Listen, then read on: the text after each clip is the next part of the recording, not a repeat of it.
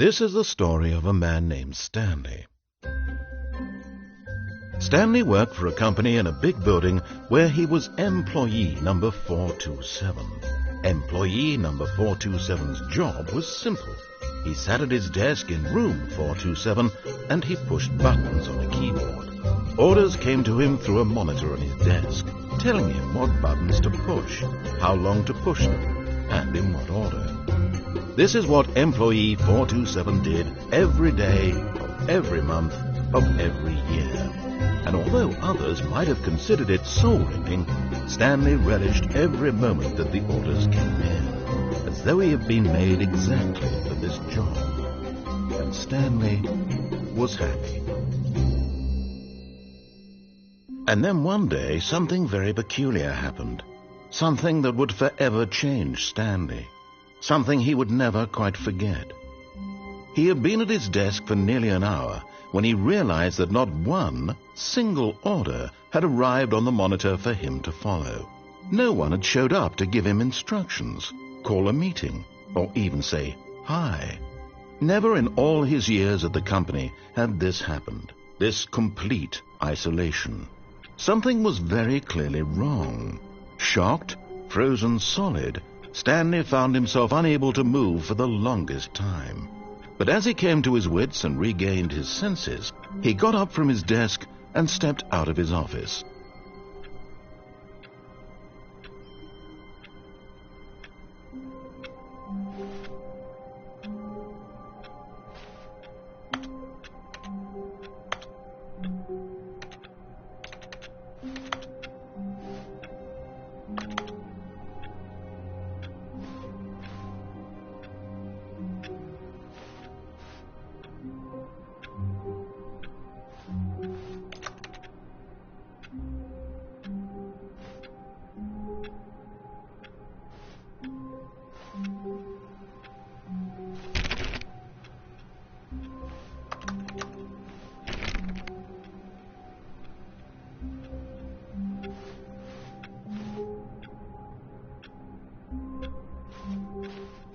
All of his co-workers were gone.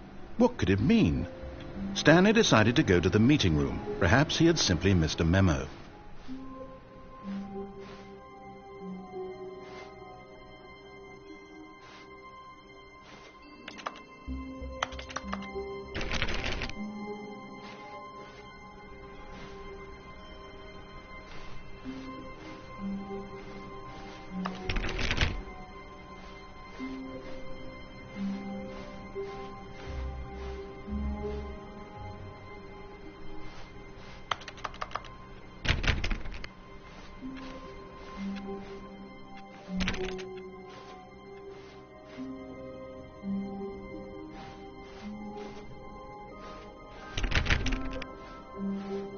When Stanley came to a set of 2 open doors, he entered the door on his left.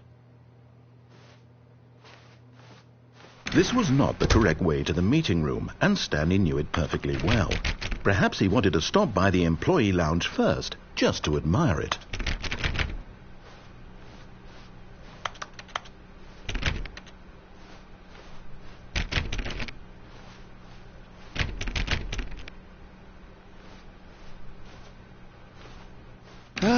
Yes, truly a room worth admiring. It had really been worth the detour after all, just to spend a few moments here in this immaculate, beautifully constructed room. Stanley simply stood here, drinking it all in.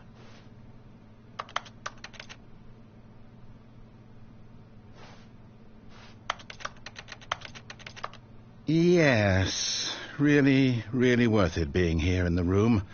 A room so utterly captivating that even though all your co-workers have mysteriously vanished, here you sit looking at these chairs and some paintings. Really worth.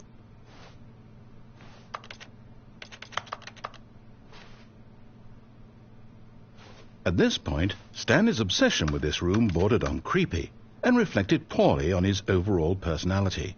It's possible that this is why everyone left.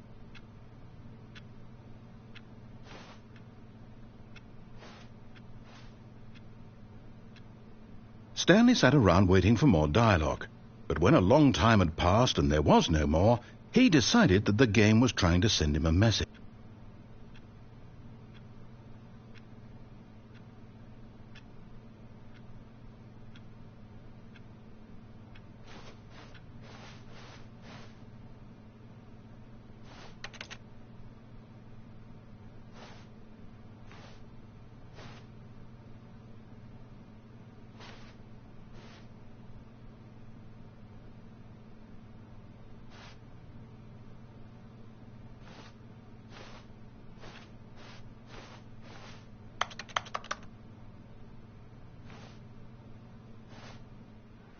But at last he'd had enough of the amazing room and took the first open door on his left to get back to business.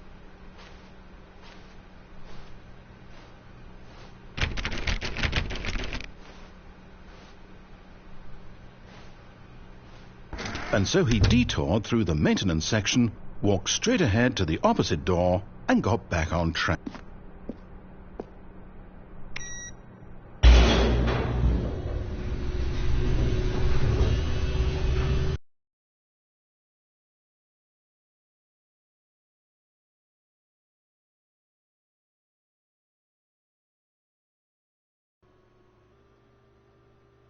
But Stanley didn't want to go back to the office. He wanted to wander about and get even further off track. So now in order to get back, he needed to go, from here it's, left.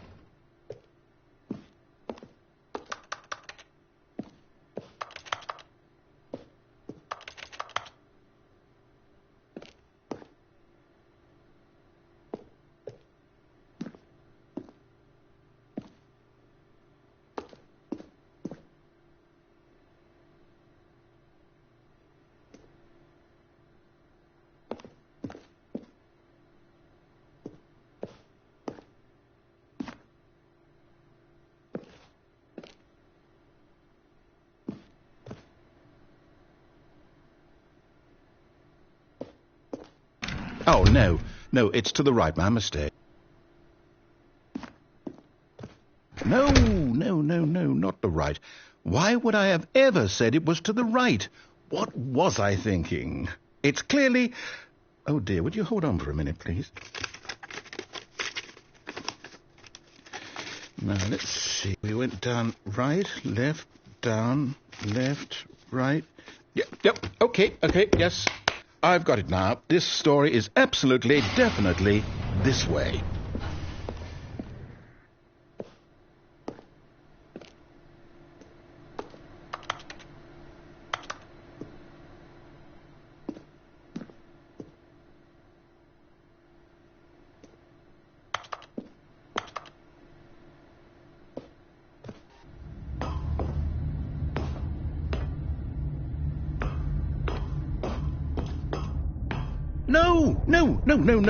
No. This isn't right at all. You're not supposed to be here yet. This is all a spoiler. Quick, Stanley, close your eyes.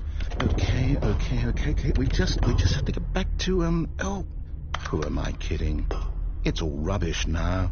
The whole story completely unusable. How about, rather than waste my time trying to salvage this nonsense, we'll just restart the game from the beginning. And this time, suppose we don't wander so far off track, Okay, from the top.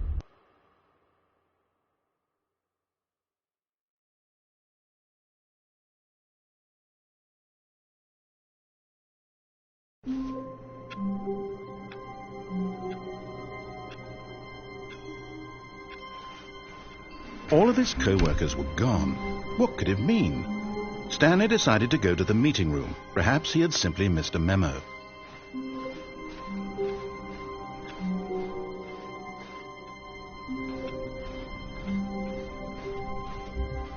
When Stanley... Wait, what? No, I restarted. I swear I definitely restarted the game over, completely fresh. Everything should be... Oh, did something change? Stanley, did you change anything when we were back in that room with all the monitors? Did you move the story somewhere or... Hold on. Why am I asking you? I'm the one who wrote the story. It was right here just a minute ago. I know for sure that it's here somewhere. Okay, then. It's an adventure. Come, Stanley. Let's find the story.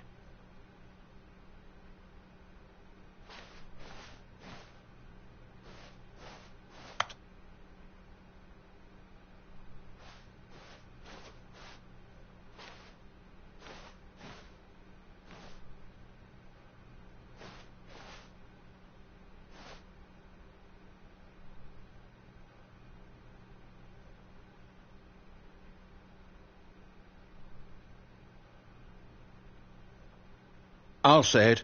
This is the worst adventure I've ever been on. I can promise you there definitely was a story here before. Do we need to restart the game again? Well, I find it unlikely that we'll ever progress by starting over and over again, but it's got to be better than this. Okay, let's give it a shot. Why not?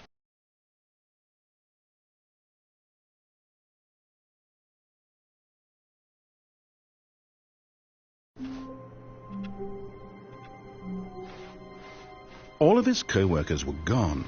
What could it mean? Stanley decided to go to the meeting room. Perhaps he had simply missed a memo.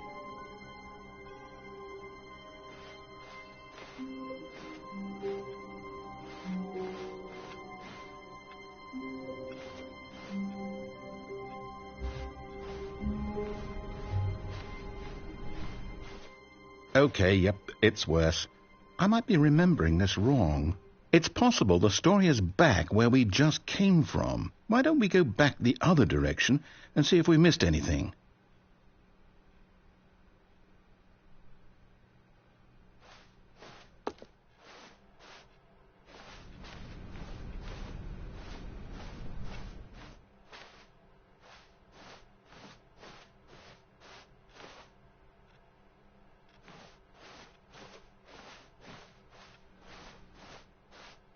Aha! I knew we'd miss something. The story. Here it comes. No, wait. Never mind. Not the story. Okay, let's head back the other way and retrace our steps.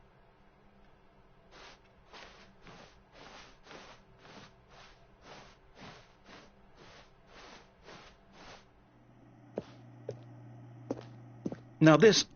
Well, I'll be honest, I don't recognize this place at all. Is this the story? I don't think so. I can't quite recall, but I believe my story took place in an office building. Is that correct? Do you remember, Stanley? Well, do you know what? Since I've completely forgotten what we were supposed to be doing, how about this? You win! Congratulations! I know you put in a lot of hard work, and it really paid off, so good job. Oh, no, I don't feel right about this at all. We both know you didn't put in any actual work for that win. Some people win fair and square, and this was not one of those situations. Okay, I'm getting weirded out by whatever this place is. I don't care what might happen this time. I have to restart.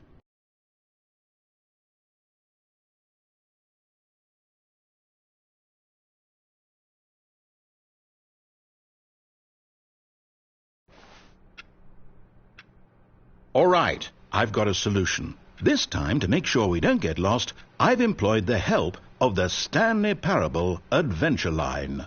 Just follow the line. How simple is that?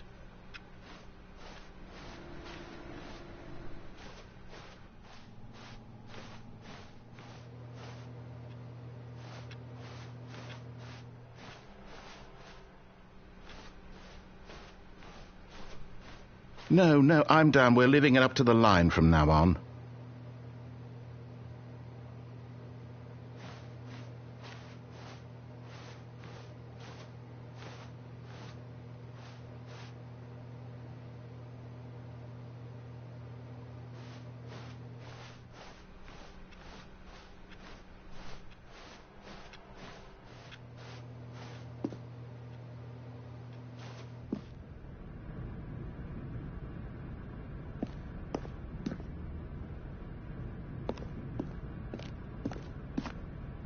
You see?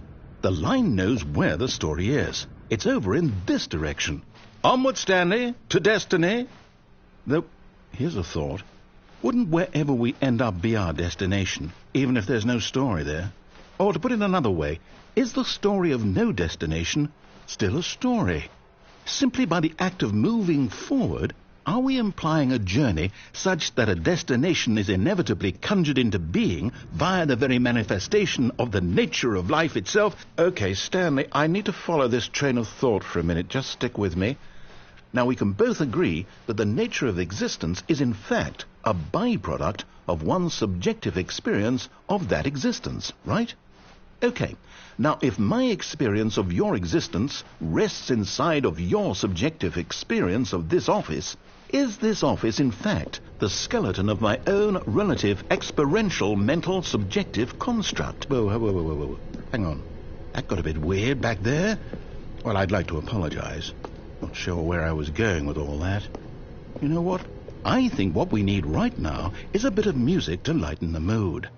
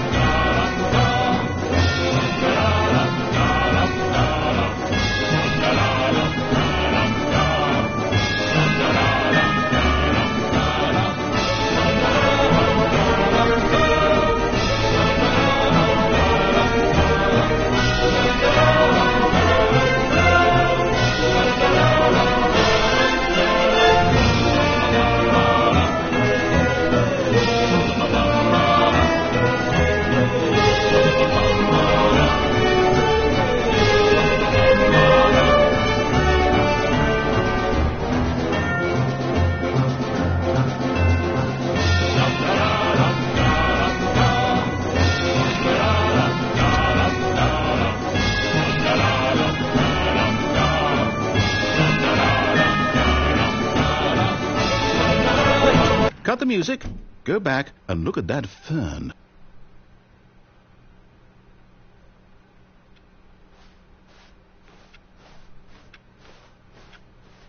Wait, what? We're back at the office? No. Line, you do know we're looking for the Stanley Parable, right? The story? Is any of this ringing a bell?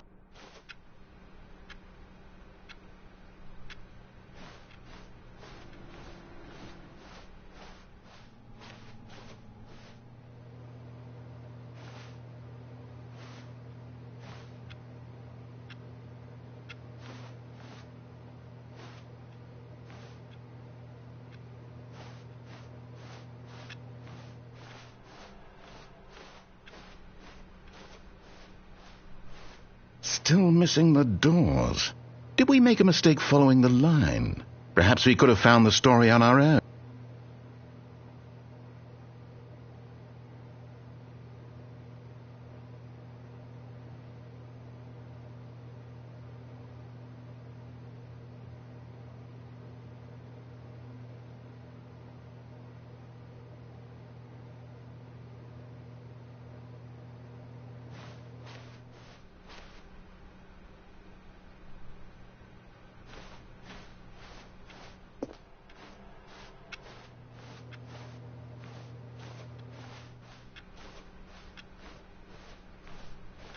Stanley, this fern will be very important later in the story. Make sure you study it closely and remember it carefully. You won't want to miss anything.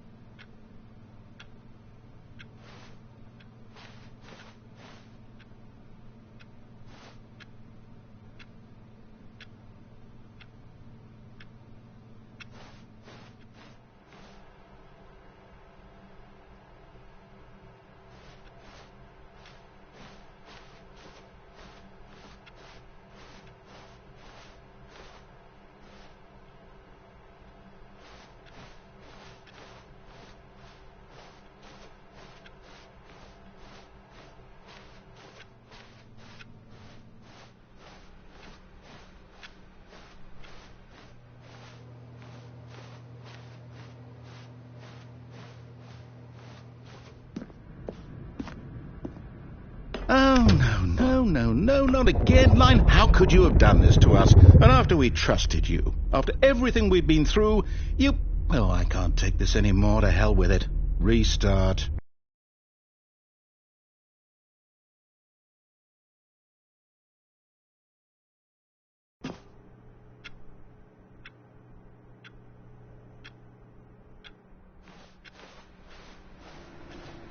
You know what, Stanley? I say forget the adventure line. What's it ever done for us? We're intelligent people, right? Why can't we make up our own story? Something exciting, daring, mysterious. Ooh, this all sounds perfectly doable. Why don't we simply start wandering in, well, I don't know. How about this direction? Now, Yes, this is exciting. Just me and Stanley forging a new path, a new story. Well, it could be anything. What do you want our story to be? Go wild. Use your imagination. Whatever it might be, Stanley, I'm ready for it. Oh, no, not you again. Stanley, I'd also like to veto the line from having any role in our awesome new story. No lines or monitor rooms. Just don't acknowledge it, and we should be fine.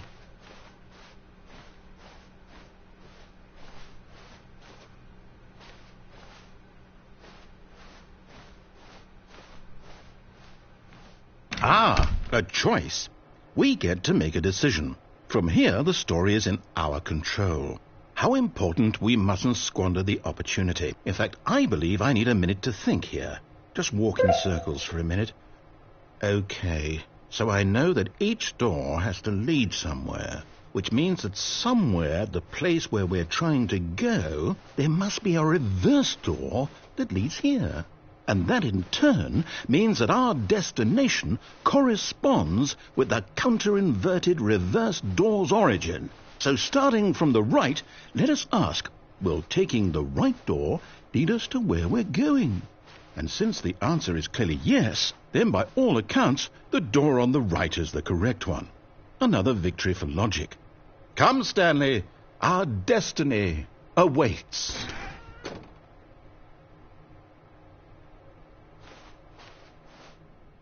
Oh, hold up, what's this? The confusion ending. You're telling me that's what this is? It's all one giant ending?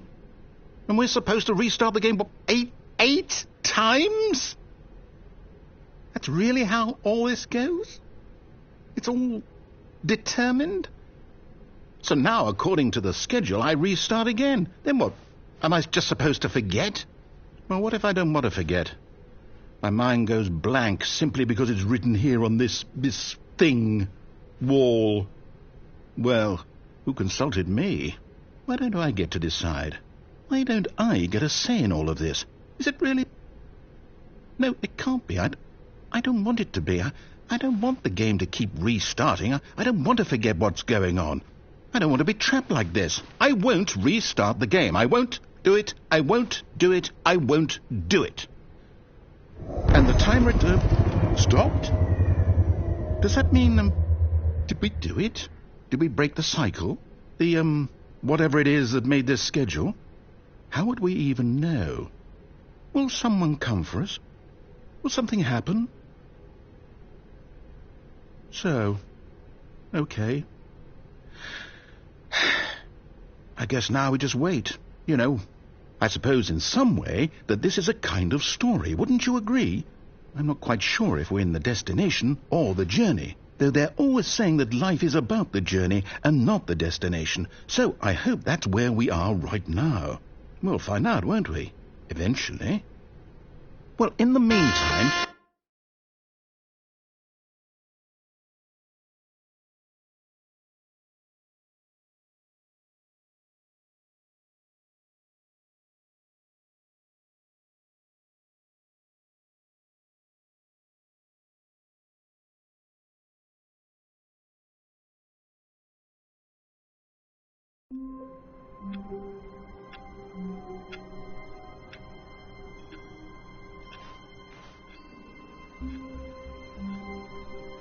All of his co-workers were gone. What could it mean? Stanley decided to go to the meeting room. Perhaps he had simply missed a memo.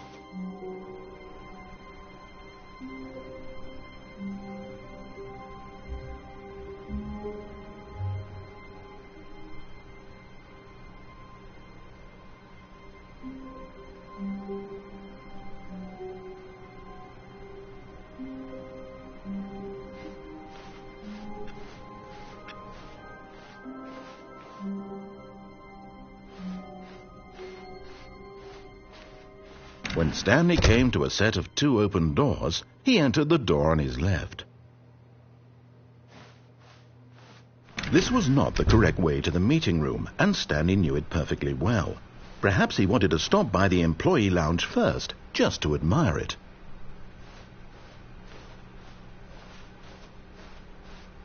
Wow.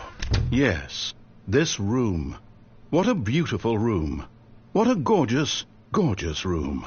Thank goodness Stanley had taken this detour on his way to the meeting room. Life without having experienced this room was now too horrible even to consider. But eager to get back to business, Stanley took the first open door on his left.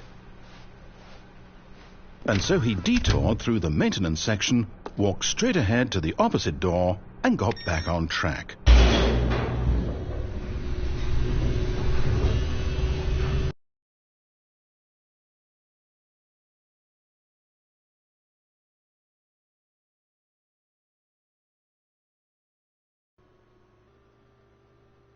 But Stanley didn't want to go back to the office.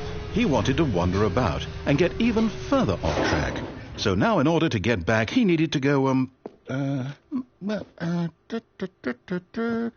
from here it's, left. Oh, no, it's to the right, my mistake. No, not the right. Why would I have ever said it was to the right? What was I thinking? It's clearly... Oh, dear, would you hold on for a minute, please? Now, let's see. We went down, right, left, down, left, right. Yep, okay, yes. I've got it now. This story is absolutely, definitely this way.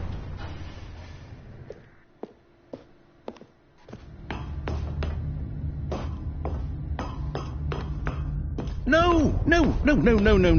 This isn't right at all. You're not supposed to be here yet. This is all a spoiler. Quick, Stanley, close your eyes. Okay.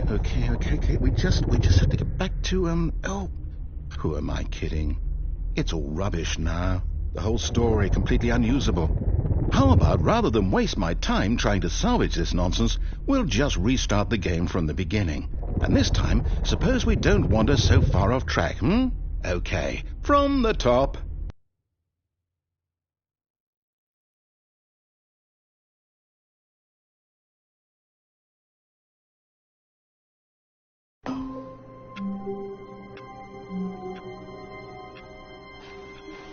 All of his co-workers were gone.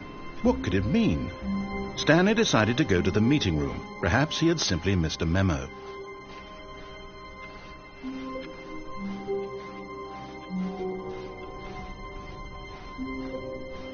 When Stanley... Wait, what? No, I restarted. I swear I definitely restarted the game over, completely fresh. Everything should be... Oh, did something change? Stanley... Did you change anything when we were back in that room with all the monitors? Did you move the story somewhere or... Hold on. Why am I asking you? I'm the one who wrote the story. It was right here just a minute ago. I know for sure that it's here somewhere. Okay, then. It's an adventure. Come, Stanley. Let's find the story.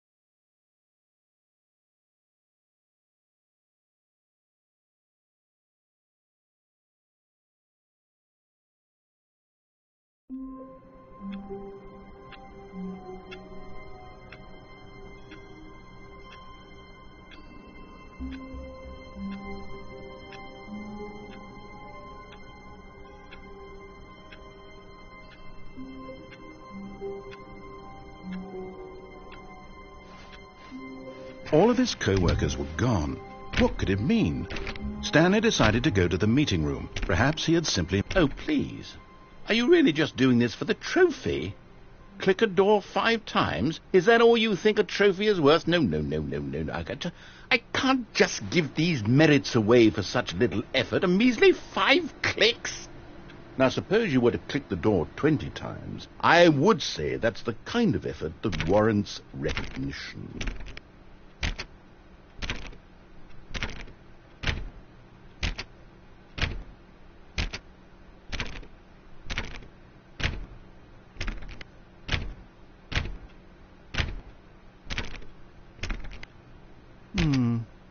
say I'm still not feeling the satisfaction of witnessing true effort for a noble cause. Perhaps 50 clicks will do it. Yes, almost certainly 50 clicks.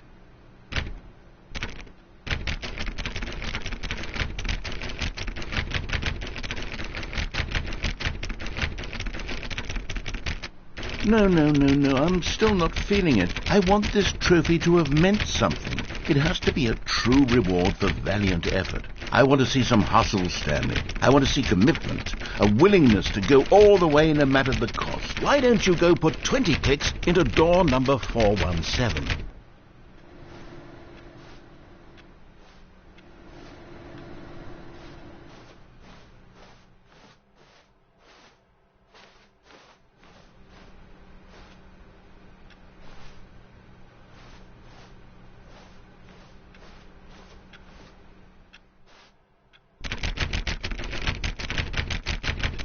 Oh, great. Now, go click a few times on door 437.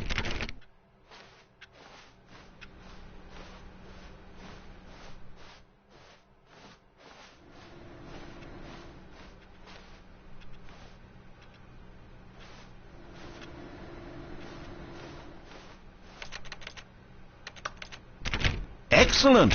I think we're getting somewhere. Now, door 415. Let's give it 10 clicks or so.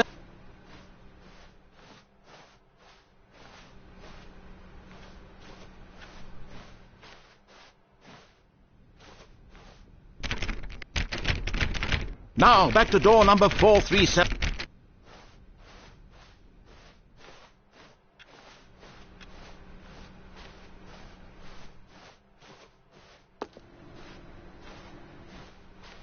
Let's see. How about you click on, well, I don't know, the copy machine? All right, back to room 417. I'm really feeling it now. I think we're getting somewhere.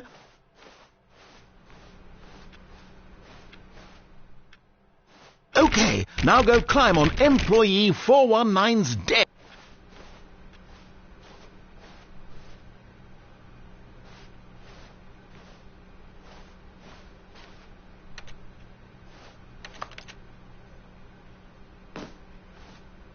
Yes! This is great! You're putting it all on the line, Stanley. I like that. All right, let's keep it up. Go give me a few clicks on door 417.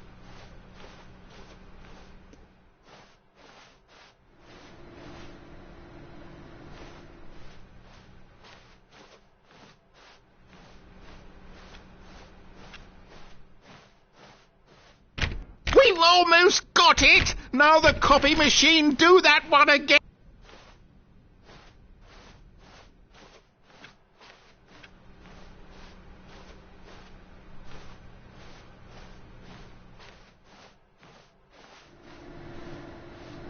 Finish it off, Stanley! 5 clicks on door 430!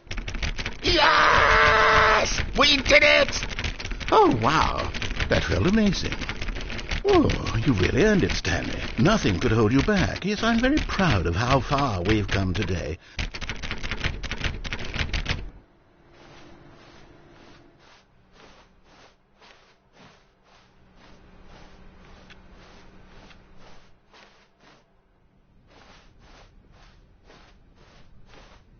When Stanley came to a set of 2 open doors, he entered the door on his left.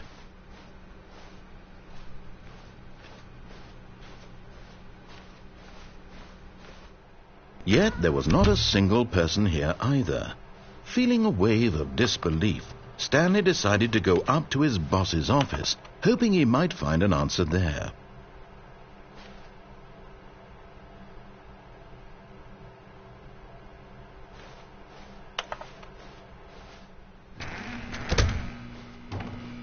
Stanley stepped into the broom closet, but there was nothing here, so he turned around and got back on track.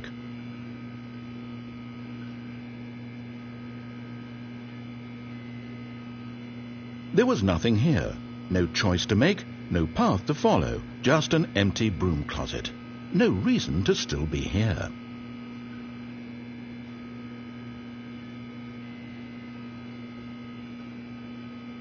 It was baffling that Stanley was still just sitting in the broom closet.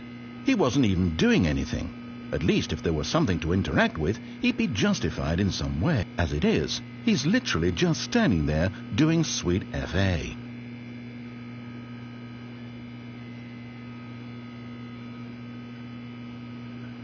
Are you really still in the broom closet? Standing around doing nothing? Why?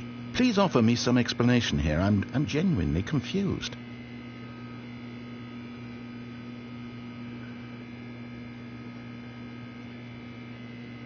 You do realize there's no choice or anything in here, right?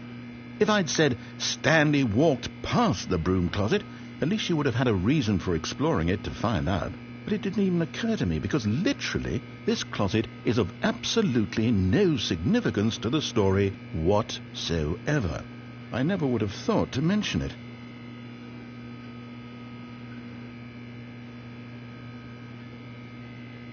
Maybe to you this is somehow its own branching path. Maybe when you go talk about this with your friends you'll say, "Oh, did you get the broom closet ending? The broom closet ending was my favourite." I hope your friends find this concerning.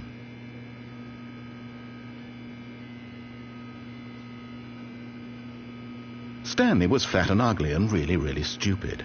He probably only got the job because of a family connection. That's how stupid he is. That or with drug money. Also, Stanley is addicted to drugs and hookers.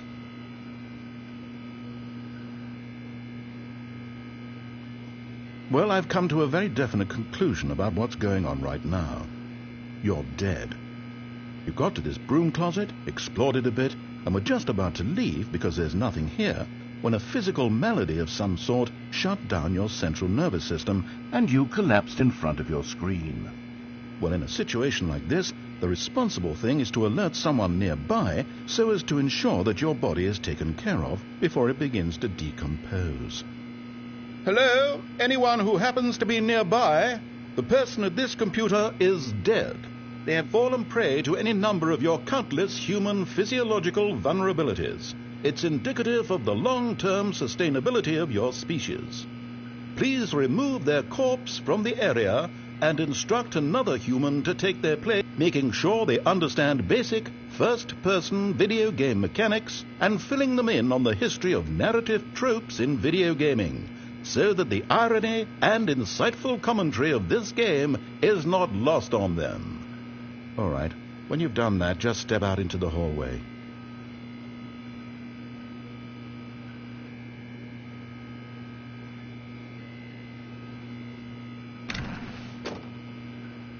Ah, second player. It's good to have you on board. I guarantee you can't do any worse than the person who came before you. You too? Unbelievable. I'm at the mercy of an entire species of invalids. Perhaps there's a monkey nearby you can hand the controls to. A fish? Fungus? Look, you can hammer out the details. I'm not particularly picky. I'll just be waiting for when you're ready to pick up the story again.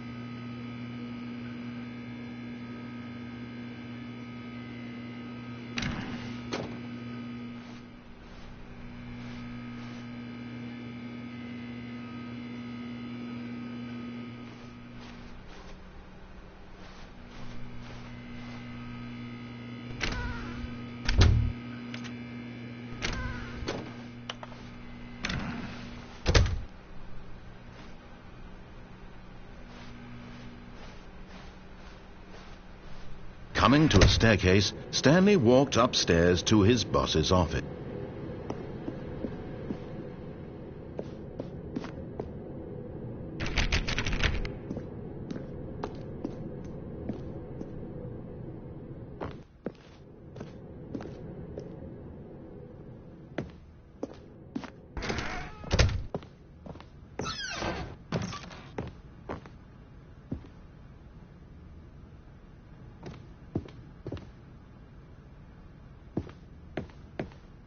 Stepping into his manager's office, Stanley was once again stunned to discover not an indication of any human life.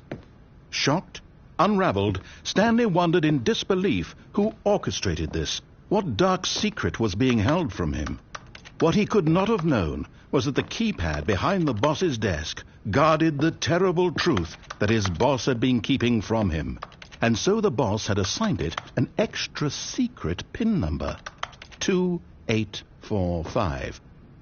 But of course, Stanley couldn't possibly have known this.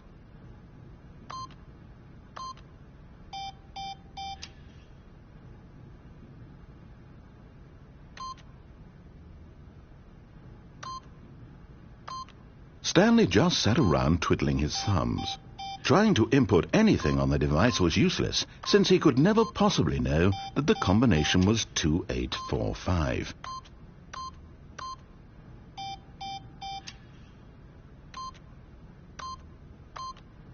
Two, 8, 4, 5.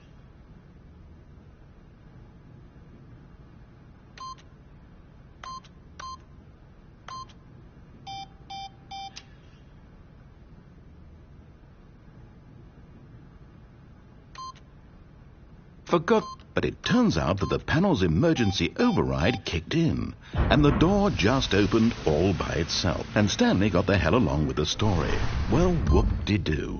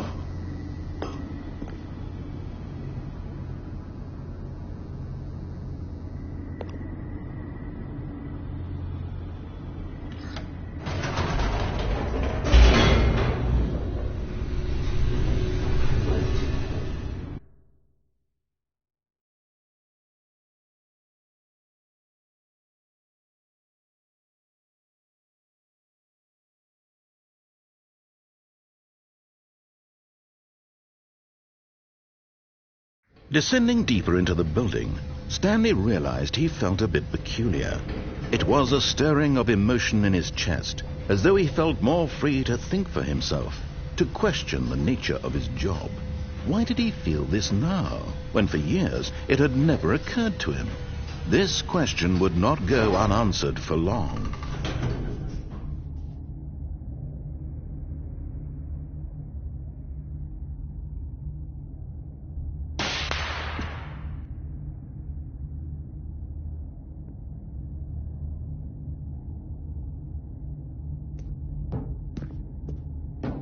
Stanley walked straight ahead through the large door that read Mind Control Facility.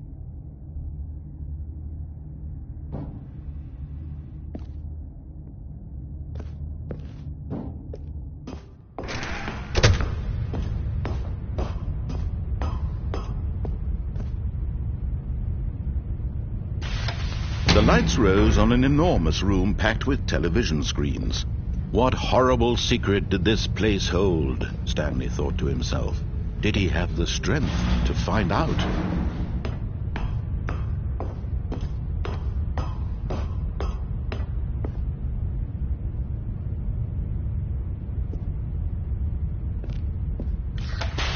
Now the monitors jumped to life, their true nature revealed. Each bore the number of an employee in the building, Stanley's co-workers. The lives of so many individuals reduced to images on a screen, and Stanley, one of them, eternally monitored in this place where freedom meant nothing.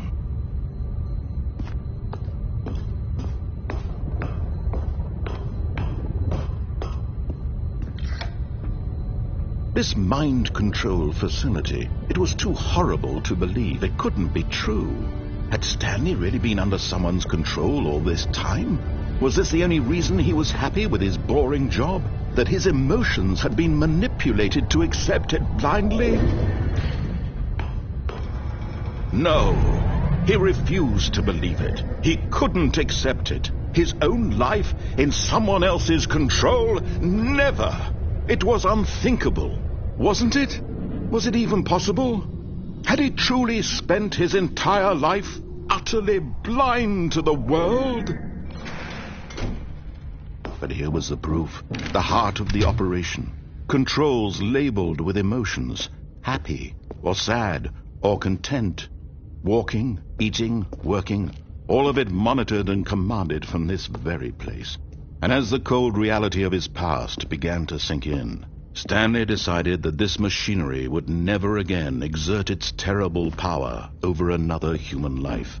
For he would dismantle the controls once and for all.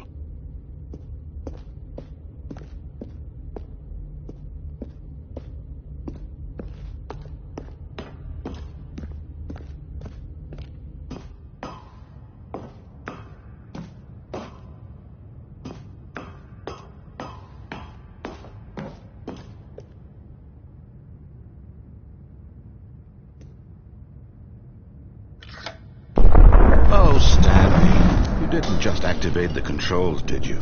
After they kept you enslaved all these years, you go and you try to take control of the machine for yourself. Is that what you wanted? Control? Oh, Stanley, I applaud your effort, I really do. But you need to understand, there's only so much that machine can do. You were supposed to let it go, turn the controls off, and leave. If you want to throw my story off track, you're going to have to do much better than that. I'm afraid you don't have nearly the power you think you do. For example, and I believe you'll find this pertinent, Stanley suddenly realized he had just initiated the network's emergency detonation system. In the event that this machine is activated without proper DNA identification, nuclear detonators are set to explode, eliminating the entire complex. How long until detonation then? Let's say, 2 minutes. Ah, now this is making things a little more fun, isn't it, Stanley? It's your time to shine. You are the star. It's your story now. Shape it to your heart's desires. Oh, this is much better than what I had in mind. What a shame we have so little time left to enjoy it. Mere moments until the bomb goes off. But what precious moments each one of them is. More time to talk about you, about me, where we're going, what all this means. I barely know where to start. What's that? You'd like to know where your co-workers are? A moment of solace before you're obliterated? All right, I'm in a good mood. You're going to die anyway. I'll tell you exactly what happened to them. I erased them. I turned off the machine. I set you free. Of course, that was merely in this instance of the story. Sometimes when I tell it, I simply let you sit there in your office forever, pushing buttons endlessly and then dying alone. Other times, I let the office sink into the ground, swallowing everyone inside, or I let it burn to a crisp. I have to say this, though, this version of events has been rather amusing. Watching you try to make sense of everything and take back the control wrested away from you, it's quite rich. I almost hate to see it go. But I'm sure whatever I come up with on the next go-around will be even better. My goodness, only 34 seconds left. But I'm enjoying this so much. You know what? To hell with it. I'm going to put some extra time on the clock. Why not? These are precious additional seconds, Stanley. Time doesn't grow on trees. Oh, dear me. What's the matter, Stanley? Is it that you have no idea where you're going or what you're supposed to be doing right now? Or did you just assume when you saw that timer that something in this room was capable of turning it off? I mean, look at you. Running from button to button, screen to screen, clicking on every little thing in this room. These numbered buttons, no, these colored ones. Or maybe this big red button, or this door. Everything, anything, something here will save me. Why would you think that, Stanley? That this video game can be beaten? Won? Solved? Do you have any idea what your purpose in this place is? Stanley, you're in for quite a disappointment.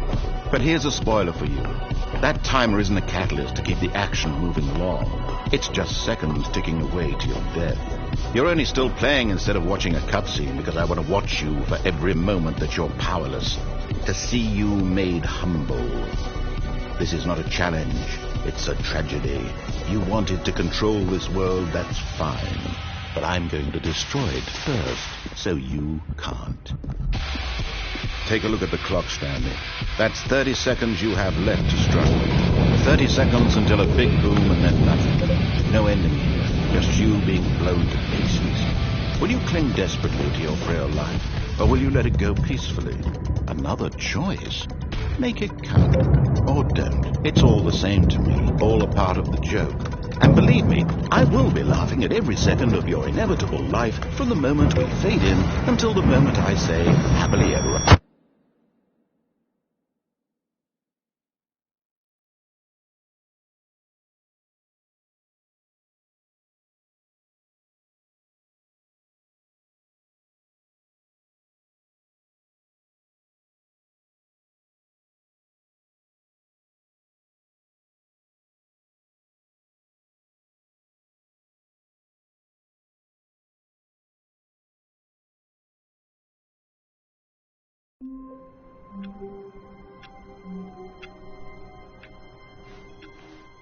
All of his co-workers were gone.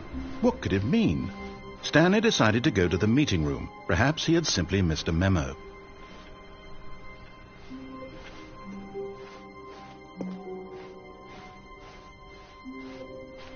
When Stanley came to a set of 2 open doors, he entered the door on his left. Yet there was not a single person here either.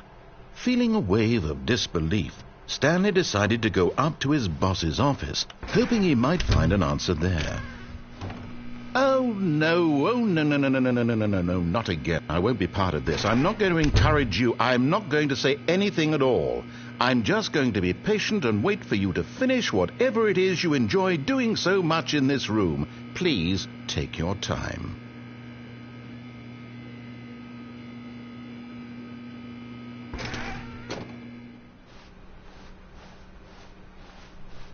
Coming to a staircase, Stanley walked upstairs to his boss's office.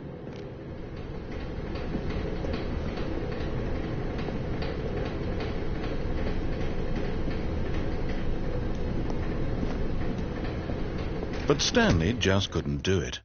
He considered the possibility of facing his boss, admitting he had left his post during work hours. He might be fired for that. And in such a competitive economy, why had he taken that risk? All because he believed everyone had vanished? His boss would think he was crazy. And then something occurred to Stanley. Maybe, he thought to himself, maybe I am crazy. All of my co-workers blinking mysteriously out of existence in a single moment for no reason at all? None of it made any logical sense. And as Stanley pondered this, he began to make other strange observations. For example, why couldn't he see his feet when he looked down? Why did doors close automatically behind him wherever he went? And for that matter, these rooms were starting to look pretty familiar. Were they simply repeating? No, Stanley said to himself, this is all too strange. This can't be real. And at last, he came to the conclusion that had been on the tip of his tongue. He just hadn't found the words for it. I'm dreaming, he yelled. This is all a dream. Oh, what a relief Stanley felt to have finally found an answer, an explanation. His co-workers weren't actually gone. He wasn't going to lose his job. He wasn't crazy after all. And he thought to himself, I suppose I'll wake up soon. I'll have to go back to my boring real-life job pushing buttons. I may as well enjoy this while I'm still lucid. So he imagined himself flying and began to gently float above the ground. Then he imagined himself soaring through space on a magical starfield, and it too appeared. It was so much fun, and Stanley marveled that he had still not woken up. How was he remaining so lucid? And then perhaps the strangest question of them all entered Stanley's head. One he was amazed he hadn't asked himself sooner. Why is there a voice in my head dictating everything that I'm doing and thinking?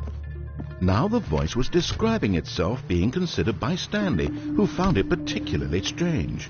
I'm dreaming about a voice describing me, thinking about how it's describing my thoughts, he thought. And while he thought it all very odd and wondered if this voice spoke to all people in their dreams, the truth was that, of course, this was not a dream. How could it be? Was Stanley simply deceiving himself, believing that if he's asleep, he doesn't have to take responsibility for himself? Stanley is as awake right now as he's ever been in his life. Now, hearing the voice speak these words was quite a shock to Stanley. After all, he knew for certain, beyond a doubt, that this was in fact a dream. Did the voice not see him float and make the magical stars just a moment ago? How else would the voice explain all that? This voice was a part of himself too. Surely, if he could just... He would prove it. He would prove that he was in control, that this was a dream. So he closed his eyes gently, and he invited himself to wake up. He felt the cool weight of the blanket on his skin, the press of the mattress on his back, the fresh air of a world outside this one. Let me wake up, he thought to himself. I'm through with this dream. I wish it to be over. Let me go back to my job. Let me continue pushing the buttons. Please, it's all I want. I want my apartment, and my wife, and my job. All I want is my life exactly the way it's always been. My life is normal. I am normal. Everything will be fine. I am okay.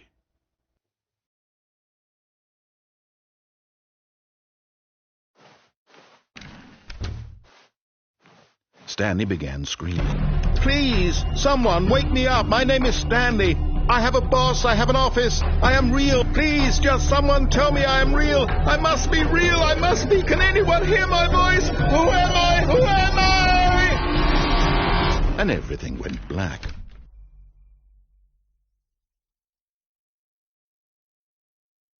This is the story of a woman named Mariella. Mariella woke up on a day like any other. She arose, got dressed, gathered her belongings, and walked to her place of work. But on this particular day, her walk was interrupted by the body of a man who had stumbled through town talking and screaming to himself, and then collapsed dead on the sidewalk. And although she would soon turn to go call for an ambulance, for just a few brief moments she considered the strange man. He was obviously crazy. This much she knew. Everyone knows what crazy people look like. And in that moment, she thought to herself how lucky she was to be normal. I am sane. I am in control of my mind. I know what is real and what isn't. It was comforting to think this, and in a certain way, seeing this man made her feel better. But then she remembered the meeting she had scheduled for that day, the very important people whose impressions of her would affect her career, and by extension, the rest of her life. She had no time for this, so it was only a moment that she stood there, staring down at the body. And then she turned and ran.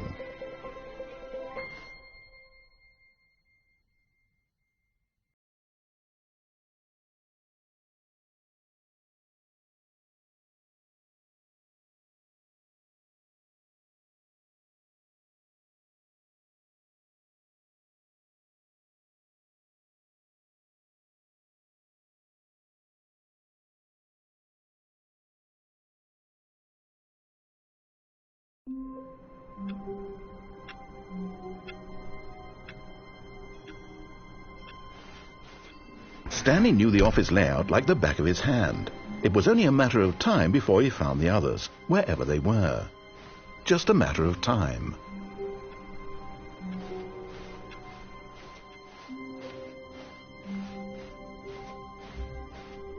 When Stanley came to a set of 2 open doors, he entered This was not the correct way to the meeting room, and Stanley knew it perfectly well. Perhaps he wanted to stop by the employee lounge first, just to admire it. The lounge was sublime, a work of art. What was it about this room that called so deeply and so personally to Stanley? Its grace? Its subtle charm? No. Stanley knew it was something deeper, something darker.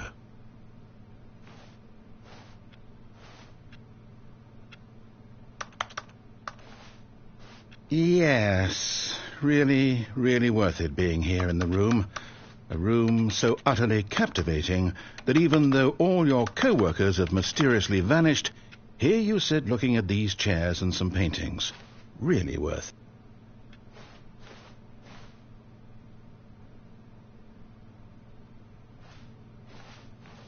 At this point, Stanley's obsession with this room bordered on creepy and reflected poorly on his overall personality. It's possible that this is why everyone left. But at last, he'd had enough of the amazing room and took the first open door on his left to get back to business. Stanley was so bad at following directions, it's incredible he wasn't fired years ago.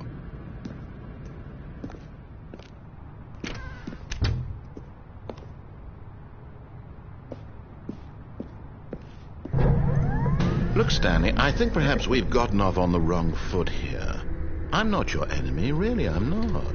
I realize that investing your trust in someone else can be difficult, but the fact is that the story has been about nothing but you all this time. There's someone you've been neglecting, Stanley. Someone you've forgotten about. Please, stop trying to make every decision by yourself. Now, I'm not asking for me, I'm asking for her.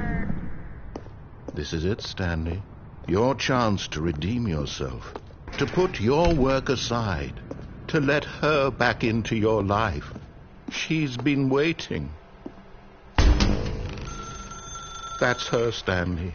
You need to be the one to do this, to reach... Oh, no, you can't... Did you just unplug the phone? No, that wasn't supposed to be a choice. How did you do that? You actually chose incorrectly? I didn't even know that was possible. Let me double-check. No, it's definitely here, clear as day. Stanley picks up the phone. He's taken to his apartment where he finds his wife, and the two pledge themselves to one another. Music comes in, fade to white, roll credits. Not picking up the phone is actually somehow an incorrect course of action. How is that even possible?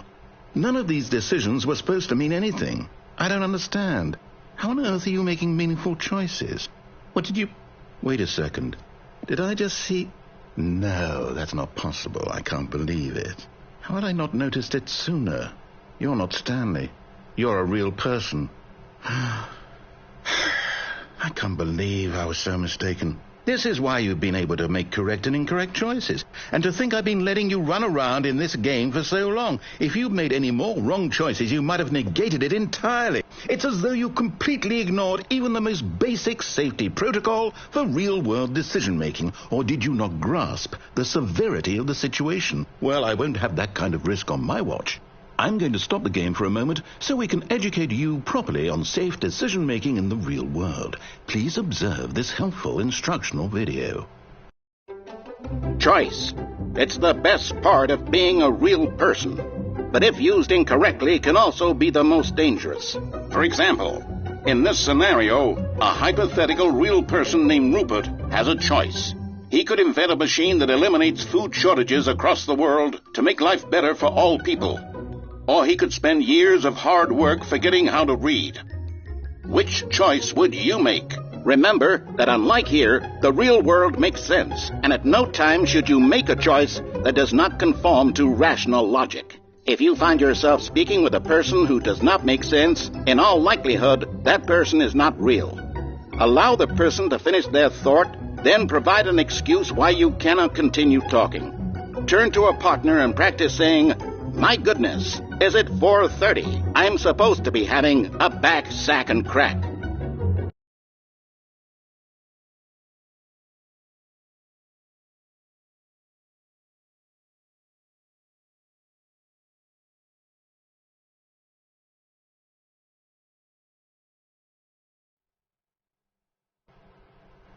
Excellent. Making choices on a regular basis is the best part to a healthy decision-making process. Most medical professionals recommend making at least 8 choices per day. Do you make more than 8? Less? And finally, if you begin to wonder if your choices are actually meaningful and whether you'll ever make a significant contribution to the world, just remember, that in the vast infiniteness of space, your thoughts and problems are materially insignificant, and the feeling should subside.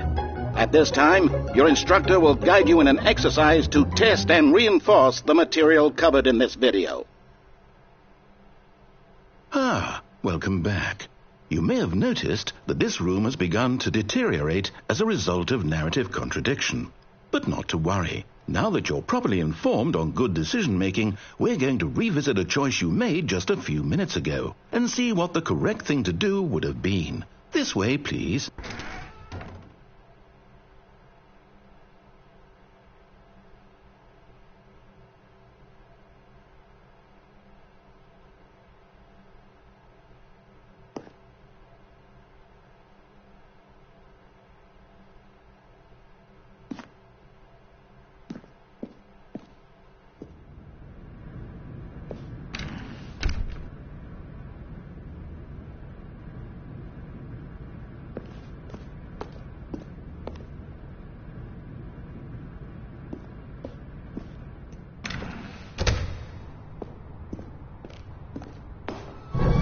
Now that we know your choices are meaningful, we can't have you jumping off the platform and dying.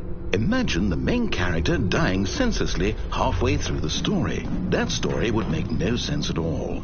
We just need to get you home as soon as possible before the narrative contradiction gets any worse. Unfortunately, it seems this place is not well equipped to deal with reality.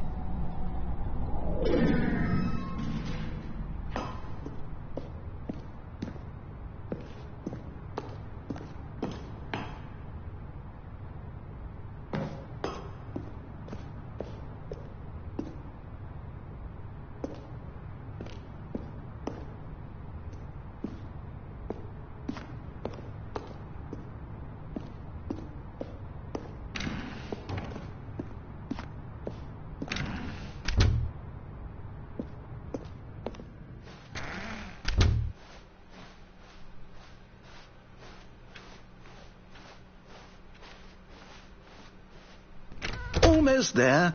You'll take the door on the left, back to the correct ending, the story will have resolution once again, and you'll be home free in the real world.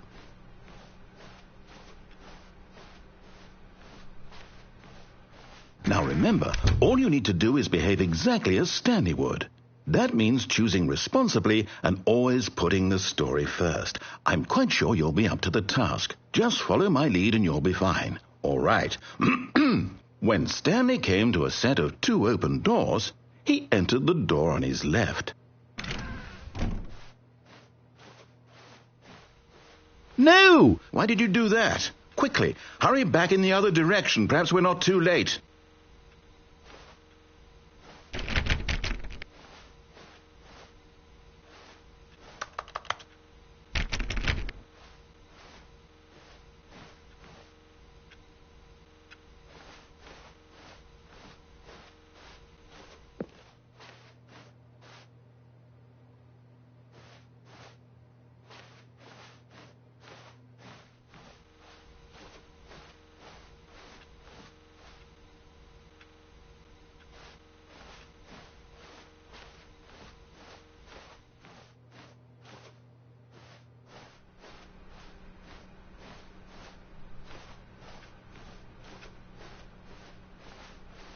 Oh, it's ruined. I can't believe, after everything we talked about, that my story, you've destroyed my work. Why? For what? What did you get out of that? What did you think was so special about seeing the game undone, left here like so much garbage? It's worth this now. And what am I supposed to do? Even if there were a way to continue, would it be worth it? To know that my story is now incorrect? How can I go back to that? I can't erase that knowledge. I'll have to live with it forever, reliving its impossibility forever. I couldn't live that way. Is it better to shut the game down entirely? To willingly destroy all of my work? I don't know. What's the answer? What do I do? What do I do? What do I... No, I have to. I have to shut the game down. I have to. I have to.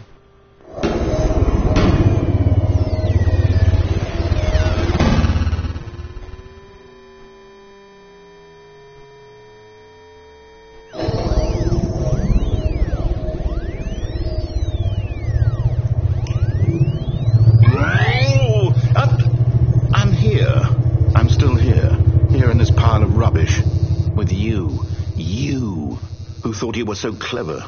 Now look where we are. My entire game is destroyed. It was the only thing in the world that was mine, and you run it into the ground. What, did you think that would be funny? You just had to see? Didn't I impress upon you how important it was to be like Stanley?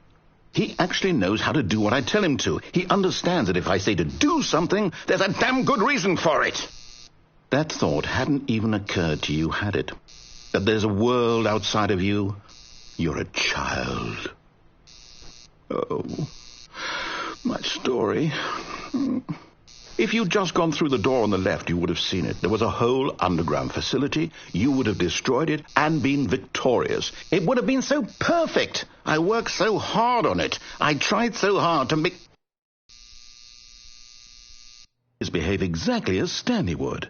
That means choosing responsibly and always putting the story first. I'm quite sure you'll be up to the task. Just follow my lead and you'll be fine. All right.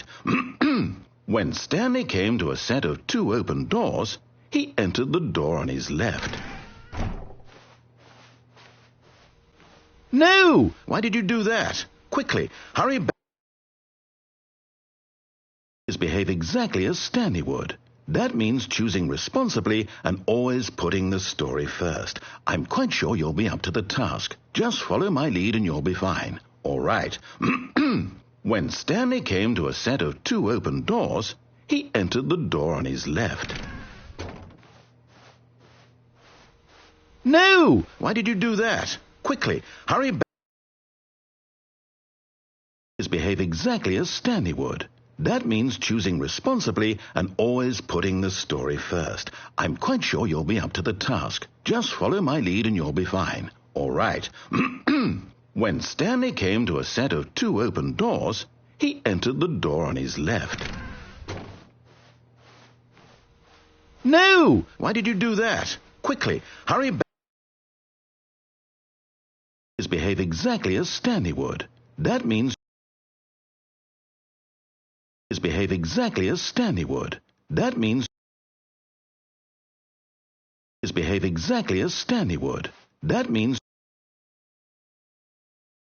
behave exactly as Stanley would. That means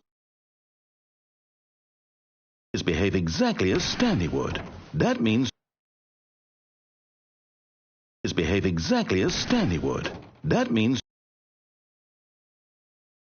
behave exactly as Stanley would. That means behave exactly as Stanley would. That means behave exactly as Stanley would. That means behave exactly as Stanley would. That means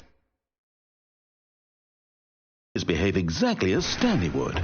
That means behave exactly as Stanley would. That means behave exactly as Stanley would. That means behave exactly as Stanley would. That means behave exactly as Stanley would. That means behave exactly as Stanley would. That means behave exactly.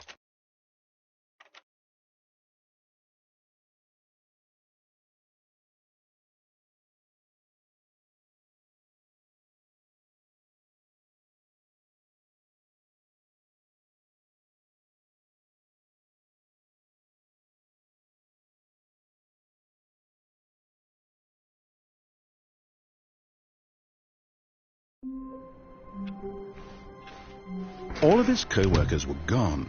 What could it mean? Stanley decided to go to the meeting room. Perhaps he had simply missed a memo.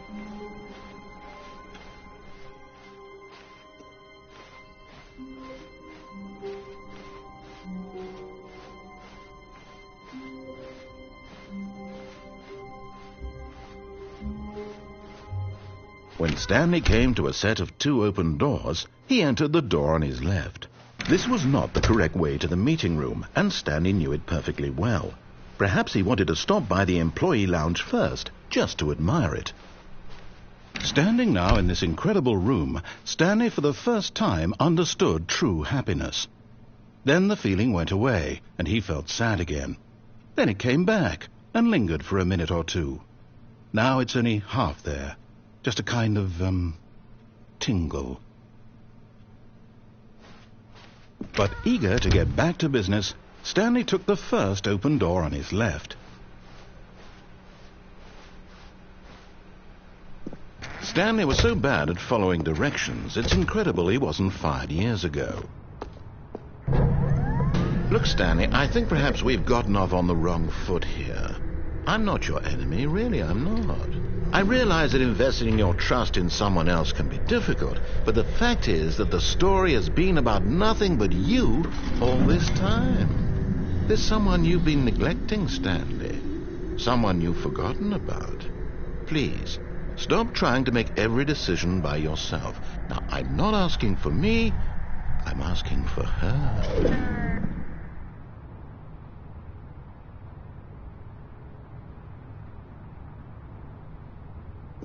This is it, Stanley.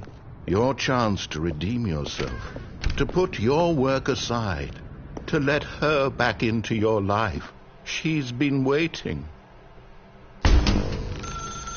That's her, Stanley. You need... Oh, no, you can't... Did you just unplug the phone? No, that wasn't supposed to be a choice. How did you do that? You actually chose incorrectly? I didn't even know that was possible. Let me double-check. No, it's definitely here, clear as day. Stanley picks up the phone. He's taken to his apartment where he finds his wife, and the two pledge themselves to one another. Music comes in, fade to white, roll credits. Not picking up the phone is actually somehow an incorrect course of action. How is that even possible? None of these decisions were supposed to mean anything. I don't understand. How on earth are you making meaningful choices? What did you... Wait a second. Did I just see... No, that's not possible. I can't believe it. How had I not noticed it sooner? You're not Stanley. You're a real person. I can't believe I was so mistaken. This is why you've been able to make correct and incorrect choices. And to think I've been letting you run around in this game for so long. If you'd made any more wrong choices, you might have negated it entirely. It's as though you completely ignored even the most basic safety protocol for real-world decision-making. Or did you not grasp the severity of the situation? Well, I won't have that kind of risk on my watch. I'm going to stop the game for a moment so we can educate you properly on safe decision-making in the real world. Please observe this helpful instructional video. Choice. It's the best part of being a real person. But if used incorrectly, can also be the most dangerous. For example, in this scenario, a hypothetical real person named Rupert has a choice. He could invent a machine that eliminates food shortages across the world to make life better for all people. Or he could spend years of hard work forgetting how to read. Which choice would you make? Remember that unlike here, the real world makes sense, and at no time should you make a choice that does not conform to rational logic. If you find yourself speaking with a person who does not make sense, in all likelihood, that person is not real. Allow the person to finish their thought, then provide an excuse why you cannot continue talking. Turn to a partner and practice saying, "My goodness, is it 4:30? I'm supposed to be having a back, sack, and crack."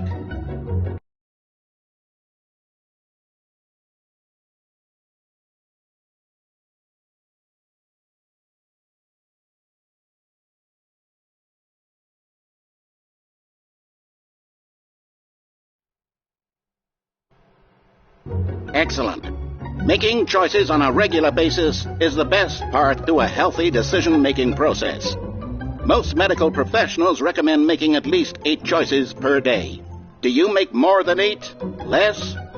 And finally, if you begin to wonder if your choices are actually meaningful and whether you'll ever make a significant contribution to the world, just remember that in the vast infiniteness of space, your thoughts and problems are materially insignificant, and the feeling should subside.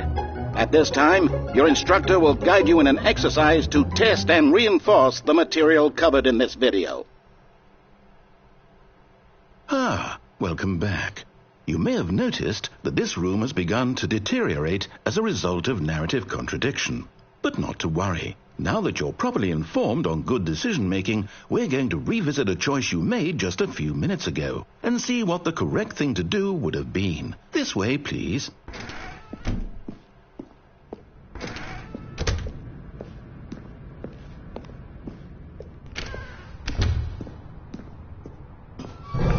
Now that we know your choices are meaningful, we can't have you jumping off the platform and dying. Imagine the main character dying senselessly halfway through the story. That story would make no sense at all. We just need to get you home as soon as possible before the narrative contradiction gets any worse. Unfortunately, it seems this place is not well equipped to deal with reality.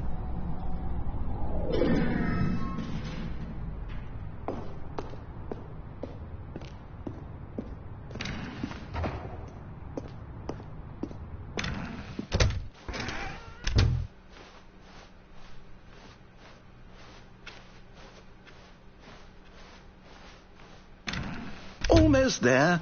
You'll take the door on the left, back to the correct ending, the story will have resolution once again, and you'll be home free in the real world.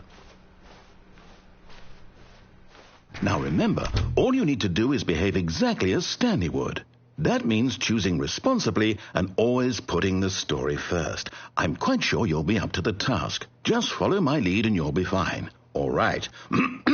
When Stanley came to a set of 2 open doors, he entered the door on his left. No! Why did you do that? Quickly, hurry back in the other direction. Perhaps we're not too late.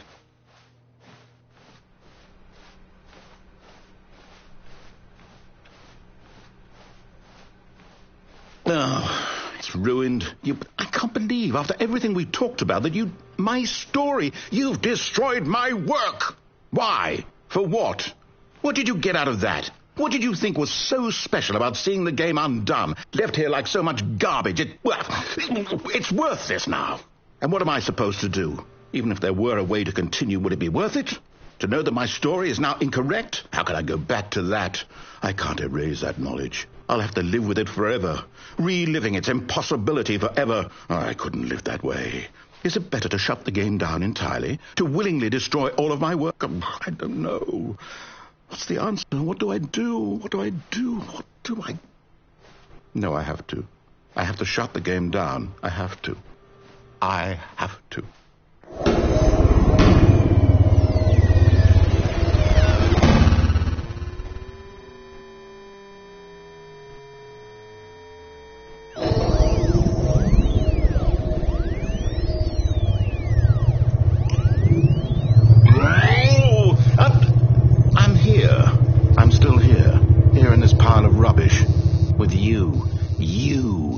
Thought you were so clever.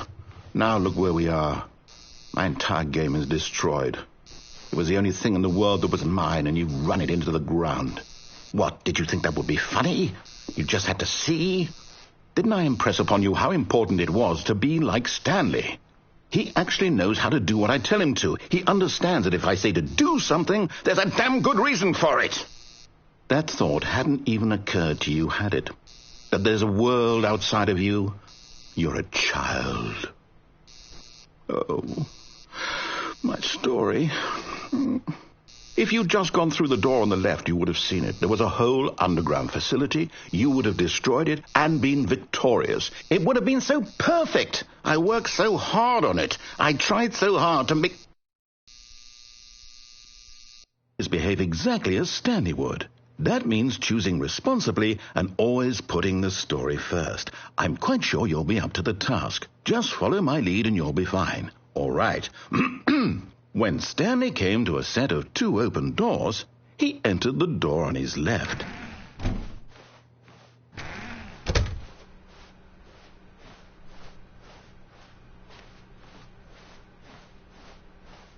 Yet there was not a single person here either. Feeling a wave of disbelief, Stanley decided to go up to his boss's office, hoping he might find an answer there.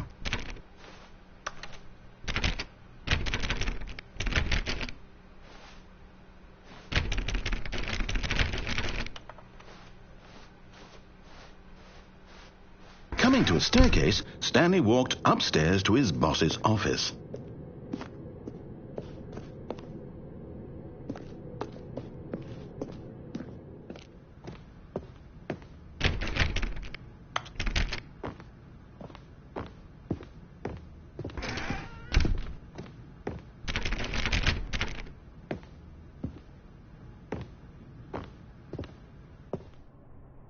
Stepping inside his manager's office, Stanley was once again stunned to discover not an indication of any human life.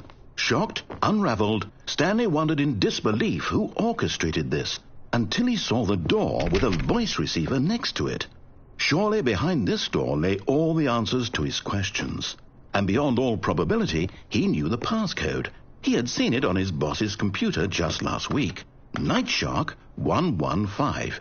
Was this the code to open the door? Would it still work? There was only one way to find out. Stanley had been trained never to speak up, but now he would draw from within himself the courage to face the unknown. He drew a sharp breath and then spoke the code.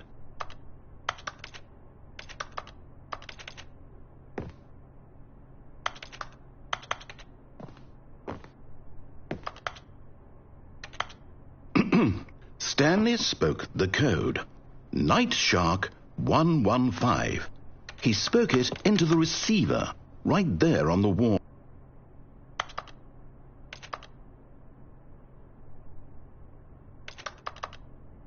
I'm sorry, is there a problem?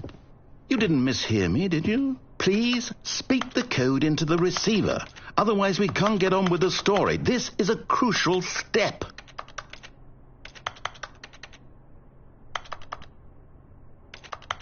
Okay, fine, you're not going to do it, but you know what?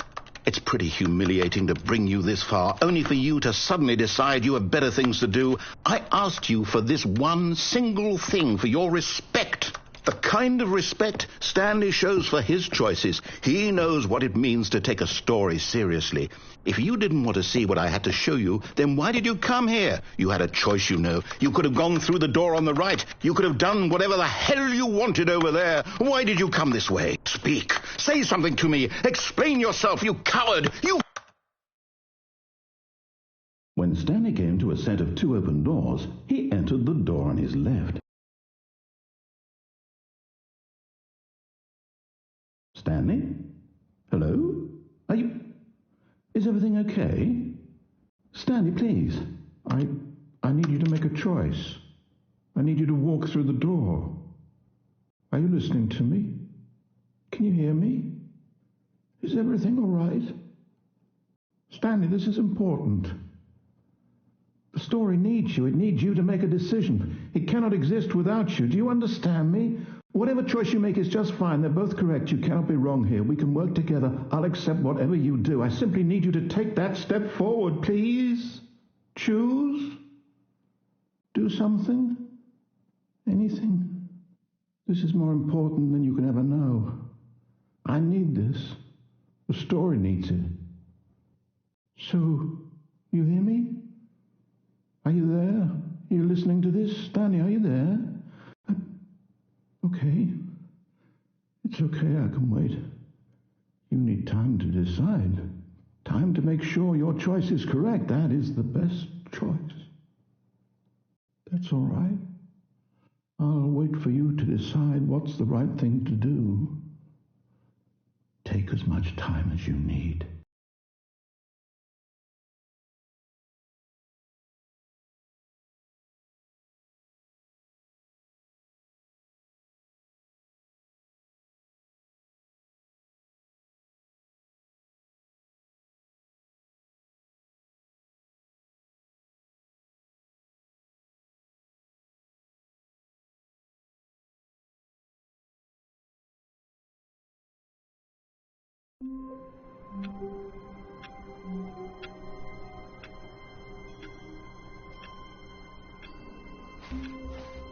All of his co-workers were gone. What could it mean? Stanley decided to go to the meeting room. Perhaps he had simply missed a memo.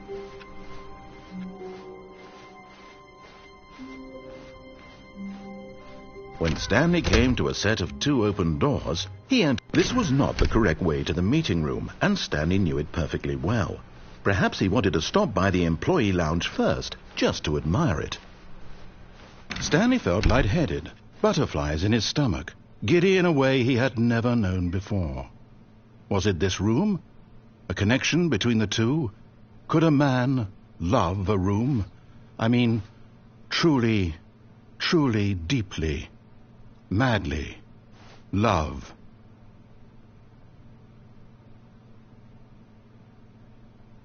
Yes, really worth it being here in the room. A room so but eager to get back to business, Stanley took the first open door on his left. Stanley was so bad at following directions, it's incredible he wasn't fired years ago. But in his eagerness to prove that he is in control of the story and no one gets to tell him what to do, Stanley leapt from the platform and plunged to his death. Good job, Stanley. Everyone thinks you are very powerful.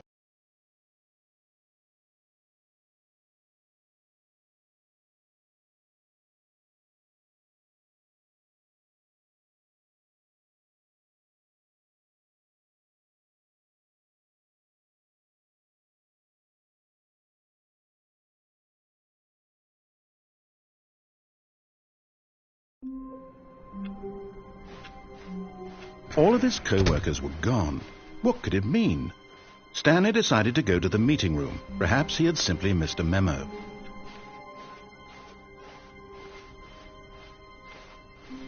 When Stanley came to a set of 2 open doors, he entered the door on his left.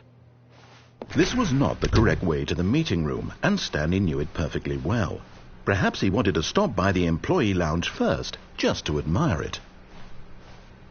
The lounge was grand, majestic, perhaps too majestic. But eager to get back to business, Stanley took the first open door on his left. Stanley was so bad at following directions, it's incredible he wasn't fired years ago.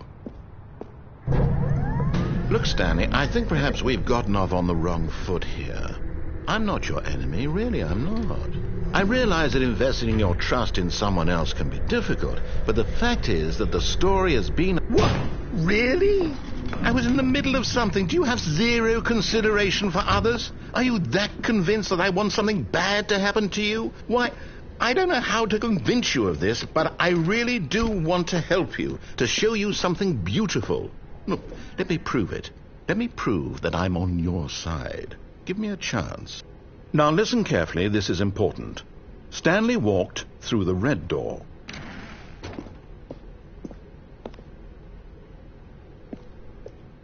Aha, perhaps you misunderstood. Stanley walked through the red door.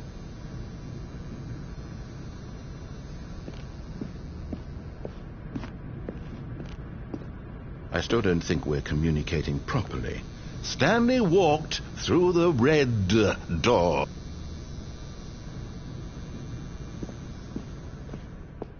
All right, fine, go ahead, Stanley. You want to know so badly what's out there? You want to find out what lies at the end of this road you've chosen? Well, don't let me stop you. You see, there's nothing here. I haven't even finished building this section of the map, because you were never supposed to be here in the first place. Broken rooms, exposed developer textures. Is this what you had wanted? Was it worth ruining the entire story I had written out specifically for you? Do you not think I put a lot of time into that? Because I did. And in the end it was all for nothing, because this is what you wanted to see. Help me here, Stanley. Help elucidate these strange and unknowable desires of yours. What would have made this game better? What did you want to see? Vehicles? Skill trees? Work with me. You've given me absolutely nothing so far. Tell you what, let me take a stab in the dark at a new design, and you can give me some feedback. There we go. A third option. This already feels leaps ahead of where we were before. Go ahead, Stanley. Take it for a spin. Okay, I'm going to stop you there. Now, tell me about your experience with this new version. Would you say that the game benefited from allowing you more choices? Feel free to be honest. I'm looking for some real critical feedback here. A 1? I mean, I can understand if you had reservations, you saw ways the game could be improved to more fully express itself mechanically and artistically, but a 1? That's not even helpful. What am I supposed to do with that? But I guess it isn't my place to judge. Here, based on the data from your previous playthrough, I've compiled a new version. And to be perfectly candid, I think I've knocked it out of the park with this one. Let's take a look.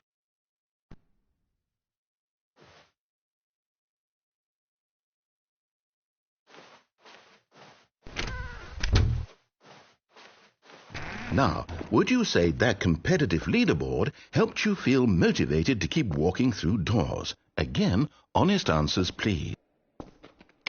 Hey, I nearly forgot. I've got a prototype of a new game I've been working on, and now would be a lovely opportunity to give it some playtesting. You wouldn't mind taking a look at it, would you? Perfect. Let me boot it up.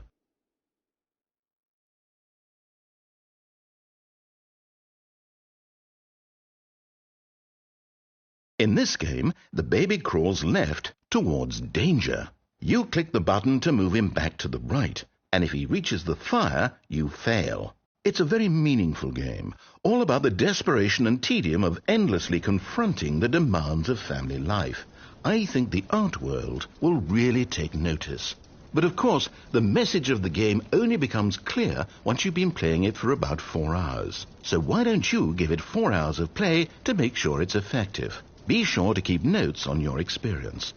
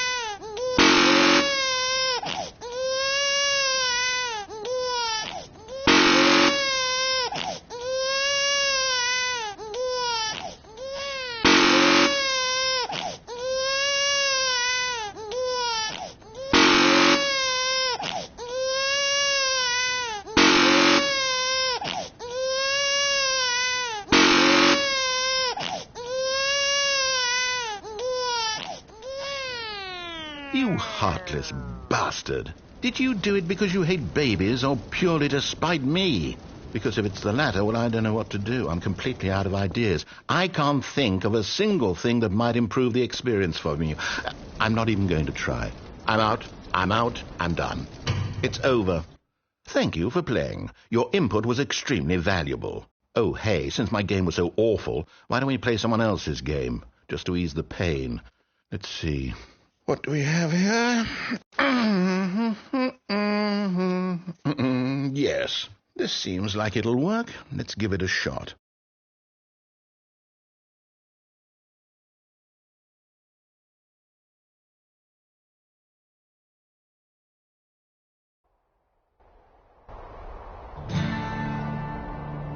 Aha! Fascinating. What do you think this game is about, Stanley? What's our backstory? What is our motivation? Well, it seems obvious to me that you are meant to play as a creepy man spying on innocent civilians below you from up high in your creep tower, perhaps for some sort of twisted, erotic purpose. Yes, that must be it. What a fascinating venture into the experience of total mental depravity. So far, I love everything about this game, Stanley. And it seems there's even more. Come, let's venture outward and see what else is out there.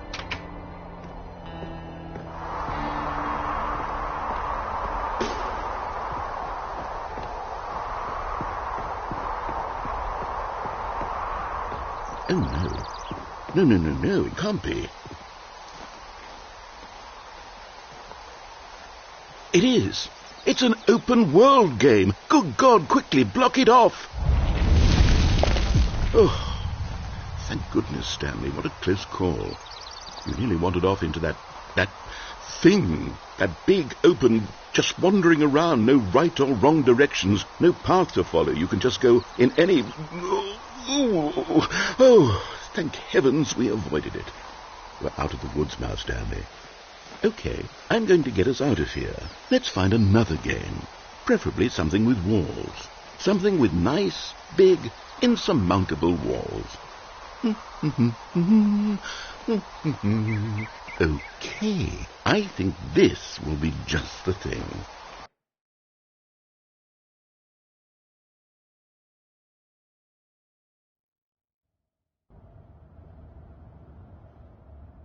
Wonderful. See, this is exactly what I had in mind. Just a nice big box for you to run around in. There isn't any possibility that you could get lost here. Now this is game design. Stanley, if you manage to get lost in this game, I will be phenomenally impressed. Okay, so what exactly do we do here? Let's see. There are lots of cars here in the back, but obviously there's no racetrack. Okay, I'm seeing that there's a ball of some kind back here. Is this game sports ball? Stanley, I think it's sports ball. Oh, what fun. We shall run the bases and do a touchdown together. Yes, I think surely we must. Okay, Stanley, here's the ball. Have fun.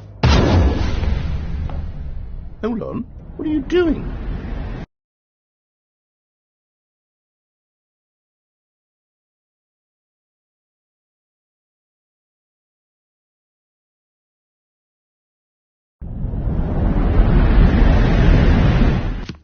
Stanley, don't do that. I can't follow you there. I can't help you. How will you write a story without me?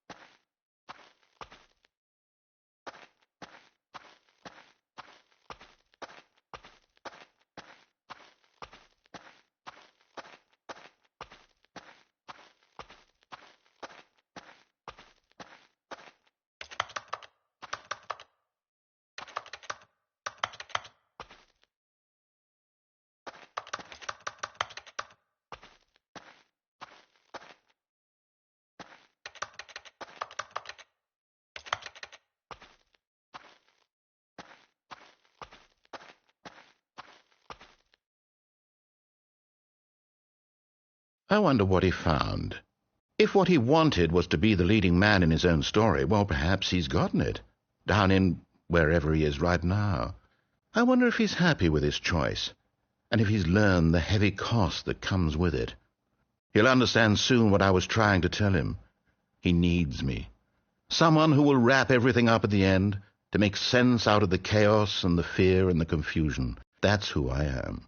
That is what I mean to this world. Oh, yes. Yes, I'll be back. There's no other way. Once this ends, after it all comes to a close, then I'll be back. The end will be here soon. Very soon. I can wait.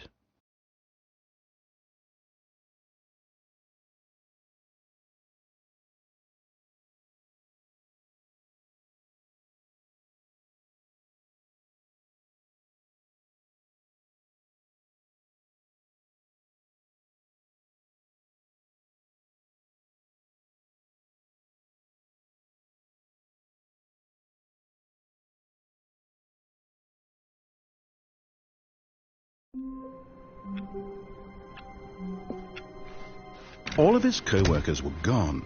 What could it mean? Stanley decided to go to the meeting room. Perhaps he had simply missed a memo.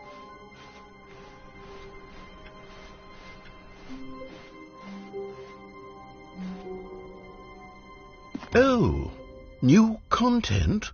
What does that mean, new content?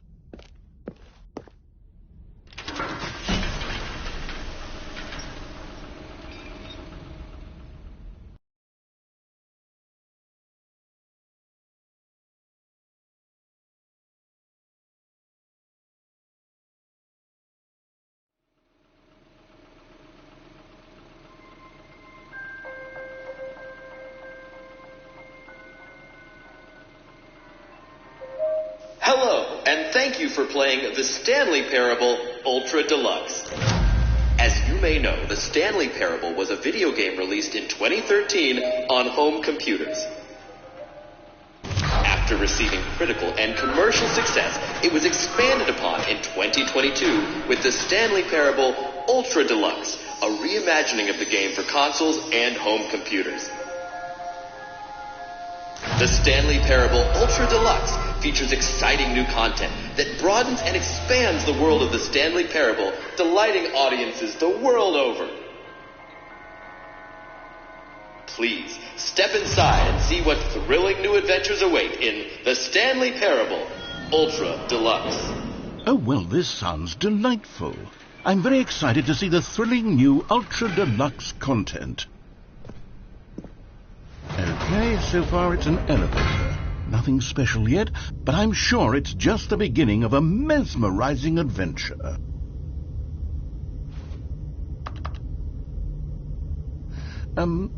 Is it broken? What's going on here? Should we be moving somewhere or... Oh, there we go. All right, finally, at long last, it's on to the new content. I've never been more ready. Let's do it.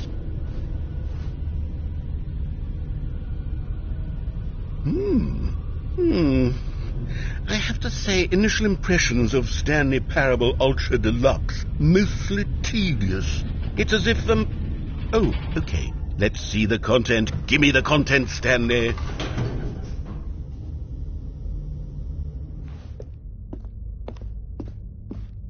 All right, let's see. It's the jump circle.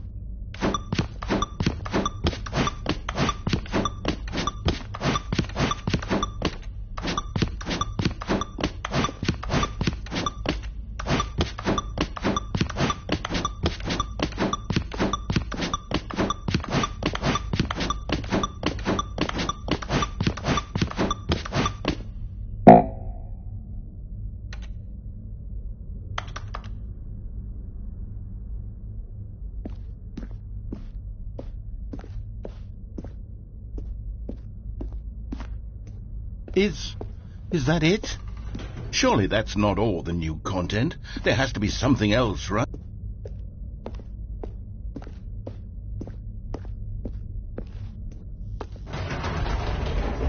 Goodness, another elevator. Stanley, I have to say, initial impressions of this game are not positive. It's just elevators and jumping.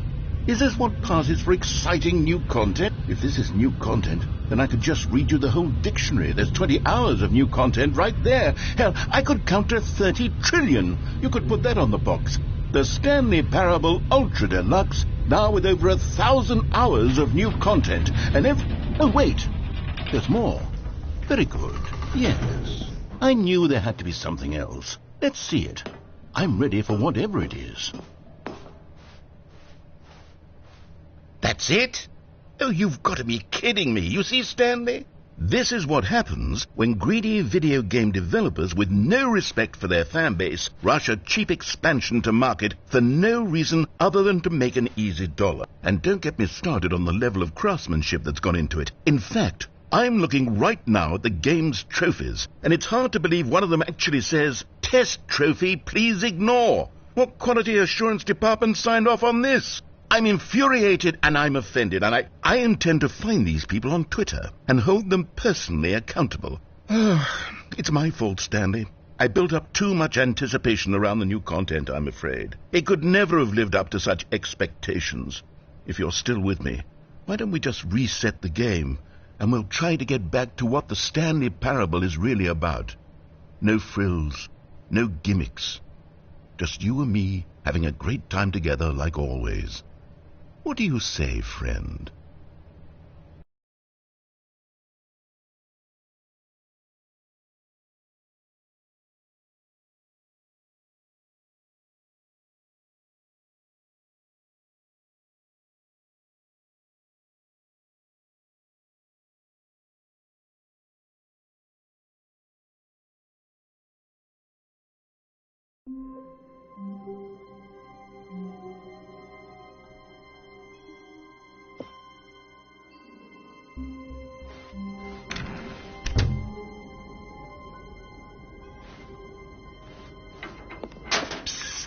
Stanley, come over here. In the vent. I want to show you something.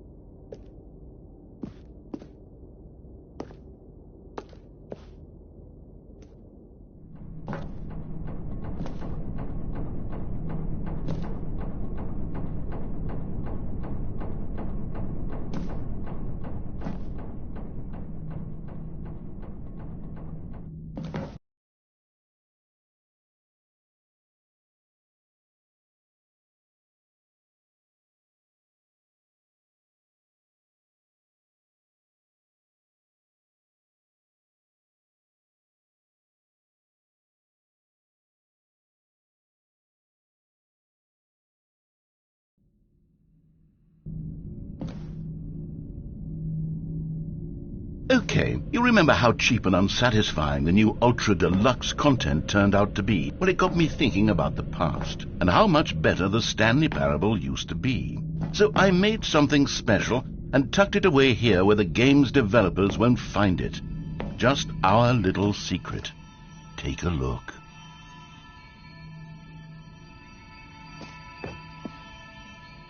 I call it the Memory Zone. It's where I've been storing all my favorite memories so I can relive the peak experiences of my life whenever I want. Experiences like the launch of the Stanley Parable on PC.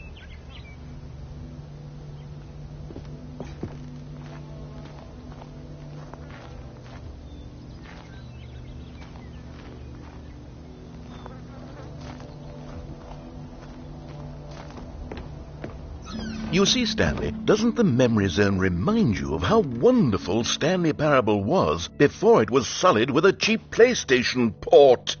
Remember back in October of 2013, when the game originally launched? Back then, video games had integrity. Back then, it all meant something. Oh, the waste.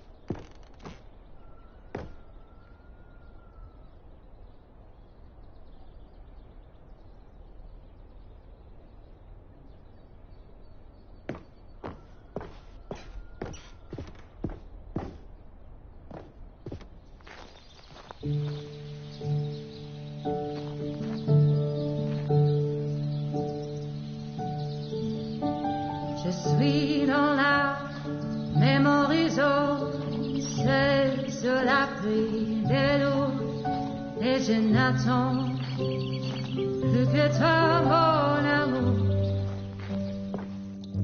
And over here is where I keep reviews of the Stanley Parable. Like this stunning triumph of games journalism, 10 out of 10 from Destructoid.com. James Stephanie Sterling writes, and I quote, "Where so many games that aspire to be more than games end up less than any form of art, Stanley Parable strives and then succeeds to be every game ever created."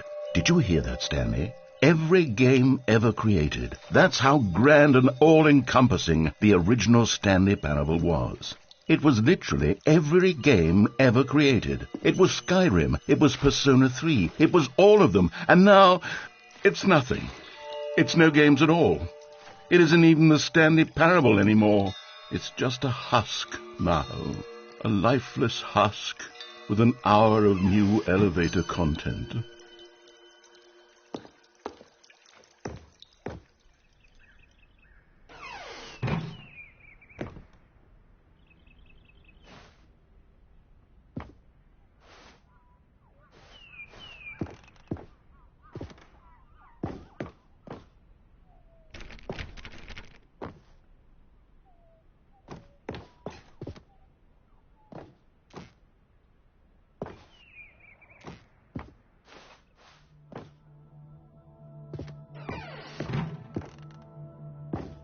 Here's another moving passage, this time from GameSpot.com.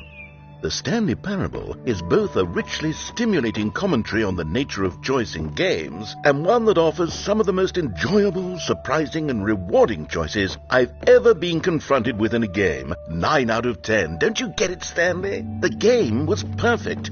It didn't need anything else. It didn't need new content. All they had to do was transport it in pristine condition along to the PlayStation. Boom, done. And they couldn't even do that. Couldn't resist the urge to go meddling with a beloved franchise.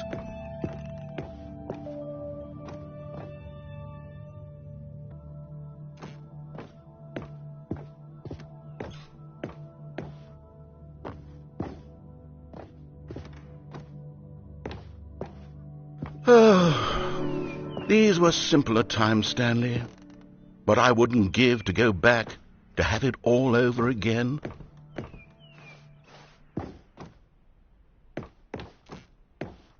Wait, hang on. I don't recall this part of the memory zone before. What's this? What's down here?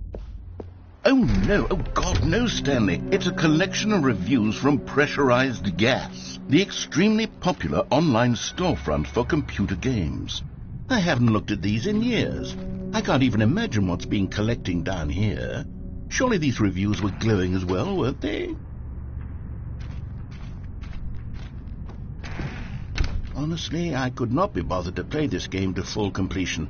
The narrator is obnoxious and unfunny, with his humor and dialogue proving to be more irritating than entertaining. Unfunny! I'm not trying to be funny. I'm trying to make a serious work of art. I suppose I could write up a handful of gags to insert into the Stanley Parable, but the game is already such a densely layered web of profound philosophical insights that I can't even imagine where I'd have the room to stick them.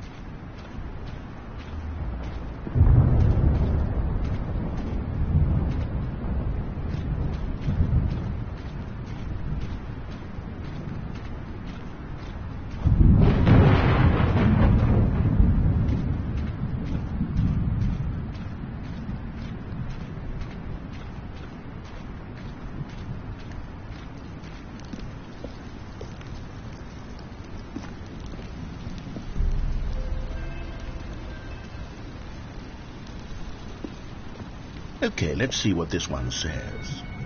While the idea for the game is good, for someone who prefers non-linear games, this preachiness gets annoying fast. Preachy? Stanley, I'm not preachy, am I?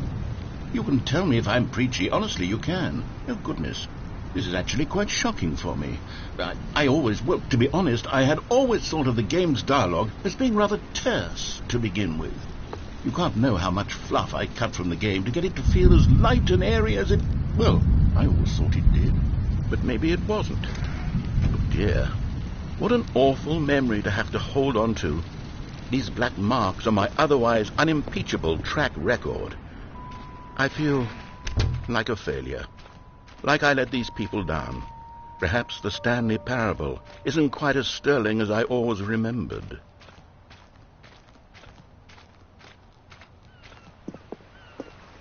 What's this one got to say? You constantly have to stop doing anything so the narrator can catch up with his long-winded explanations of what's happening. I wish there was a skip button. A skip button? Well, yes. Yes, I think we can do that. If I'm truly too preachy, then maybe letting you skip ahead for just a moment, surely it couldn't hurt.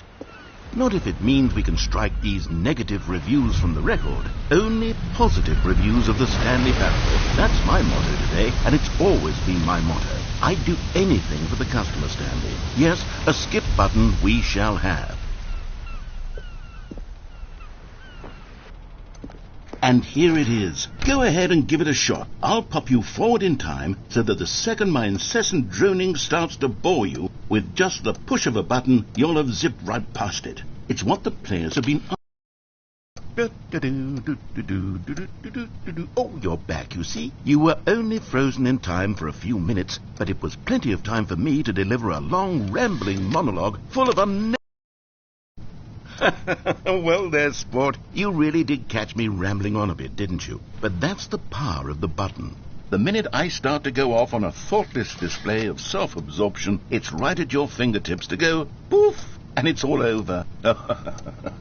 I can't wait to see what Cookie 9 will say about this, and whether they'll edit the rating of their Pressurized Gas review, or at least change some of the...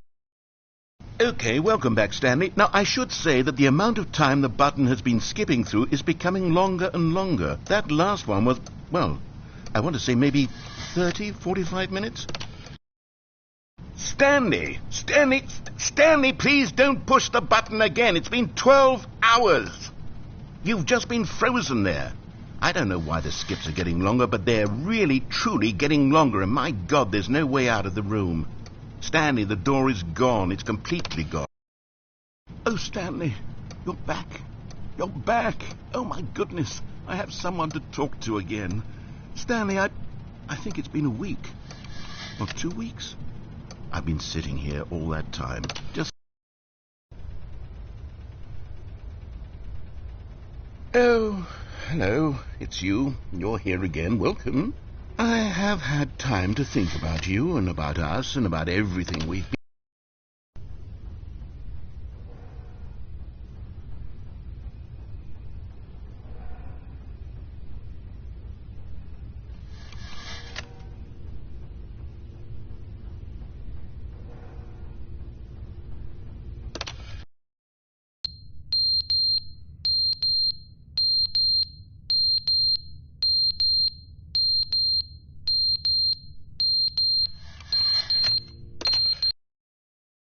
But they didn't understand the game was never meant to be funny. It was meant to have a point. It was meant to speak to the human condition. But where are the jokes? Where are the jokes? They bemoaned, they screamed, they gnashed their teeth and said, entertain us. It was...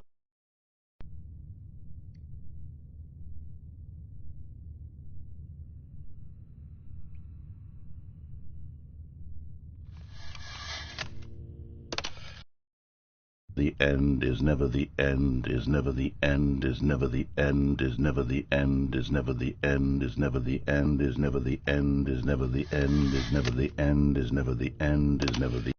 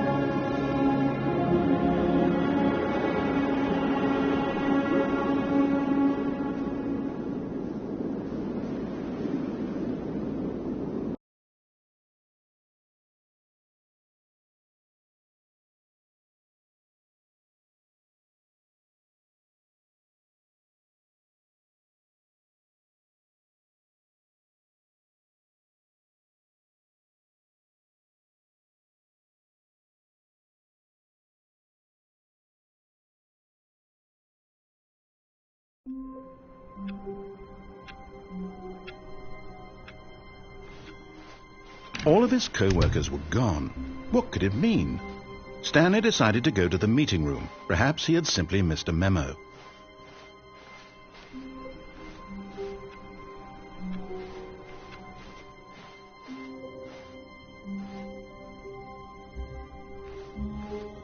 Oh, good. You notice my sign. Yes, I have something very exciting to show you.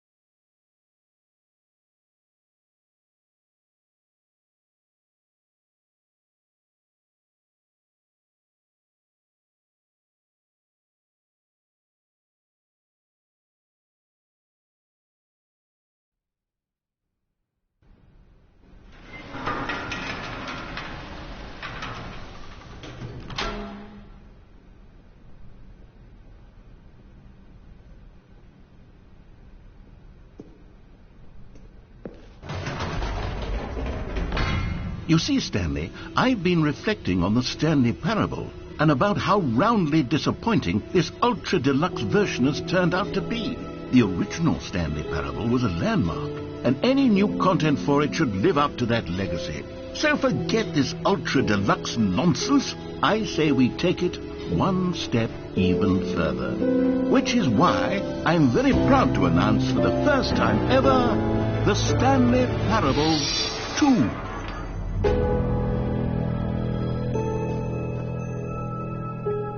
Yes, you see, isn't this far superior to a measly port with a few minor additions? Think of all the new territory we'll cover with a fully fledged sequel. An entirely new experience, built from the ground up. Why, there are so many possibilities. It could go in so many different directions. This is what fans have truly been asking for.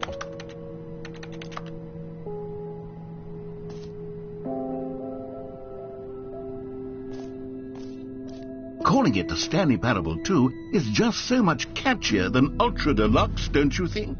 Ultra Deluxe? What does it even mean? But the Stanley Parable 2, now that's an artistic statement right there.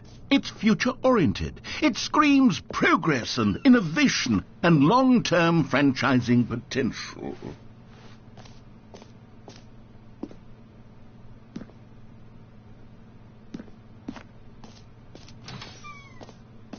Now, to be clear, I haven't quite nailed down what exactly the Stanley Parable 2 is going to be, but let's take a look at some of the features I've been developing for it. I figure that if I can loosely organize a handful of interesting concepts, that surely the game will sort of naturally spring up around them. It'll all work itself out. Game development is much more of a fuzzy magic than anything scientific or logical, really.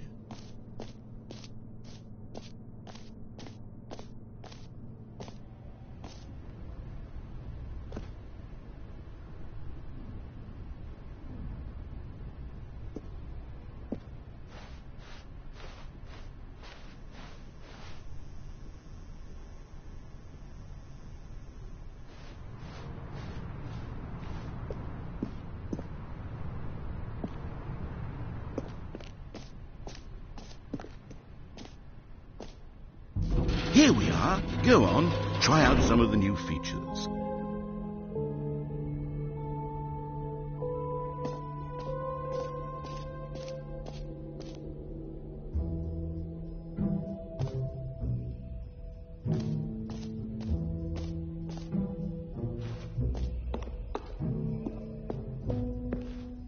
A common complaint of the Stanley Parable was that it was confusing and paradoxical, that it engendered a chaotic sense of reckless despair in those who played it. Well, I am happy to say that after much consideration, I've engineered a clever solution to this fundamental problem with the game. It's the Stanley Parable Reassurance Bucket. You see, Stanley, anytime you're holding the bucket, a sense of calm and ease will fill your mind and your heart. It's true. As long as you hold on to the bucket, the many disorienting contradictions of the Stanley Parable will feel perfectly normal and perhaps even comforting. You may even come to long for the gentle embrace of jarring cognitive dissonance while the bucket is in your arms. And to be honest, it's a much more convenient solution for me than actually redesigning the game to be less uncomfortable. Can you imagine what a pain in the ass that would be? Yes, the bucket is the perfect solution.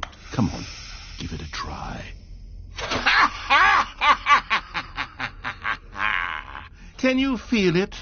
The glow of comfort, even in the face of crushing despair, must already be sweeping through your body. And in fact, can I say that I do believe the bucket lends you an air of charisma as well? I think that just holding it has made you the slightest bit more attractive as a person. The benefits of the bucket seem to go on, don't they? All this and more await you in the Stanley Parable 2.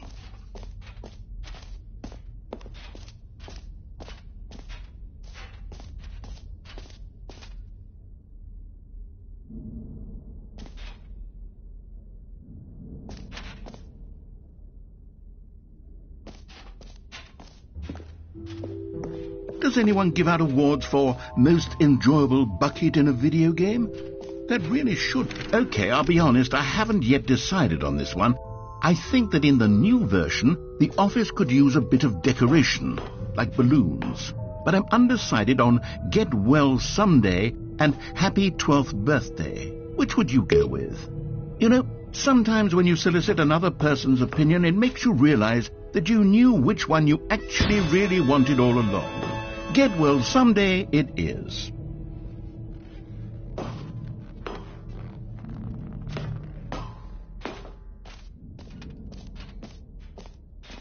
Or actually, maybe I should have gone with... No, I've made my decision. We're moving on.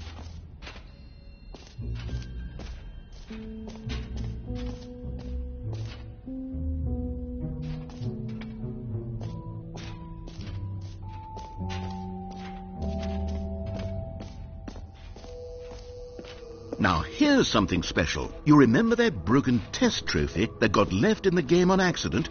Well, I'm developing a technology to simply give you the trophy. Yes. Okay, perhaps I should have clarified. This is technology that will exist. Right now, the trophy is still fully broken. I'm not a wizard, Stanley, but I guarantee it will be fixed in the sequel to at last satisfy the hordes of ravenous fans all over the world who have been uproariously demanding this feature. Gamers, we hear you, and I promise it will happen.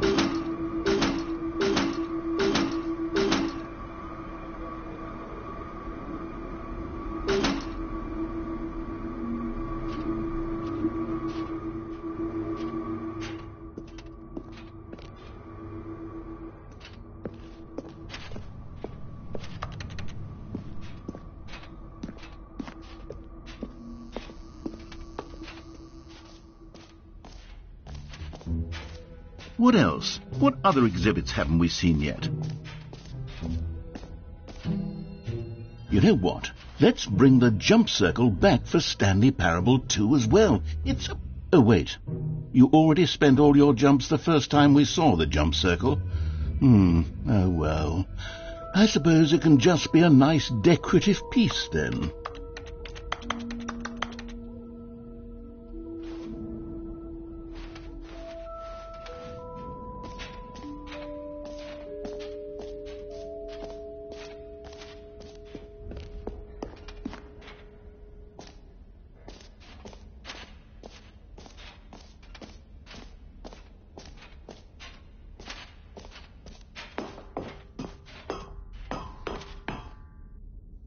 An epilogue would be fun, wouldn't it, Stanley? Yes, it would go at the end of the, well, we'll figure that out later.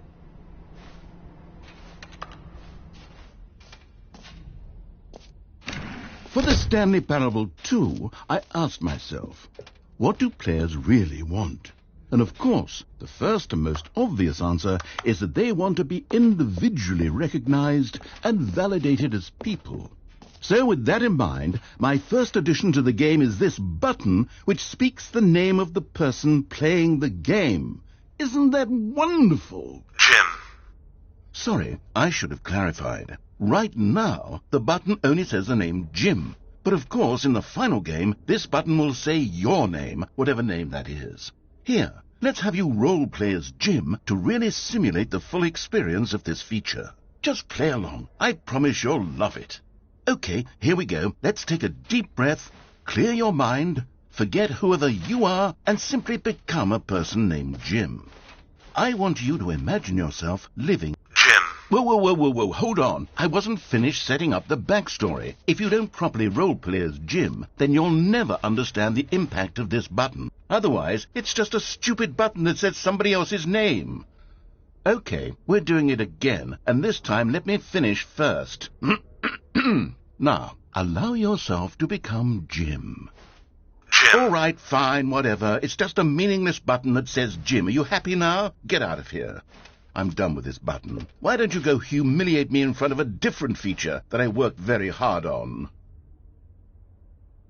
Jim. See, if you'd only played along, that would have been your name the button says, but no. Jim. Instead, Jim. I Jim. can't even Jim. think about it. I'm taking the Jim button Jim. away. Jim. Jim. Jim. Jim. Jim.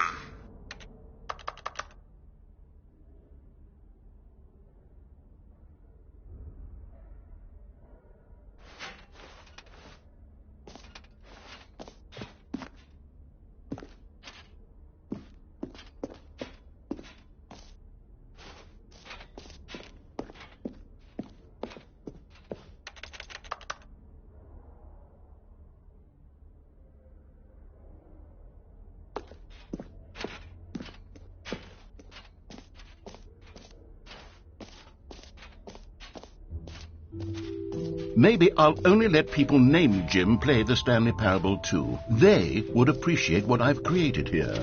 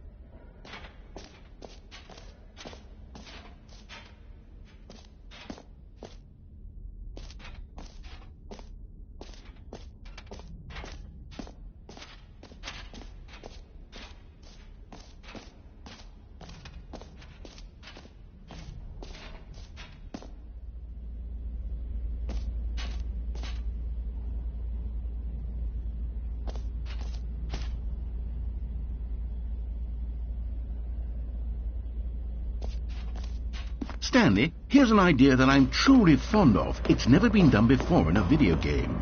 This is, in fact, a hole that you can fall down forever. That's right. Infinite falling. You can fall until the end of time, if you like. A stunning leap forward for video games as a medium. You see, isn't it wonderful? One of my more ingenious concoctions, if I do say so. Now then, since you've gotten to see the infinite hole, you can press the teleport button to pop back up to the top, and we can continue onward. Now, I don't mean to be a bummer, but I do recommend you use the teleport button to go back to the top. Maybe do it on the sooner rather than later spectrum of things.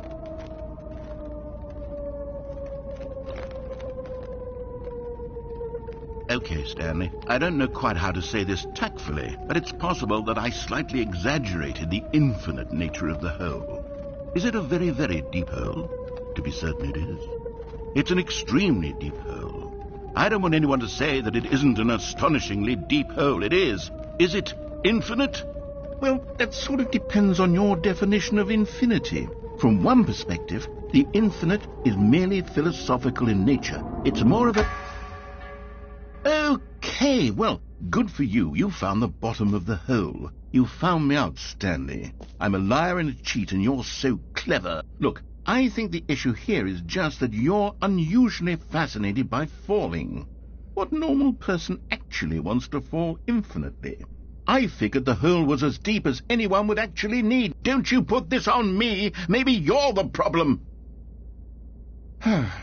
Look, things got a little heated there. I think we both said some things we didn't mean. Why don't we just put all this behind us and agree to just call the hole mostly infinite? If that works for you, then go ahead and press the teleport button to warp up to the top of the hole and we can move on. I'll just be up here when you're ready. Great. Now, I'm very excited. Oh, for heaven... You see? I was right. The problem is you. The problem is that you like holes too much. Not normal. A normal person would have said, yep, that's an infinite hole right there. Goes on forever till the end of time. Don't need to see it all, but not you. Oh, no, no, no, no. You have a weird sort of... Oh. Did the hole seem even shorter to you this time? I couldn't help but feel like you spent a little less time in there than you did before. I mean, admittedly, I didn't make an infinite hole, but I didn't think it was that not infinite. Well, I suppose once again there's nothing to do here. If you decide you've had enough of the hole, you can hit the teleport button and come join me up above. Had enough? I'm positively thrilled. Gosh, how could I have guessed? You're back in the hole. If this starts to become a thing that... Wow. Okay.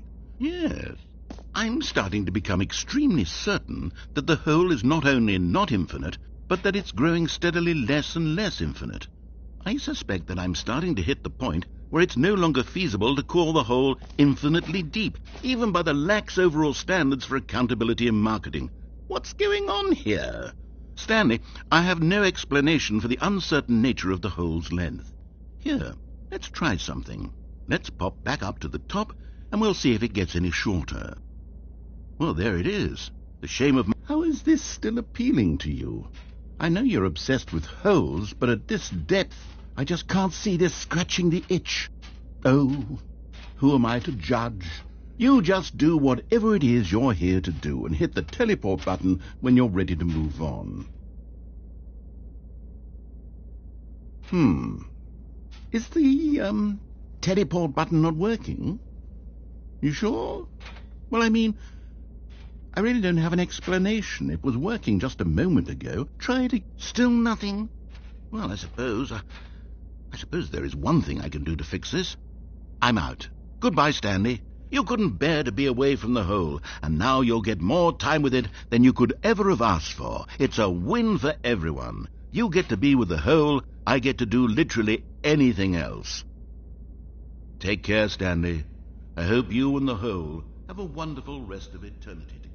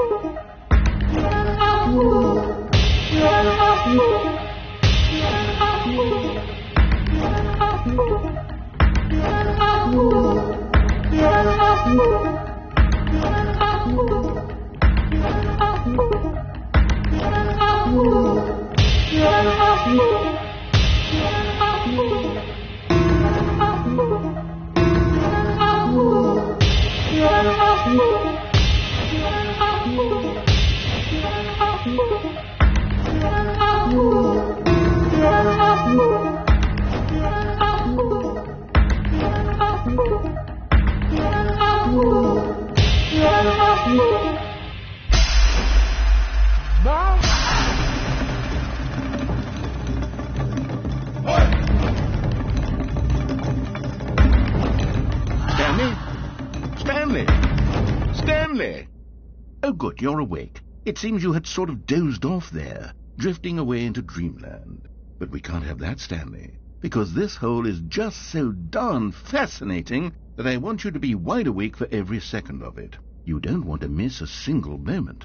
So how about if I just pop in from time to time and wake you up to keep you really, truly focused on the hole?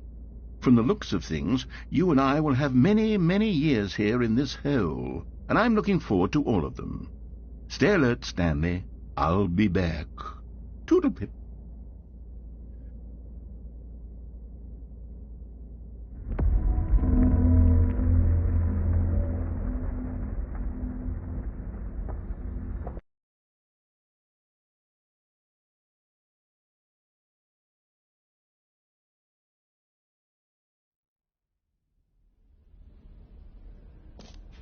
Here we are. Go on, try out some of the new features.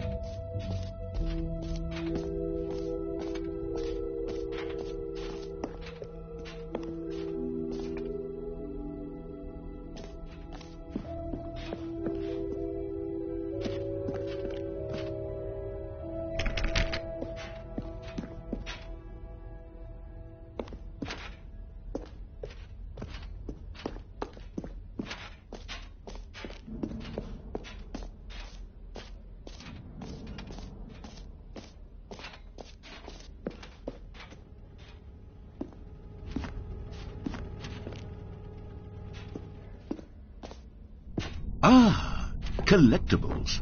Now it's a real video game. In the Stanley Parable 2, you'll run around gathering up these miniature Stanley figurines. And what's truly innovative is that there will be no reward for collecting all of them. I don't want to stifle the intrinsic joy of watching a number go up. You simply collect all of them, and then you move the hell on with your unremarkable life.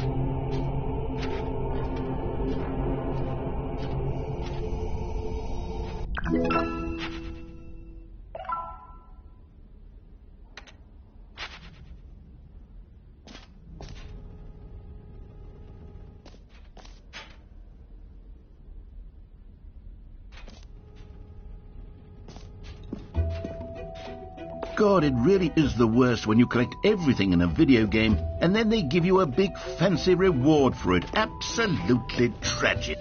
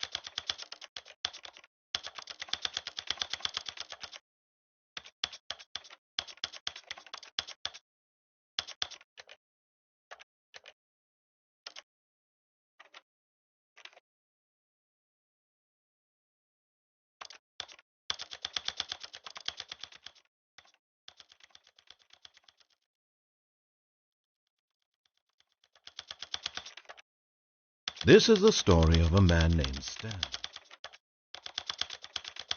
This is the story of a man named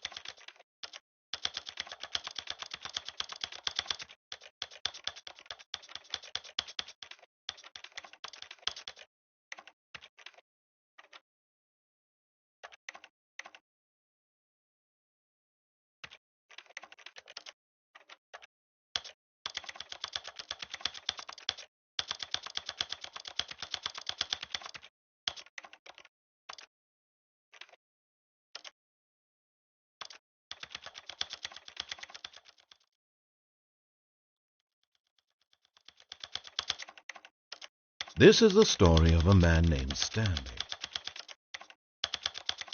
This is the story of a man named Stanley. This is the story of a man.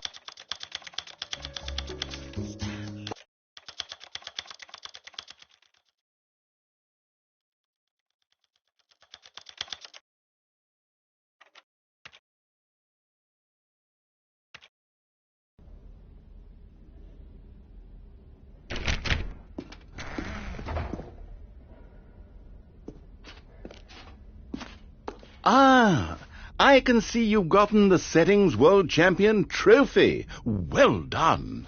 You've experienced every setting, traveled to all corners of the settings menu. There's nothing you haven't seen. So just for you, in the Stanley Parable 2, I'm including an entirely new setting, something called bumpscosity. What exactly is bumpscosity? Well, I haven't quite figured that part out yet, but I know that you'll be able to adjust it on some sort of slider and that it'll be accessible from the settings menu. We'll sort out the rest of the details later. I hope you are looking forward to trying out every level of bumpscosity in the Stanley Parable 2.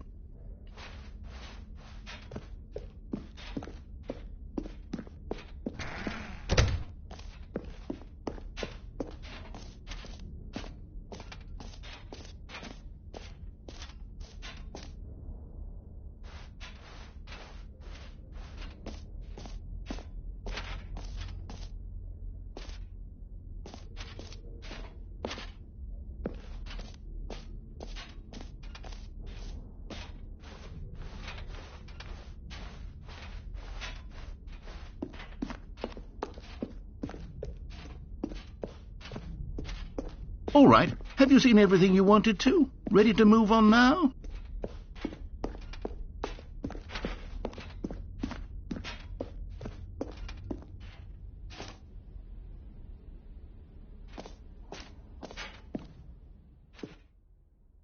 So, Stanley, what do you think? Do you like all of the new features? Yes, I know it's not exactly clear yet how exactly these features will come together as one single coherent video game, but I can feel it in my soul. It's going to work. There's definitely a good game in there somewhere. Say, let's do an experiment. I'll arrange these new features together, and we'll see whether or not it coheres into a meaningful gameplay experience. Okay. Are you ready? Here it is. I give you the Stanley Parable 2.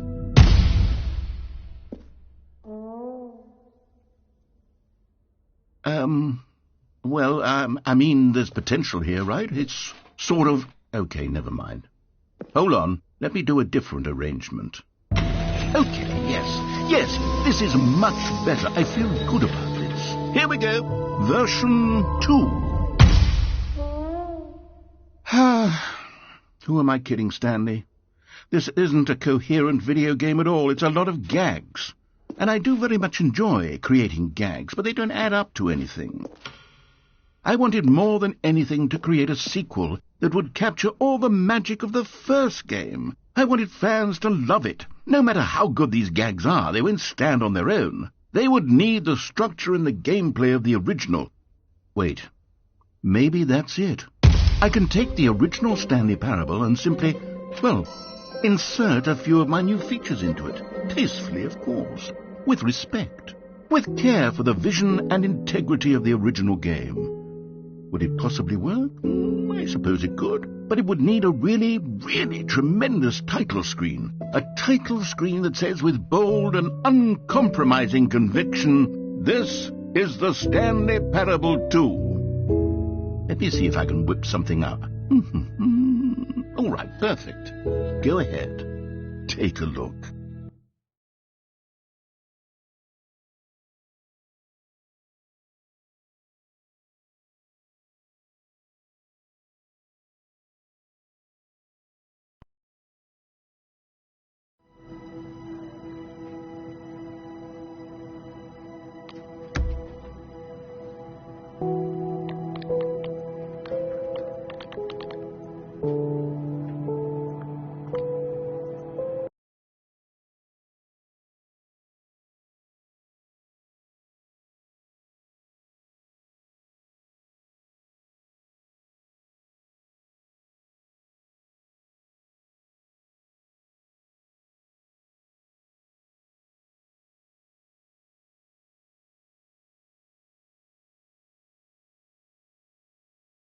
This is the story of a man named Stanley.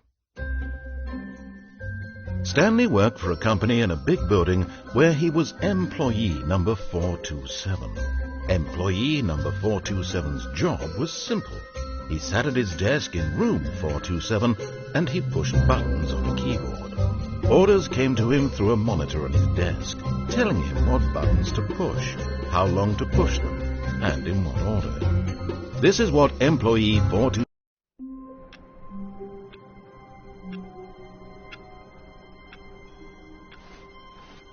All of his co-workers were gone. What could it mean? Stanley decided to go to the meeting room. Perhaps he had simply missed a memo.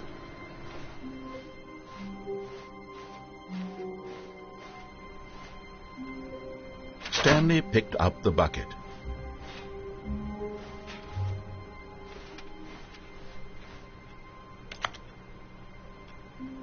Stanley pressed the bucket upon every little thing in the office. Nothing responded to the bucket's touch, but it did little to discourage Stanley's belief in the magic of the bucket.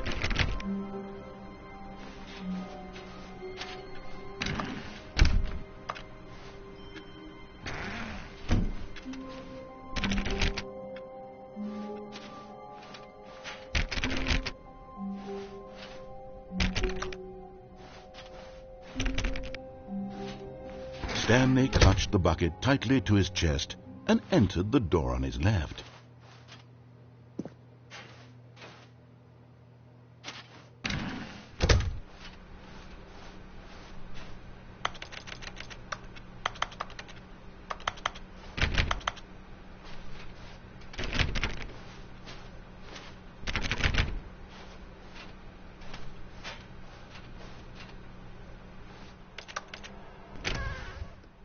Still no one was here. Stanley needed the bucket's warmth and comfort now more than ever. Perhaps his boss's office was where he'd find answers. Oh, Stanley, can you feel it? The broom closet. It wants the bucket. You can feel that, can't you? The aura of jealousy. It's as clear as day. This broom closet believes it deserves the bucket. I can really feel it now. It's a bucket. It belongs in a broom closet. That's what the broom closet is trying to say here. It's supposed to go with the other cleaning supplies. Good for you, Stanley. Don't give in. Don't hand over the bucket. I know how hard it must be, given the pressure that the broom closet is putting on your shoulders right now, but you have to be strong. This is your bucket. This is your companion and lifelong friend. You can't hand it over. Oh, no. We're getting into name-calling now, it seems. Is this how low the broom closet has sunk, that it has to resort to this stream of petty insults simply in order to get you to hand over the bucket? Stanley, I never liked this broom closet for a variety of reasons, but even this is worse than I had imagined. And wait, now the broom closet has the gall to imply that you and the bucket are not truly deep and lasting friends? That your relationship is purely superficial and convenient? That your life is so banal and meaningless that you'd feel the same sort of kinship towards any inanimate object which happened to lay in your path in an even partially enticing manner? Well, I never! Go on, Stanley. Lay into it. Really tell the broom closet off for its demeaning comments. Expand on the wide variety of experiences you and the bucket have shared together. Go through each of them point by point. Share your journal entries detailing the rich emotional landscape of your feelings for the bucket as they have changed and evolved over the years. Let him have it.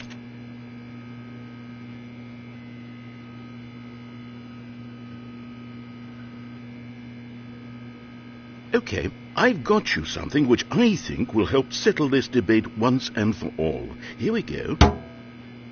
There. Now it's settled. No more debate, no more discussion.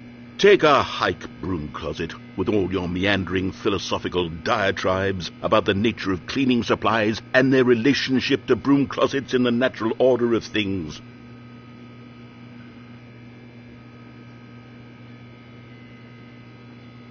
All right, I've got a second sticker back here, and I'm going to slap it on as well because I think it's appropriate. You see, I feel that it works because the sticker is also a bucket. That way, if you're ever unsure whether the thing you're holding is a bucket or not, you can look down at this sticker and say to yourself, ah, it's a bucket. There really is a wide variety of applications for this sticker.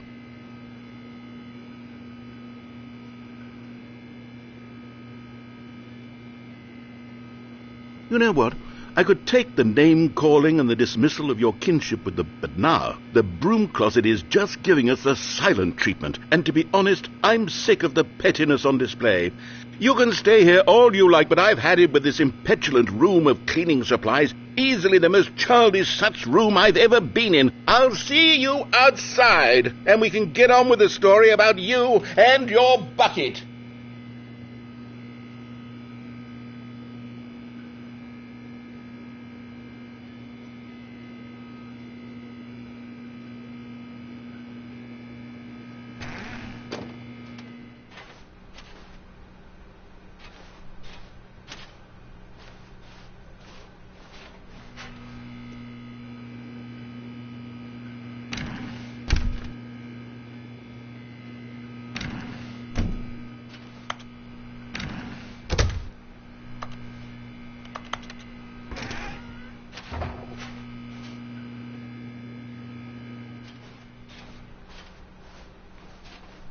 Coming to a staircase, Stanley and the bucket walked upstairs to the boss's office.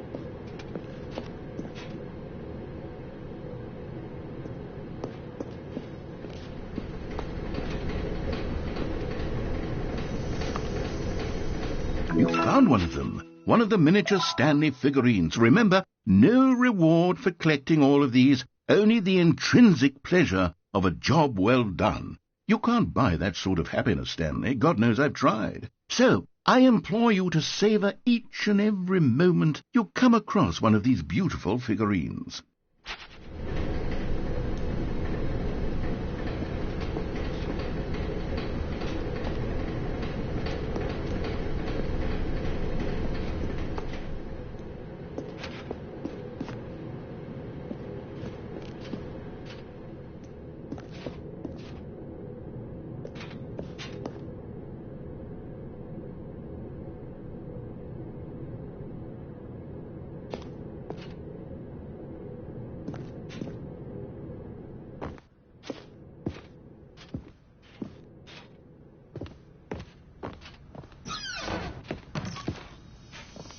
Another miniature Stanley figurine. This, there really must be a snappier name for these things. What about mini-stands? Stanley figs? What about Stanlerines? Yes, I think I like that. Another Stanlerine under your belt.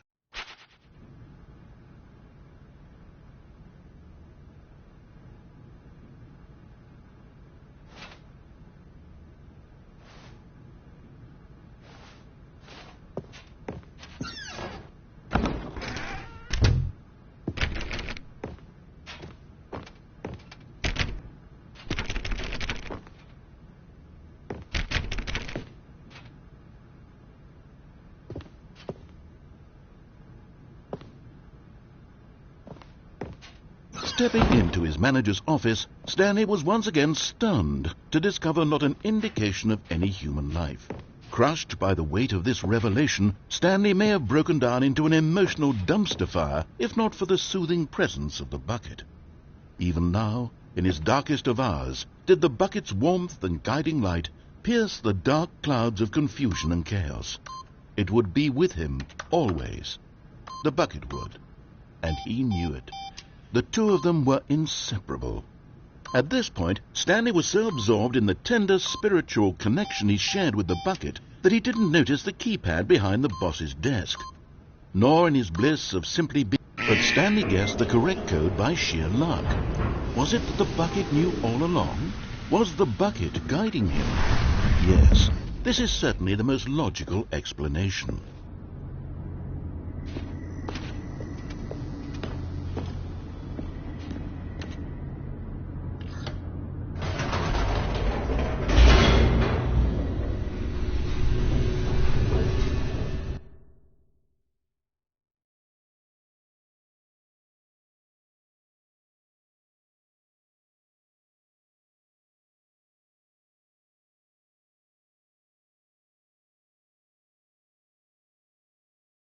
The elevator raced downward, plummeting towards an unknown fate.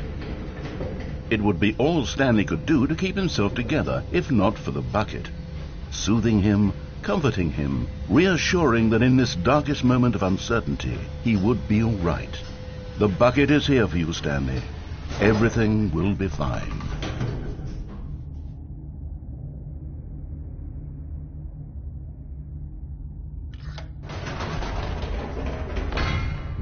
Wait, Stanley said to the bucket. Can we go back up?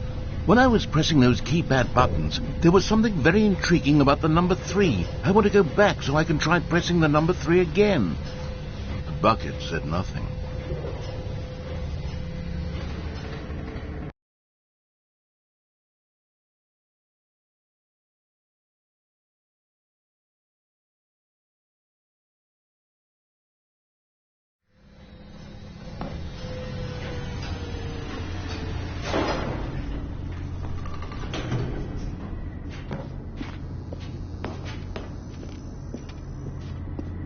Here we are, said Stanley. Now I'm going to try out that number 3 button. He took the bucket over to the keypad and began absolutely slamming on the number 3 over and over and over.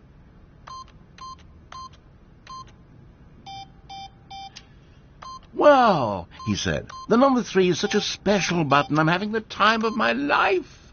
Stanley looked expectantly at the bucket, but the bucket remained silent.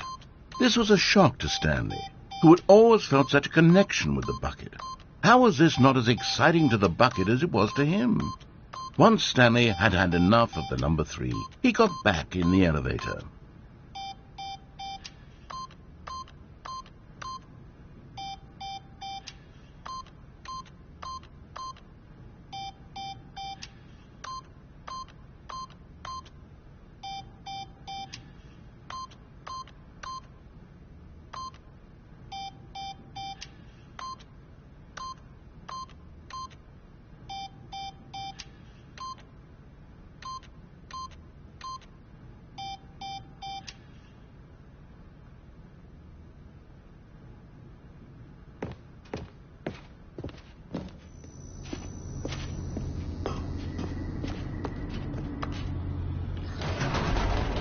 Perhaps the bucket had missed something. Perhaps it had not seen how much joy Stanley got from slamming the number 3 repeatedly.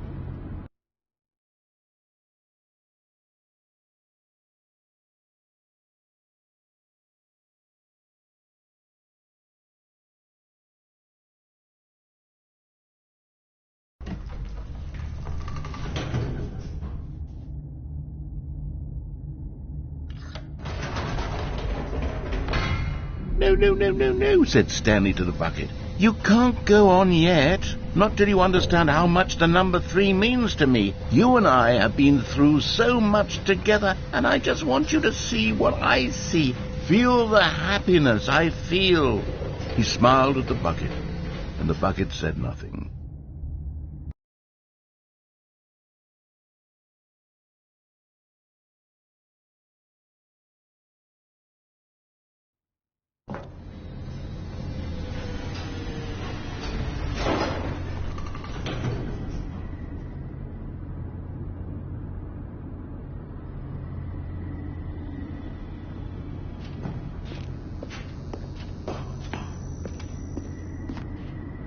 Here we go, said Stanley.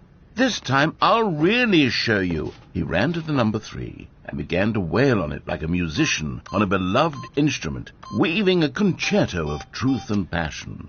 He wielded the number 3 like a fine artist would wield a paintbrush. He told stories through the number 3, stories of his dreams and hopes and fears. And the whole time he looked to his bucket for a reaction of some kind. Anything to let him know that the bucket appreciated what he was doing. The bucket conveyed absolutely nothing at all, only silence.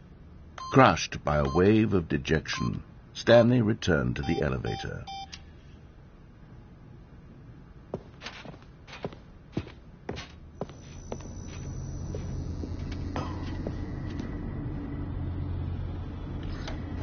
Stanley and the bucket were so close. They'd always been there for one another. Why suddenly could the bucket not connect with this passion of Stanley's? The question caused Stanley to ruminate the whole way down the elevator. He knew that there must be a way to get through to the bucket, to communicate fully with his dear friend. Surely there was a solution, mustn't there be?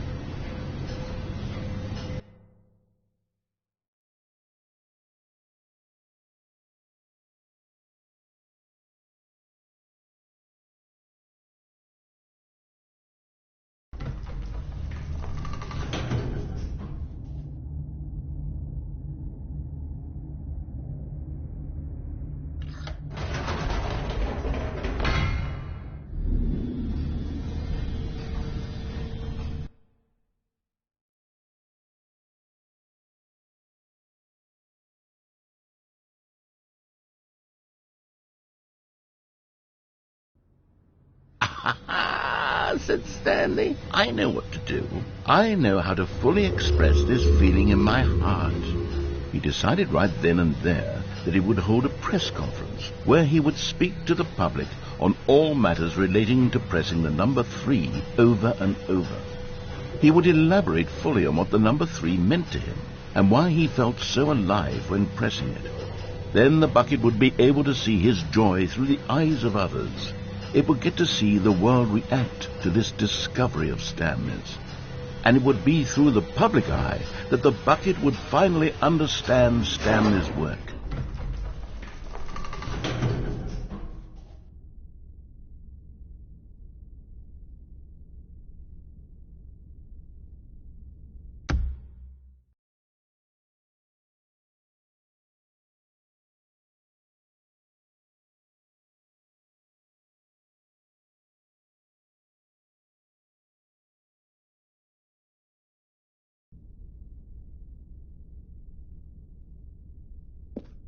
For months he advertised and marketed his press conference, building excitement around it, developing and rehearsing it, until it couldn't be refined a single measure further. When the big day arrived, Stanley was as prepared as he'd ever been for anything in his life.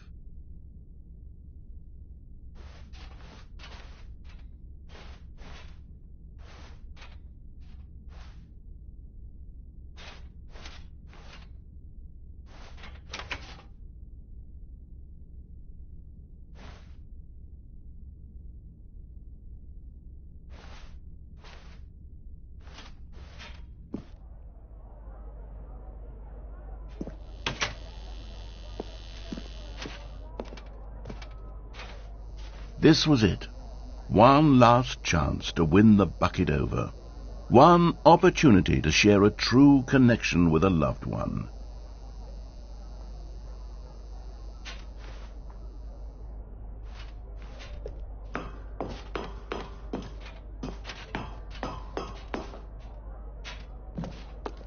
There was no one here.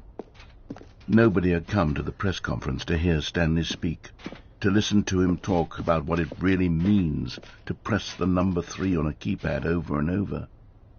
He was unloved, uninteresting, he was a failure, and in that moment Stanley knew that the bucket would never again take him seriously. There would be no connection, no deeper understanding. The bucket merely sat there in his arms, indifferent. And so it began that slowly, over many years, the two of them grew more and more distant.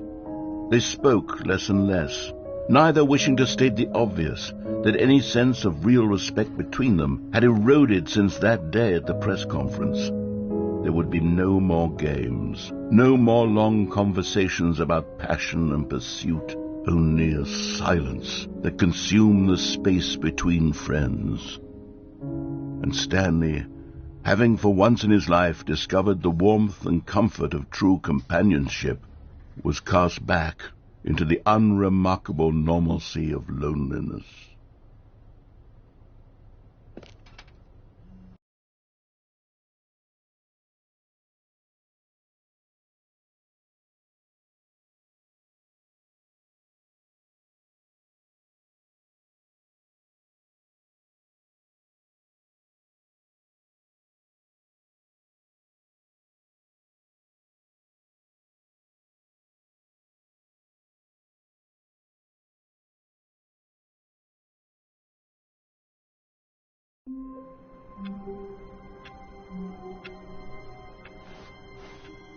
All of his co-workers were... Wait, no. This isn't the right office, is it? Is this Stanley's office?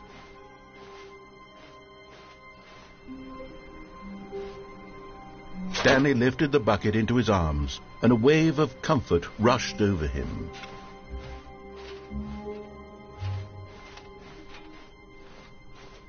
Stanley clutched the bucket tightly to his chest and entered the door on it. This was not the correct way to the meeting room, but Stanley had felt the bucket calling to him, telling him that the employee lounge was simply the place to be. And here it was. Had the bucket turned out to be correct? Was this better than the meeting room? Yes, Stanley thought to himself. Yes, perhaps it truly was. How insightful the bucket turned out to be.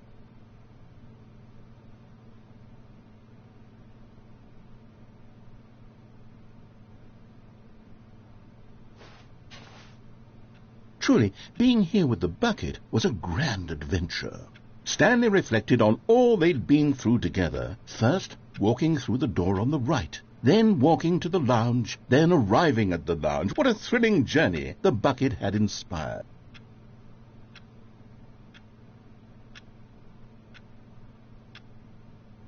Perhaps this was where the bucket felt most truly at home, here in the employee lounge. Perhaps it's the only place a bucket can even feel at home.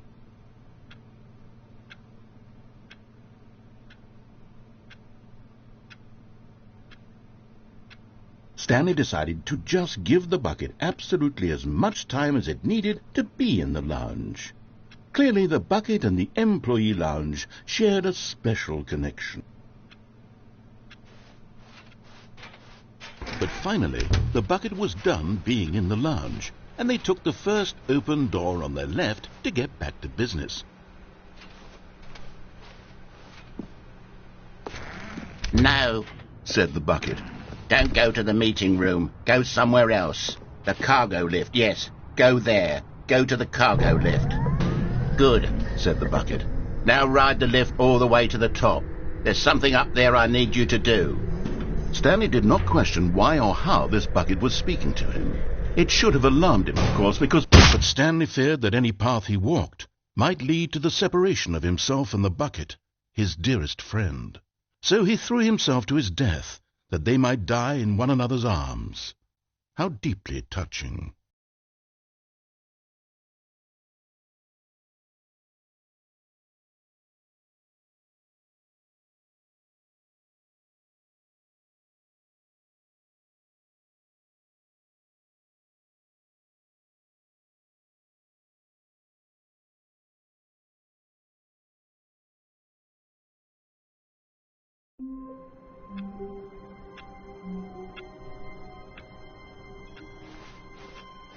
The meeting room. Yes, that's where everyone would be. Stanley just needed to get to the meeting room, and from then on he would never be alone ever again. The confusion and the chaos all seemed to melt away as Stanley embraced the bucket. Stanley clutched the bucket tightly to his... This was not the correct way to the meeting room, but Stanley had felt the bucket calling to him, telling him that the employee lounge was simply the place to be. And here it was. Had the bucket turned out to be correct? No, never mind. The bucket was wrong. Stanley took the door on his left to go back to the meeting room. No, said the bucket. don't go to the meeting room. Go somewhere else. The cargo lift, yeah. Good, said the bucket. Now ride the lift all the way to the top. There's something up there I need you to do. Stanley did not question why or how this bucket was speaking to him.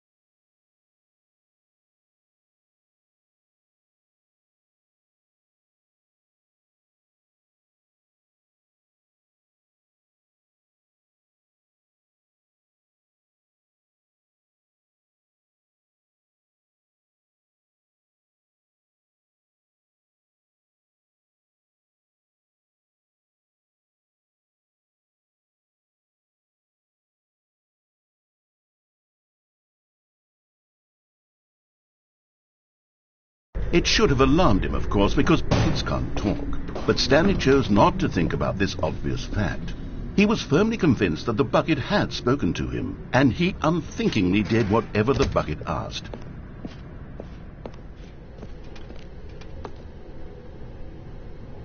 No, stop!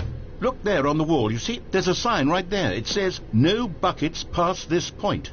Stanley, how could you think it was okay to bring the bucket here? Unless... what if the problem is that you actually don't know what is a bucket and what isn't a bucket? I suppose that would explain a lot about your behavior up to this point. Which, if that's true, well, my goodness, I think we have to do something about it. This misunderstanding could have dire consequences on the entire rest of the game if not addressed quickly and properly. So much of the impact of the story is dependent on your understanding of what is and isn't a bucket. Please, step in here for a moment.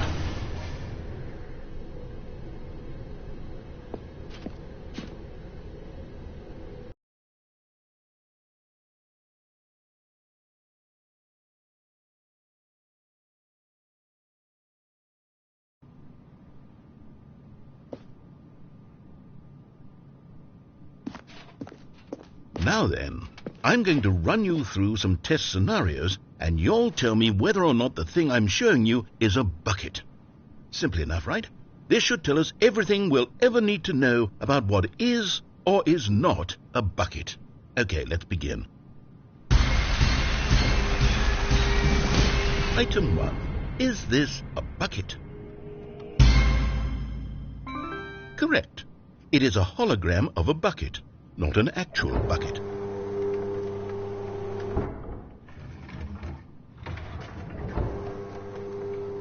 Item 2. Is this a bucket? Correct. It is a 3D printed recreation of a bucket, not an actual bucket.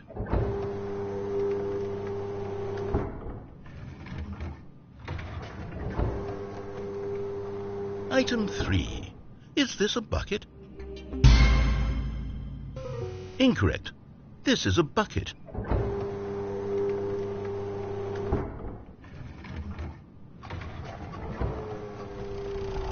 Item 4. Is this a bucket? What? Are you hallucinating? This is a tractor. It's an enormous machine that tills the earth. I thought this was a gimmick. How on earth did you manage to screw it up? Absolutely incredible. Let's just move on to the next one.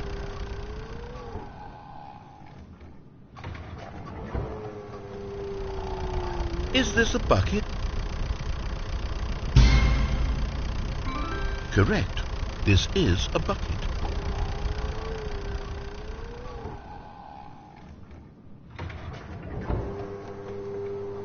Item 6. Is this a bucket? Trick question. Both. Gotcha.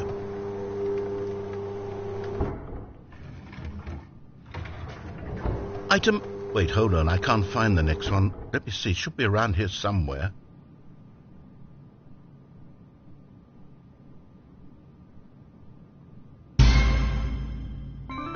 Yes. Thank you. There's nothing here. Of course it isn't a bucket. We both know full well that nothing isn't a bucket. Wait, when I say nothing isn't a bucket, that makes it sound like I'm saying everything is a bucket, which of course is not true. Unless... Is that what you think? Answer me straight, Stanley. Are you trying to tell me that you believe everything is a bucket?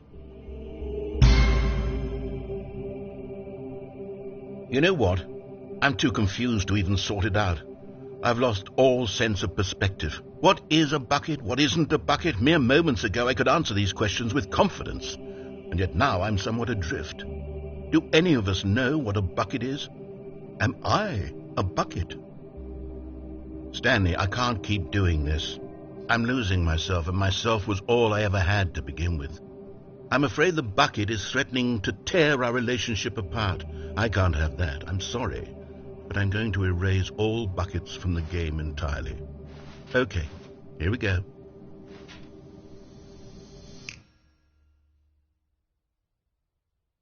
What happened? Is everything gone? Why did everything disappear? Wait, was everything a bucket? Every single thing in the game was a bucket. Oh my God, I had no idea. How could... Except me. I'm not a bucket after all. And you, Stanley, you're still here. You're not a bucket either. Oh, this is wonderful news. We're not buckets. Yes, I actually feel much more at ease right now. It's delightful to get some clarity on that issue. But it doesn't change the fact that we haven't got a game. So, tell you what, I'll reset everything and we'll put back all of the buckets, okay? And we'll know that it's all a bucket. But if you run into anyone else, maybe don't mention that. Who knows what that information might do to a person? All right, here we go.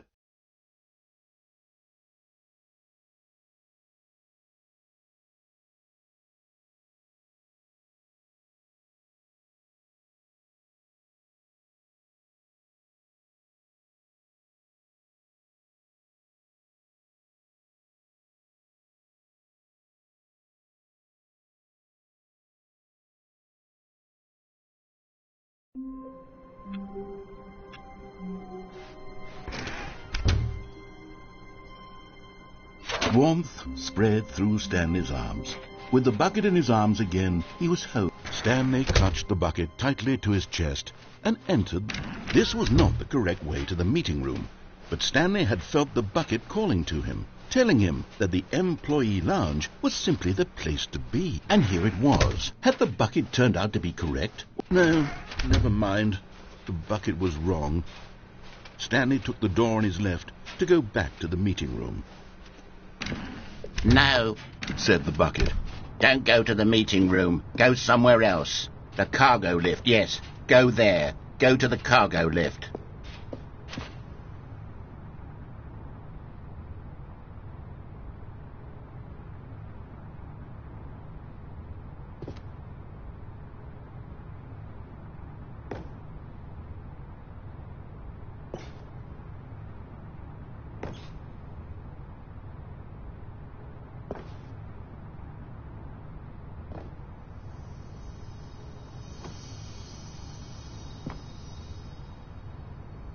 Okay, I'm going back to the name of these little Stanley figurines, and now I'm torn between Stanlerines and Figlies. What do you think, Stanley? What name better encapsulates the intrinsic sense of happiness that you get from seeing a small number in the corner of your screen go up by 1? Let me sit on it.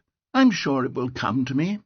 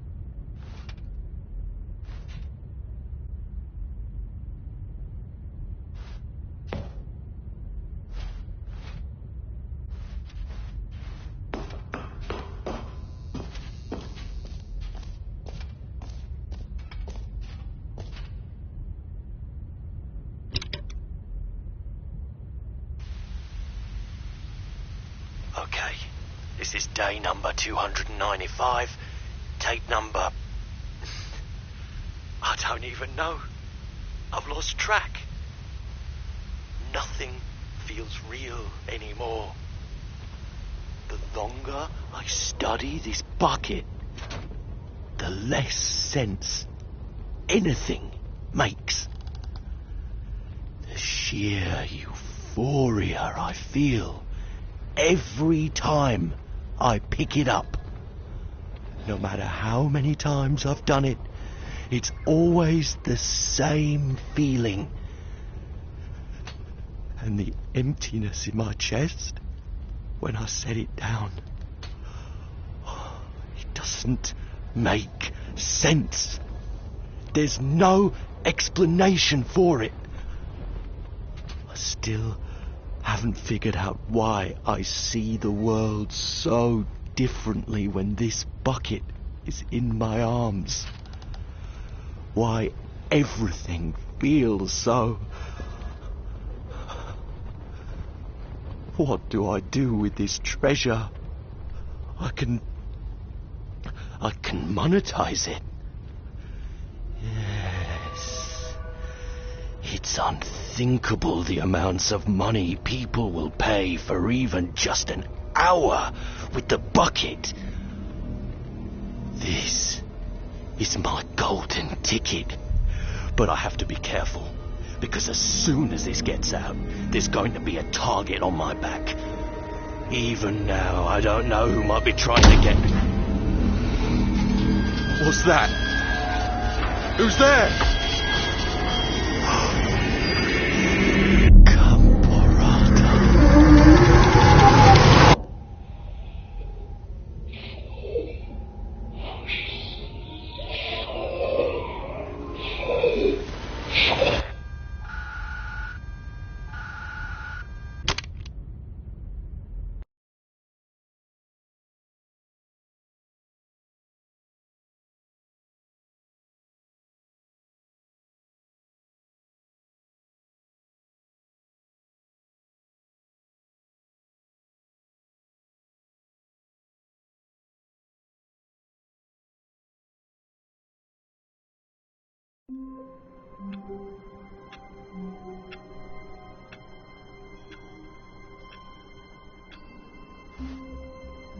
All of his co-workers were gone. What could it mean? Stanley decided to go to the... Stanley picked up the bucket and smiled. He'd never be alone again, not truly alone, not with the bucket around. Stanley clutched the bucket tightly to his... This was not the correct way to the meeting room, but Stanley had felt the bucket calling to him, telling him that the employee lounge was simply the place to be. And here it was. Had the bucket turned out to be correct? Was this better? No, never mind. The bucket was wrong. Stanley took the door on his left to go back, and so the two of them detoured through the maintenance section and walked straight ahead to the opposite door.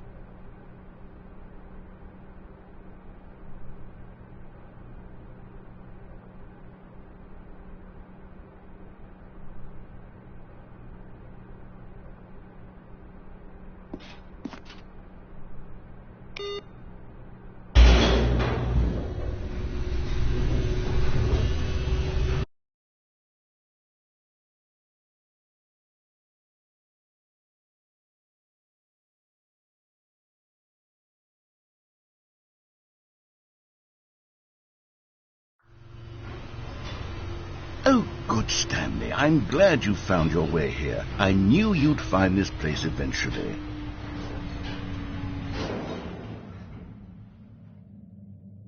You see, your friends and I are concerned for you, Stanley. We've come together here because we care about you very much. It's this bucket you're carrying around everywhere.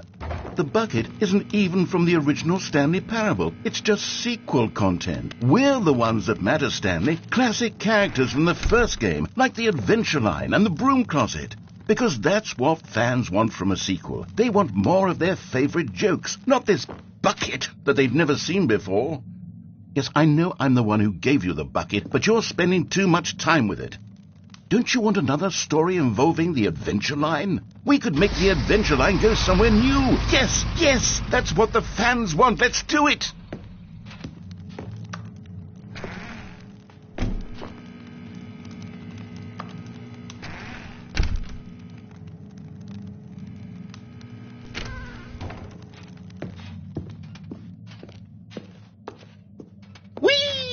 Look at that wacky line. Who knows where it'll go off to next? Oh, and it played some silly music as well.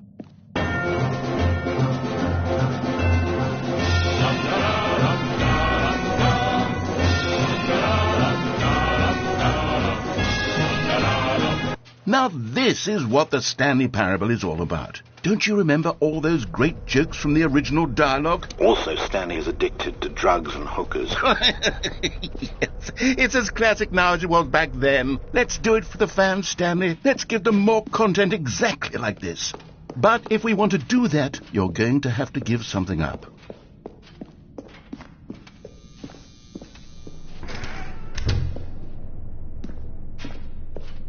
Don't you get it, Stanley? We need to get rid of the bucket. That's why I'm very proud to introduce a brand new character. This is the Bucket Destroyer.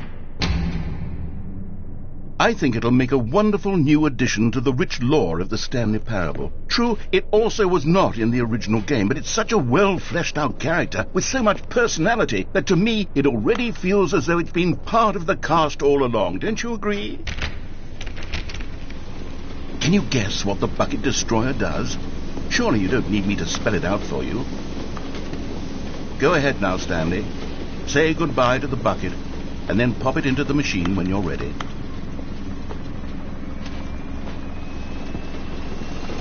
Now listen to me. It's crucial that you give it the bucket. I don't know what the Bucket Destroyer will do if it can't destroy your bucket. Destroying buckets is all it knows. That is its singular personality trait. Sure, I can hear you saying, how does a character with only one personality trait deserve to join the pantheon of beloved Stanley Parable characters? Well, you see, if you were to really explore the Bucket Destroyer, you would see that its desire to crush buckets is so densely loaded with complexity and nuance that it's really like 10 personality traits. What other object in this game can you even say that about? The broom closet? Certainly not. I wonder what sort of Bucket Destroyer merchandise the fans will be clamoring for after this. Okay, the Bucket Destroyer is getting very upset now. You'll have to hurry and feed it. We can't get back to the classic Stanley Parable characters like the Adventure Line or the Bucket Destroyer until you crush that damn bucket. Quickly now, the fans are waiting. Do it, the fans, Stanley. Give the fans what they want. Hurry and...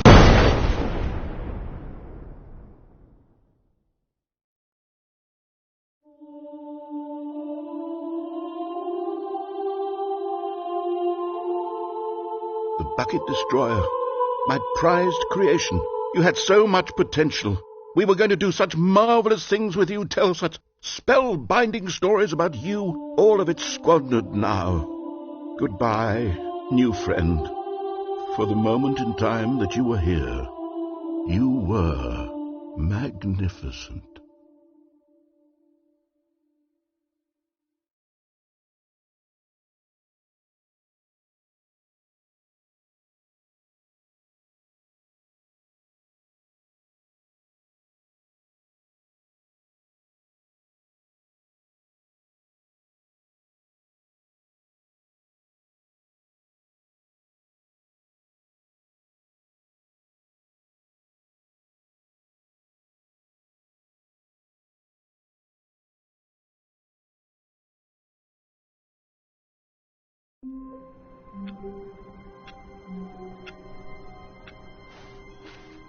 All of his co-workers were gone.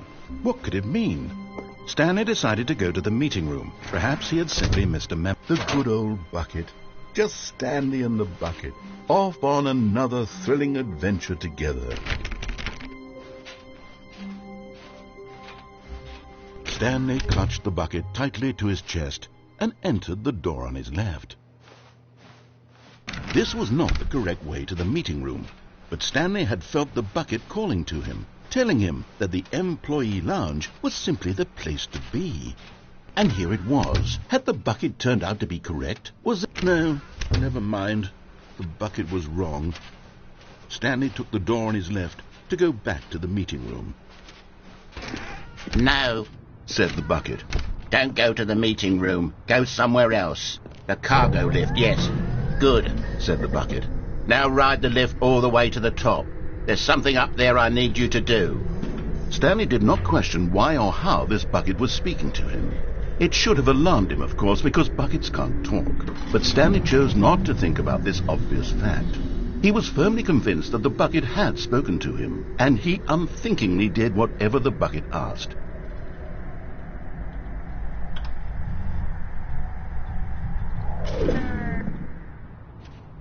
In here, said the bucket. Go into this dark room over here. Stanley once again obeyed blindly.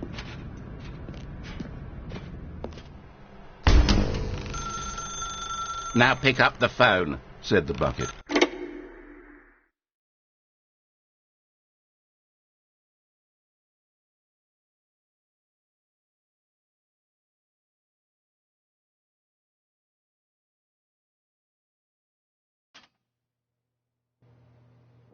This is the sad story of a man named Stanley and his bucket. Once upon a time, I gave Stanley a bucket because I thought he was lonely and could use a friend. And then, very distressingly, he began to believe the bucket could speak to him.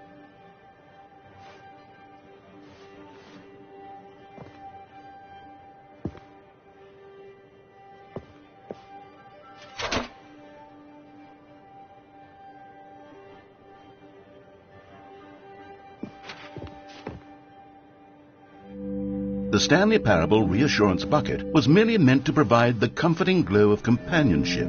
It doesn't literally talk and give you orders.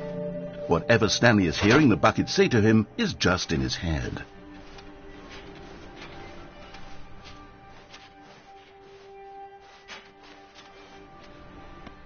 Lately, I've been concerned about him. Wouldn't you be concerned as well? To see him delusional like this, obsessing over an inanimate metal object? I want to say something to him, but I don't know how I can convince him. I don't know if he'll listen to me.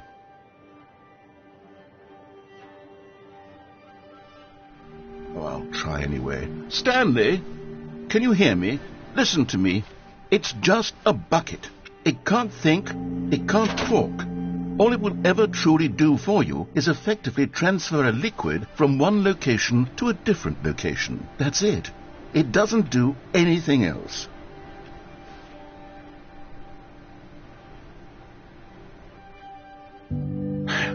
You see, he's not listening. He's still taking orders from the bucket. You know, once upon a time it was me he took orders from. Me he trusted and listened to. Now all he cares about is this awful bucket. This stupid hunk of metal.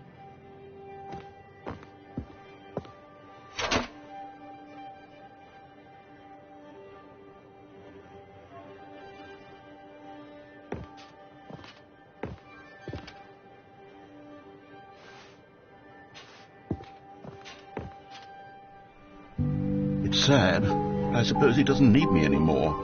From now on, he's just going to cling to this bucket, this cold, empty bucket, this sort of shiny bucket. Well, I'll give it this. The bucket does have a nice shine to it.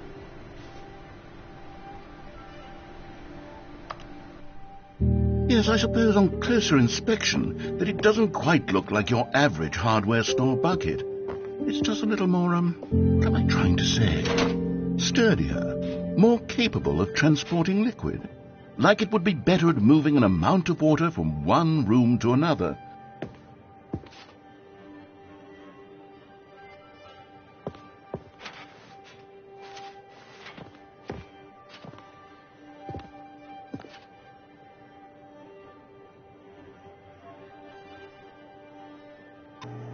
Oh my God, what am I saying? Better at carrying water from room to room. It's a bucket. It's literally just a bucket. Why do I feel some need to point out the ways in which it's so much more than just a regular bucket? Oh no. I'm having feelings for the bucket. No. What's going on? Why do I want to be with the bucket? Hear what the bucket has to say. Do anything it asks. What's wrong with me? I don't understand. Perhaps, if I had the bucket, this would be less confusing. Yes, the bucket could tell me what to do in this troublesome situation. Stanley, give me the bucket. Give it to me. Give me the bucket, Stanley. I need it. Give it to me now. Give it, or I'll...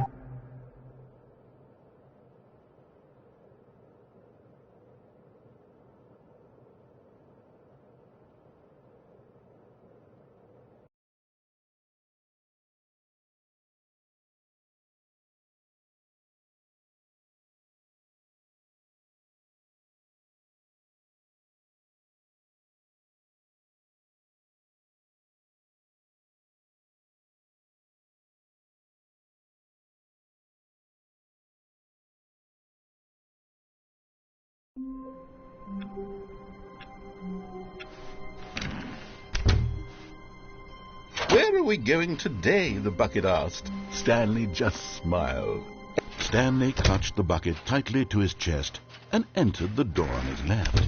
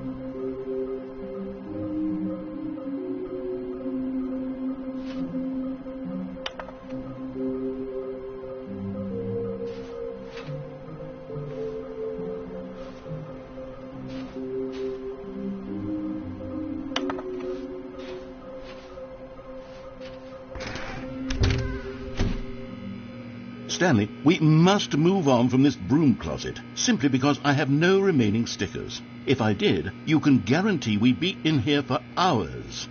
But alas, no stickers.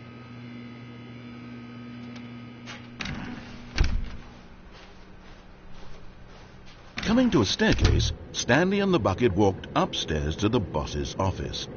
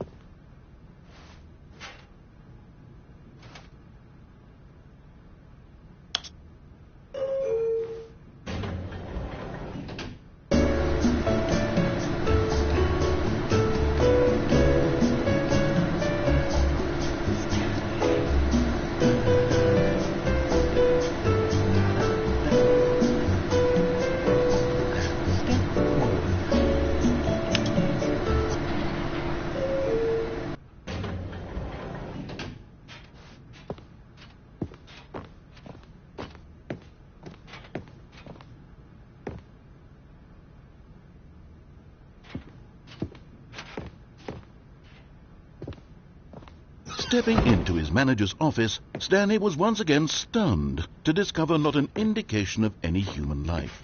Crushed by the weight of this revelation, Stanley may have broken down into an emotional dumpster fire if not for the soothing presence of the bucket.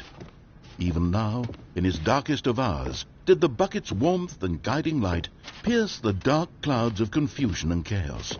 It would be with him always. The bucket would, and he knew it.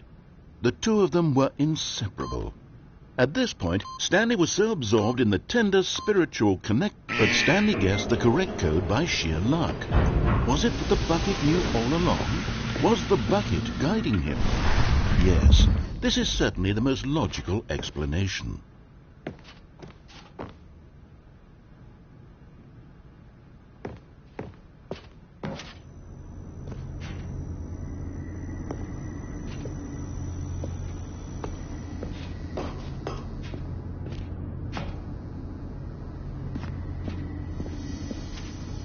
You're getting close now, Stanley. You've nearly gotten all of the Figler and Marines. Very soon, you'll collect the last one, and then the first number will equal the second number, and that will be it. We'll be different people by then, different in the sense that we used to have none of them, and now we have them all. You can't go back to when you had no Figler and Marines. None of us can.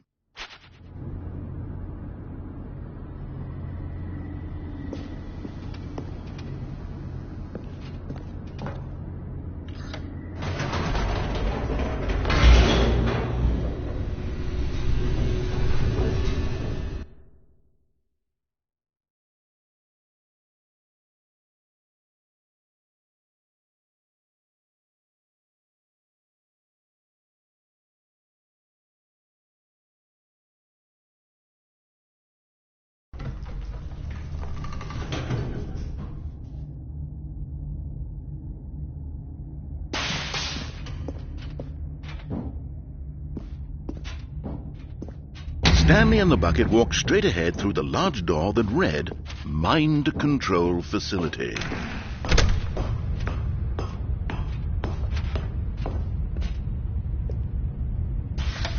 The lights rose on an enormous room packed with television screens. What horrible secret did this place hold? But just as Stanley was about to proceed further into the mind control facility, he tripped and fell over the railing and into the dark void below. Thankfully, he fell directly onto the bucket, which safely cushioned his fall. Now, what to do next, Stanley wondered. Stanley and the bucket could find no way out of this enormous pit, and so eventually they decided that the best thing to do would be to simply get comfortable down here. So they set up a little couch and relaxed. It really wasn't so bad down here, a bit cold perhaps. After some time had gone by, they installed a few shelves as well, and a sort of kitchenette that was useful for when the bucket was craving paninis. But it wasn't until the rugs and the standing lamps came in that it really started to feel like a home. In fact, after some time, Stanley realized that it had been ages since he had even thought of the mind control facility at all. He'd never gotten to fully explore what was up there, never been able to unearth the many mysteries of the mind control facility. This lack of closure began to eat at him. Soon he was dwelling on his regrets, and the state of their home slowly decayed as Stanley became withdrawn and neglected the cleaning. It unsettled the bucket deeply. Stanley wasn't usually like this. The bucket tried to reach out to him again and again, but to no avail. All Stanley could think about, all he could talk about, was going back, doing it over again, staying on the path. It was a mistake to leave the path. It was a mistake. It was a mistake. I need to do what the narrator says. I need to see the true ending. This made no sense at all to the bucket, which was simply trying to live its life down here as comfortably as possible. Yet Stanley was unconsolable. This isn't an ending. This is just a hole in the ground. The bucket sighed. True, it wasn't an ending. But it's where we happen to be. And maybe, possibly, if we accept the reality of things, maybe this will become an ending eventually. It's what the bucket was counting on. The two of them waited for a very long time.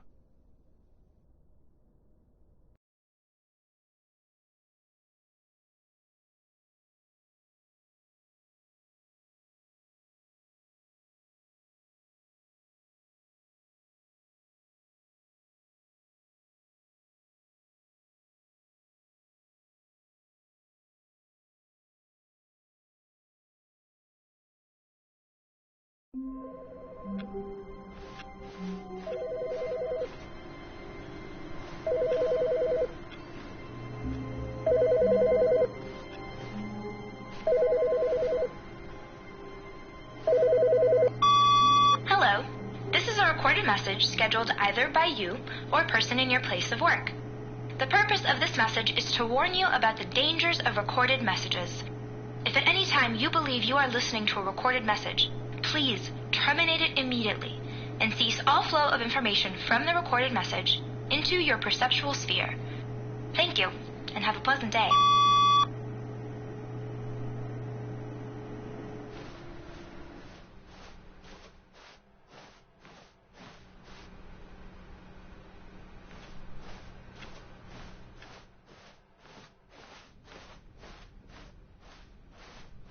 When Stanley came to a set of 2 open doors, he entered the door on his left.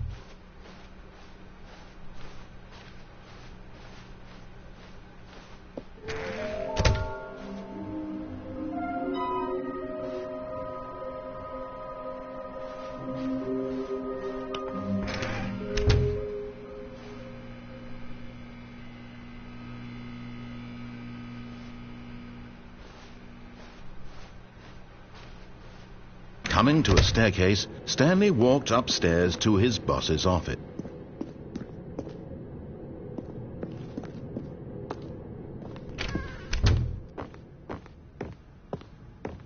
Stepping into his manager's office, Stanley was once again stunned to discover not an indication of any human life.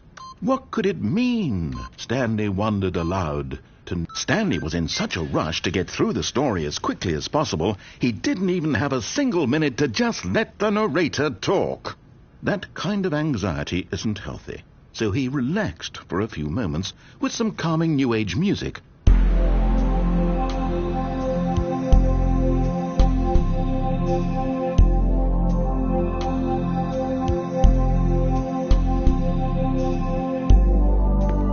Feeling soothed and rejuvenated, Stanley calmly walked forward into the opened passageway.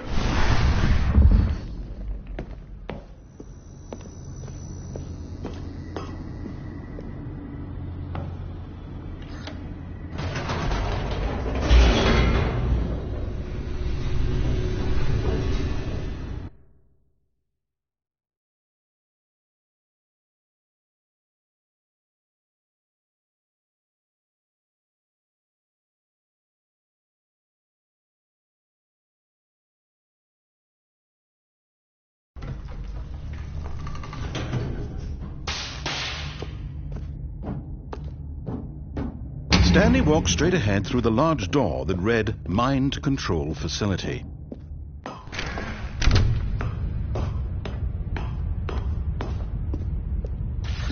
The lights rose on an enormous room packed with television screens.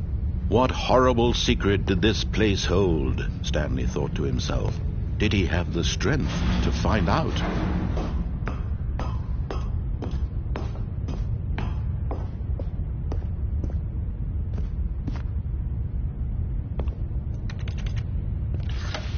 Now the monitors jumped to life, their true nature revealed. Each bore the number of an employee in the building, Stanley's co-workers. The lives of so many individuals reduced to images on a screen, and Stanley, one of them, eternally monitored in this place where freedom meant nothing.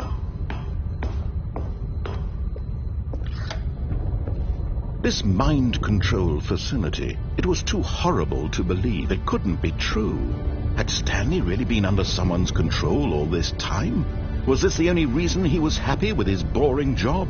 That his emotions had been manipulated to accept it blindly? No, he refused to believe it. He couldn't accept it. His own life in someone else's control? Never! It was unthinkable, wasn't it? Was it even possible? Had he truly spent his entire life utterly blind to the world? But here was the proof, the heart of the operation. Controls labeled with emotions, happy or sad or content. Walking, eating, working, all of it monitored and commanded from this very place. And as the cold reality of his past began to sink in, Stanley decided that this machinery would never again exert its terrible power.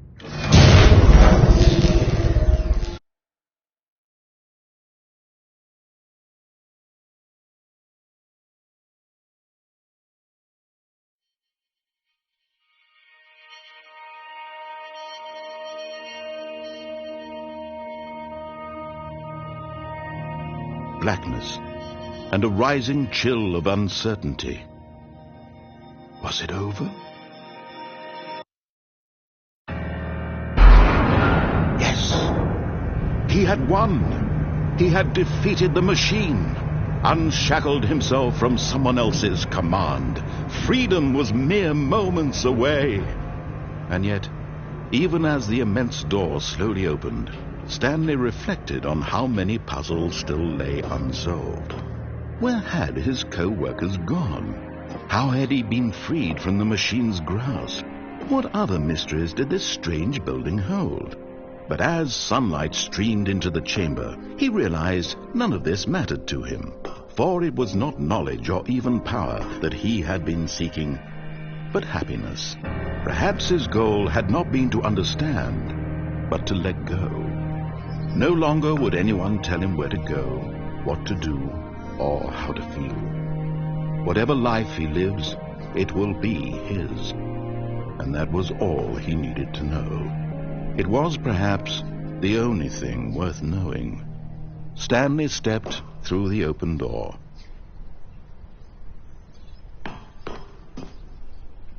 Stanley felt the cool breeze upon his skin, the feeling of liberation, the immense possibility of the new path before him. This was exactly the way, right now, that things were meant to happen. And Stanley was happy.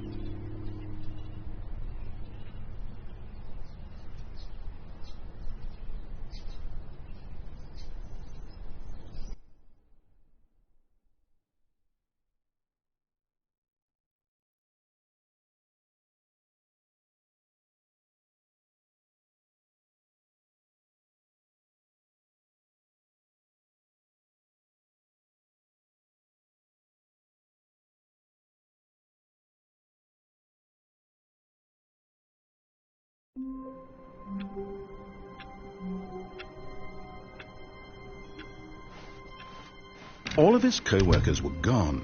What could it mean? Stanley decided to go to the meeting room. Perhaps he had simply missed a memo.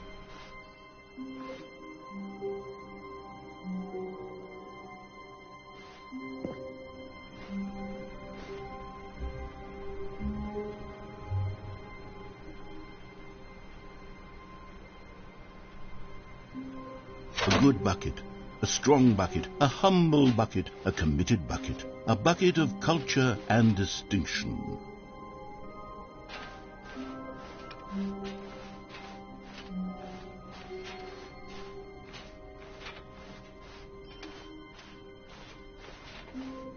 Stanley clutched the bucket tightly to his... This was not the correct way to the meeting room, but Stanley had felt the bucket calling to him, telling him that the employee lounge was simply the place to be. And here it was. Had the bucket turned out to be correct? Well, no, never mind. The bucket was wrong. Stanley took the door on his left to go back to the meeting room. No, said the bucket. don't go to the meeting room. Go somewhere else. The cargo lift, yes, good, said the bucket. Now ride the lift all the way to the top. There's something up there I need you to do. Stanley did not question why or how this bucket was speaking to him. It should have alarmed him, of course, because buckets can't talk. But Stanley chose not to think about this obvious fact. He was firmly convinced that the bucket had spoken to him, and he unthinkingly did whatever the bucket asked. No, stop. Look there on the wall. You see, there's a sign right there. It says, no.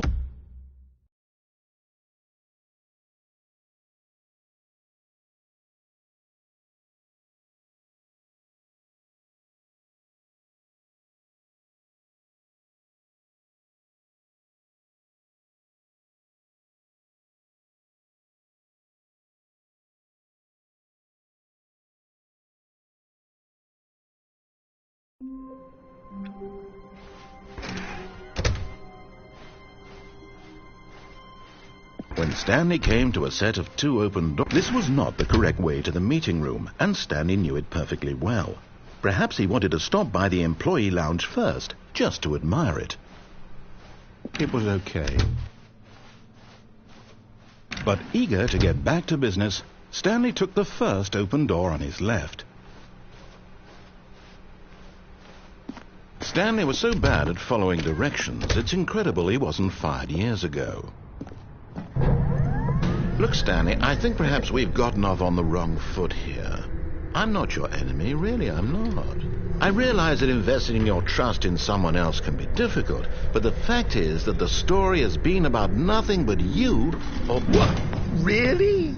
I was in the middle of something. Do you have zero consideration for others? Are you that convinced that I want something bad to happen to you? Why, I don't know how to convince you of this, but I really do want to help you, to show you something beautiful. Look, let me prove it. Let me prove that I'm on your... And there it is, the last Stiggly Wiggly. Savor this moment, Stanley. This is a real accomplishment. This is doing something just for the sake of doing it. Where so many people expect to be rewarded for the most trivial achievements, you've insisted that a job well done is its own reward. I would tell you that I'm proud of you for collecting them all, but that would be like a reward, and we can't have that. So, instead I'll just say, it's done. We're all done here, and now we can go to whatever the hell you were doing before you hunted for figurines. Now listen carefully, this is important. Stanley walked through the red door. Aha! Perhaps you misunderstood. Stanley walked through the red door.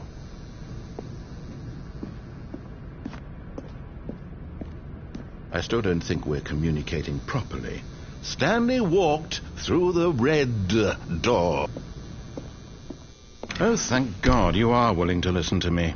Do you see that I really have wanted you to be happy all this time? The problem is all these choices. The two of us always trying to get somewhere that isn't here. Running and running and running, just the way you're doing right now. Don't you see that it's killing us, Stanley? I wanted to stop. We would both be so much happier if we just stopped. And I think I have a solution. Here, let me show you.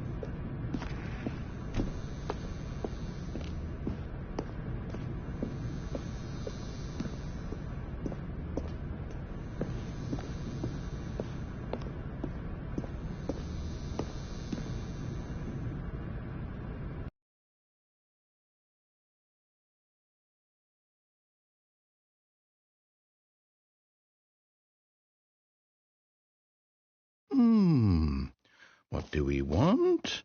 What are we looking for? Here. Yes. Oh, it's beautiful, isn't it? If we just stay right here, right in this moment with this place, Stanley, I think I feel happy. I actually feel happy. No, wait. Where are you going?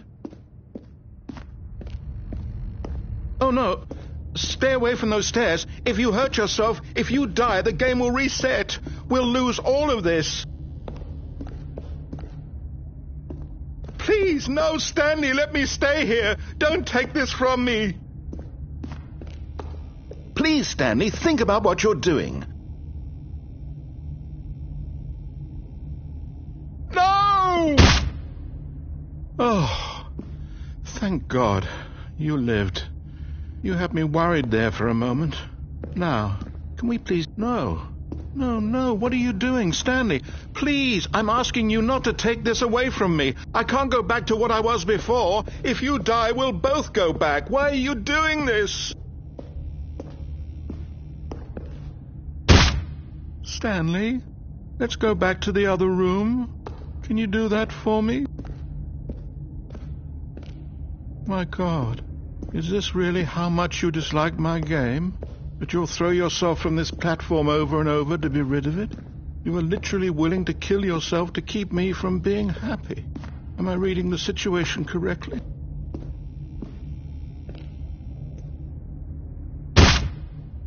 Or maybe you're just getting a kick out of it. I don't know anymore. I just wanted us to get along.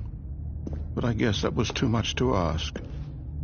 It looks like you wanted to make a choice after all. Well, this one is yours.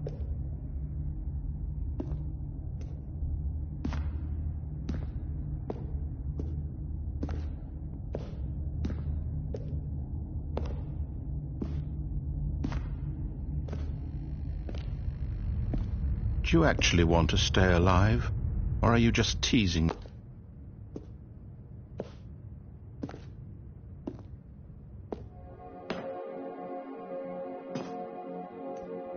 I wanted us to be happy here, Stanley. I really did. I still thought that was possible.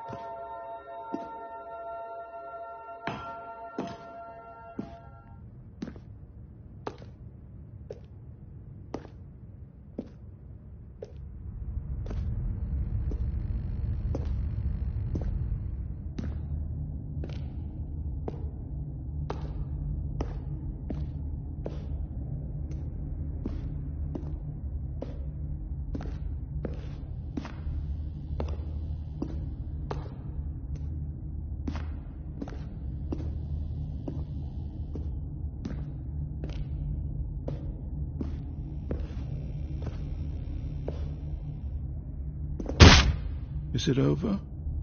It's going to restart, isn't it? I'm going back.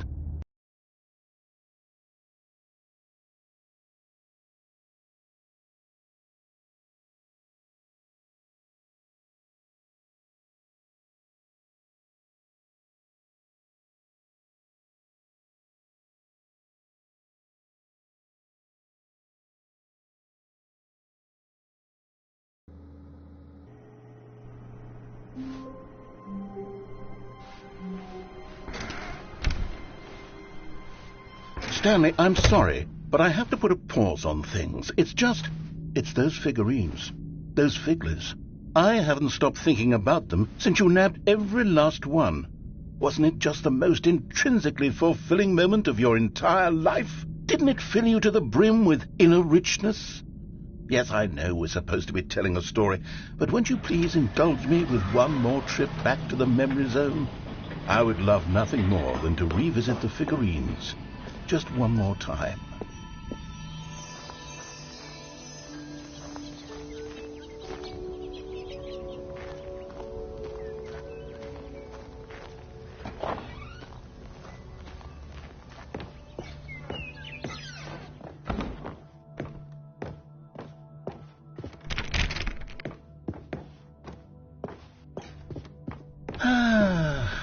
Here's where it all began. The first collectible.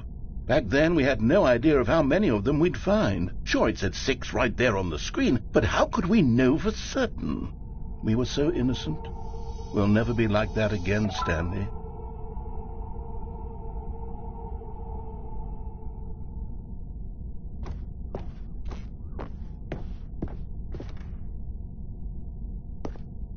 And here was a second Stanlerine. I'll be honest, back then I had no faith in you to find any of them, let alone 6. But you continue to surprise me in all sorts of mundane, unremarkable ways.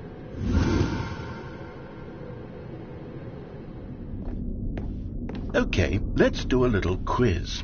Which of these rooms was the room you found your third mini-Stan? Can you remember?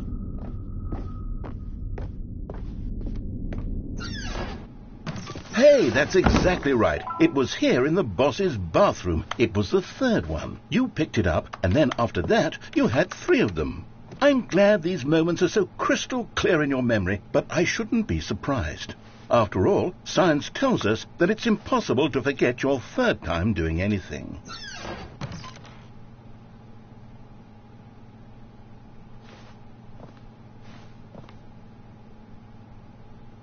Let's see, what came next? Oh yes, we found a figure in this pink room. Oh well, I can't actually say I remember being in this room, but it's here in the memory zone, so it must have happened.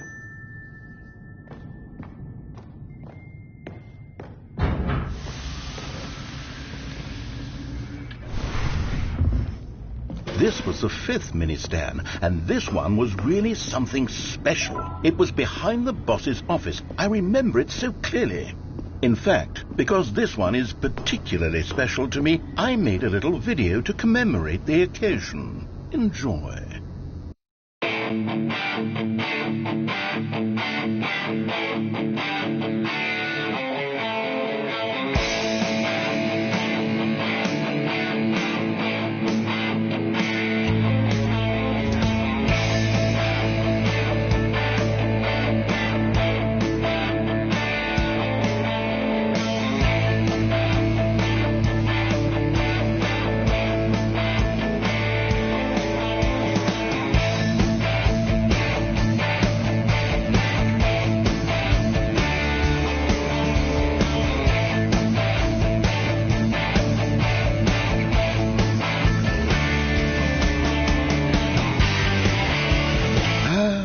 Takes you back, doesn't it? I spent a lot of time making that video, but it was 8 minutes I wouldn't have spent on anything else.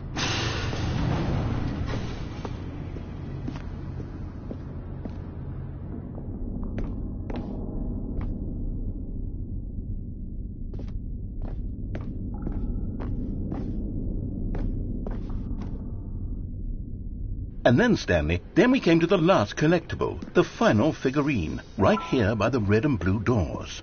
This memory is the most distinct and clear in my mind, perhaps because it was the one that happened more recently than all the others. Who can truly say how the mind works? All I know is that this is the moment where you picked up a Figley, and I thought to myself, yes, that's all of them. They're all collected. It was a moment unlike any other, except for the other moments picking up figurines, which it was exactly like.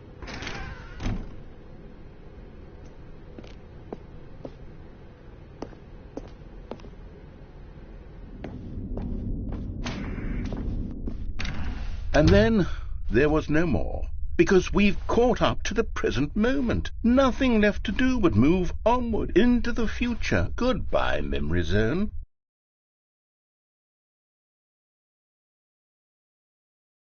No, I'm not done. I'm not ready to move on. Stop the loading screen. Isn't there some way we can stay here, keep enjoying these figurines? Let's just go backwards. We'll do the Memory Zone again from the opposite direction. See how that feels.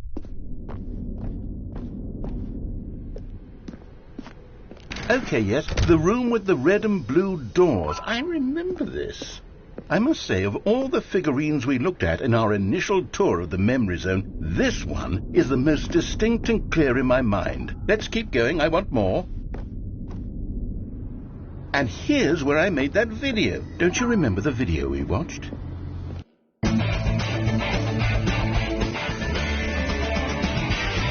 Yes, I love that video.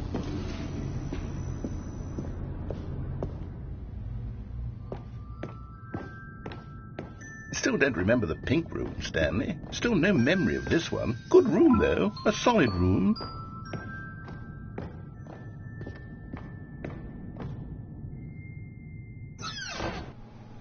These really were a treat to hunt down. You know, if there had been any kind of reward for finding all of these, it really would have neutered the intrinsic joy of collecting them. I'm very glad we resisted the temptation. Next one.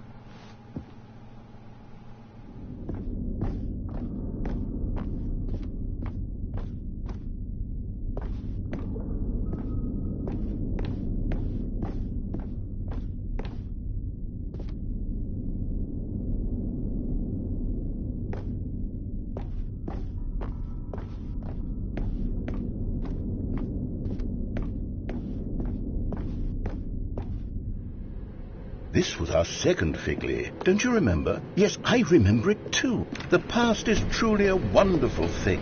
Why does anyone ever choose to leave it? Keep going.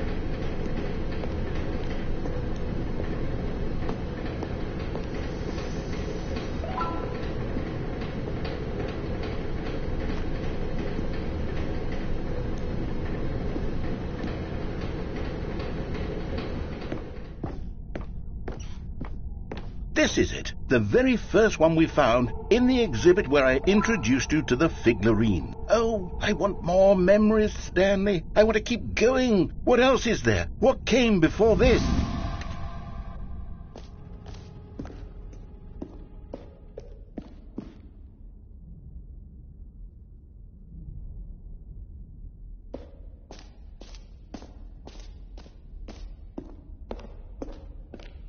Look, it's the terrible new content that we were originally sold on.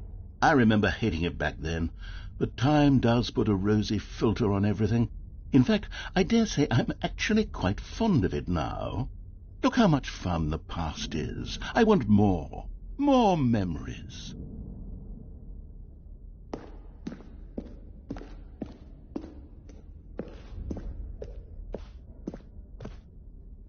Oh, yes, the two doors. Who could have forgotten that? A classic memory, this one.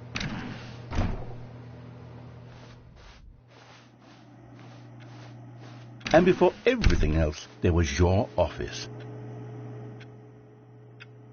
Is there anything else?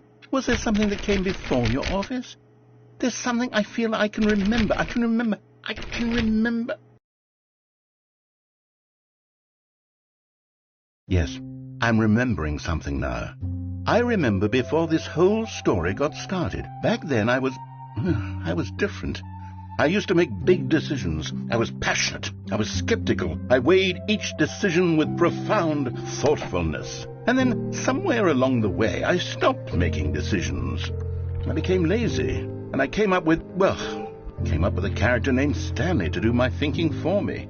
He would make the decisions, he would decide which way to go. I would cheer him on as he collected figurines for no reason. Why did I invent Stanley? Was I lonely? Yes, perhaps that's it. Perhaps I needed to imagine I had companionship. And Stanley really did make for a wonderful companion, even if he was a fiction. But I suppose it's grown old. I want to think for myself again. I want to go back to how it used to be. Yes, I can be on my own again. I can do it. I'll be stronger this time. I'll take care of myself.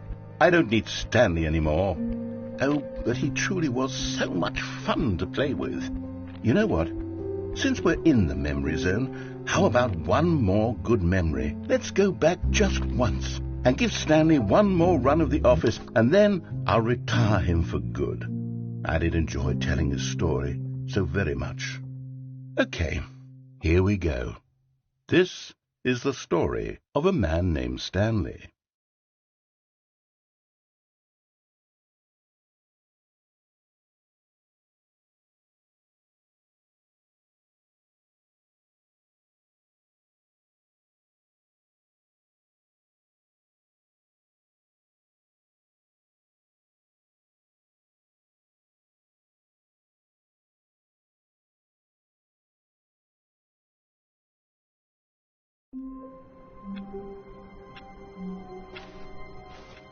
My God, the bumpscosity in here is absolutely overwhelming. 1,000? You people have got to be nuts. How can you stand this much bumpscosity?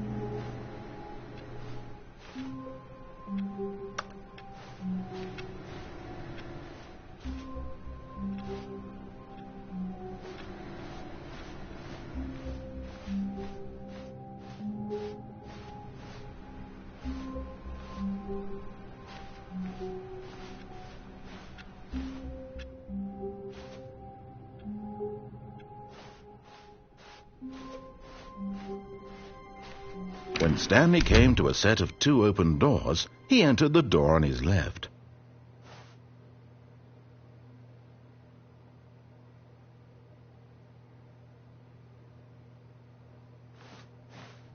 This was not the correct way to the meeting room, and Stanley knew it perfectly well. Perhaps he wanted to stop by the employee lounge first, just to admire. It was okay. But eager to get back to business, Stanley took the first open door on his left. Stanley was so bad at following directions, it's incredible he wasn't fired years ago. Look, Stanley, I think perhaps we've gotten off on the wrong foot here. I'm not your enemy, really, I'm not. I realize that investing your trust in someone else can be difficult, but the fact is that the story has been about nothing but you all this time. There's someone you've been neglecting, Stanley. Someone you've forgotten about. Please, stop trying to make every decision by yourself. Now, I'm not asking for me, I'm asking for her. This is it, Stanley. Your chance to redeem yourself. To put your work aside, to let her back into your life. She's been waiting. That's her, Stanley. You need to be the one to do this, to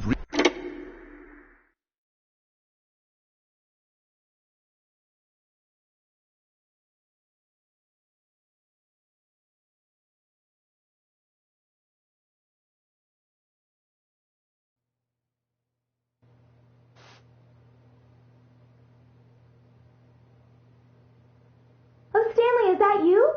Hold on, sweetie. Sorry to keep you waiting. I'm just pulling the bread out of the oven. All right. Okay, there we go. All right, now, I want you to come in and tell me all about your day. Gotcha! Oh, come on. Did you actually think you had a loving wife who'd want to commit their life to you? I'm trying to make a point here, Stanley. I'm trying to get you to see something. Come inside. Let me show you what's really going on here. Sorry, but you're in my story now.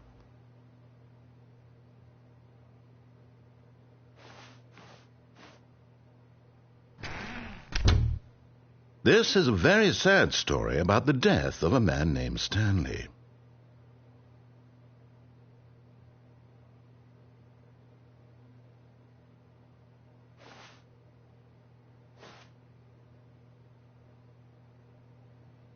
Stanley is quite a boring fellow.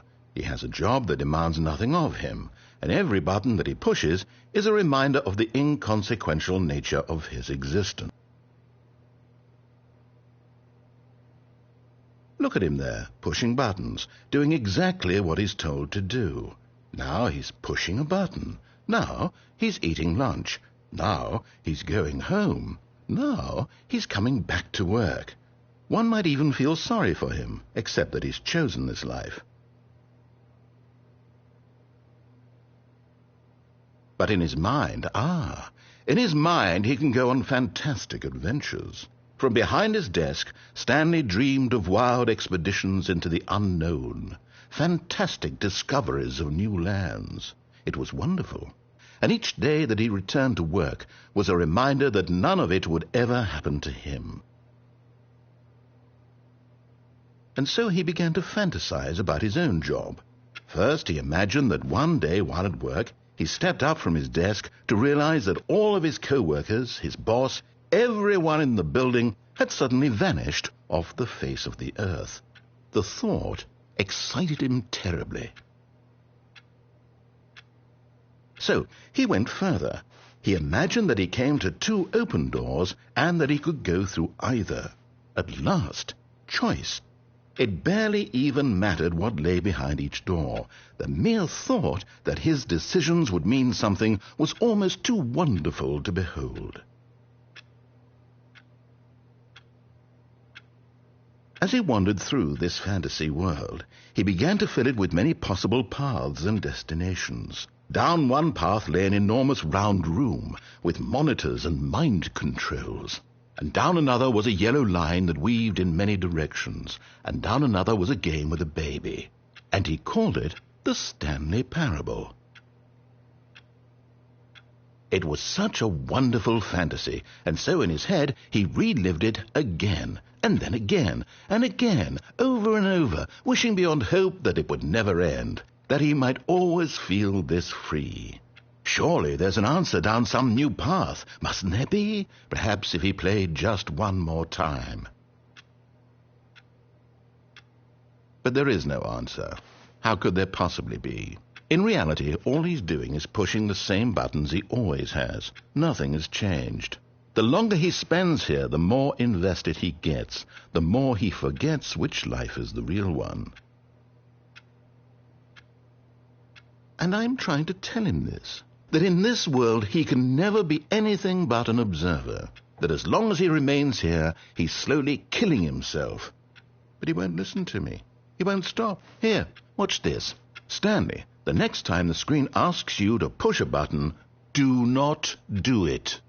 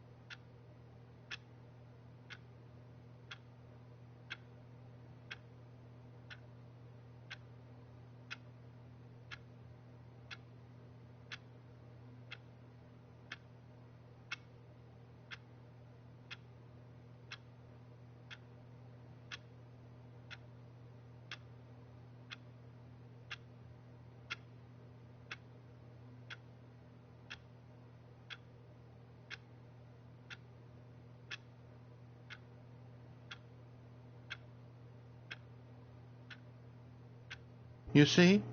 Can he just not hear me?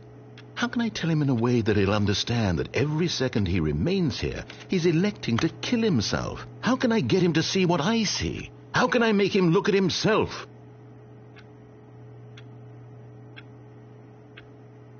I suppose I can't, not in the way I want him to. But I don't make the rules. I simply play to my intended purpose, the same as Stanley. We're not so different, I suppose. I'll try once more to convey all this to him. I'm compelled to. I must. Perhaps, well, maybe this time he'll see. Maybe this time. And I tried again, and Stanley pushed a button. And I tried again, and Stanley pushed a button. And I...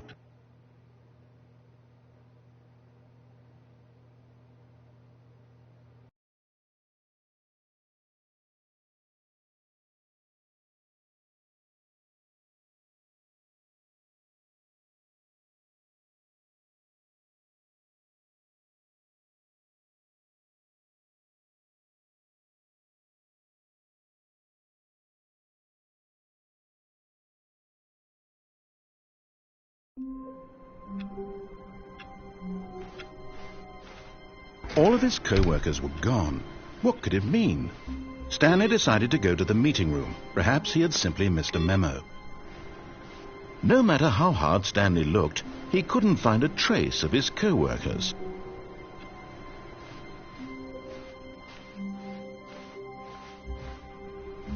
Ah, the embrace of an old friend, a weathered companionship that stands the test of time.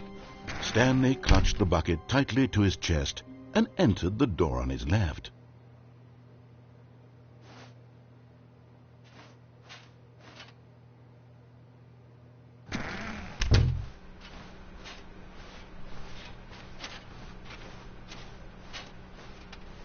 Still no one was here. Stanley needed the bucket's warmth and comfort now more than ever.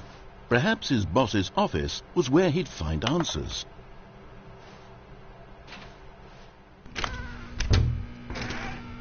Stanley, we must move on from this broom closet, simply because I have no remaining stickers. If I did, you can guarantee... Coming to a staircase, Stanley and the bucket walked upstairs to the boss's office. But Stanley just couldn't do it. He considered the possibility of facing his boss, admitting he had left his post during work hours. He might be fined for that. And in such a competitive economy, why had he taken that risk? All because he believed everyone had vanished?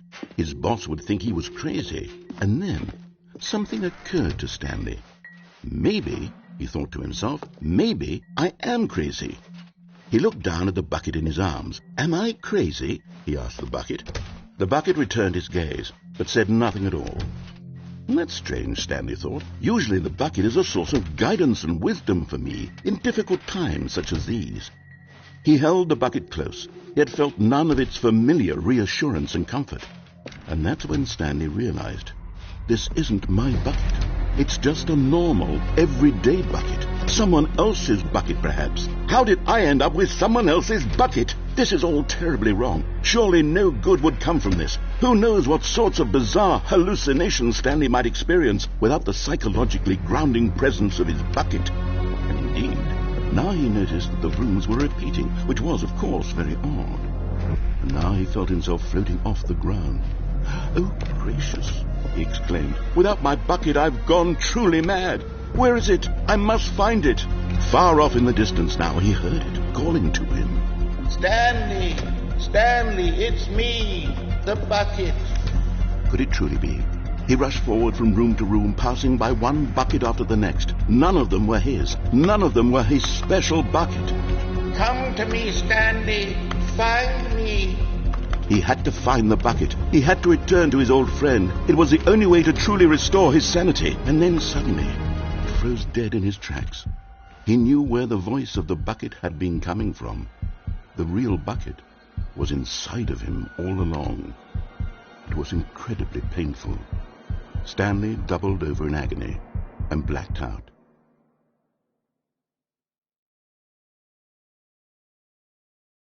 This is the story of a woman named Mariella.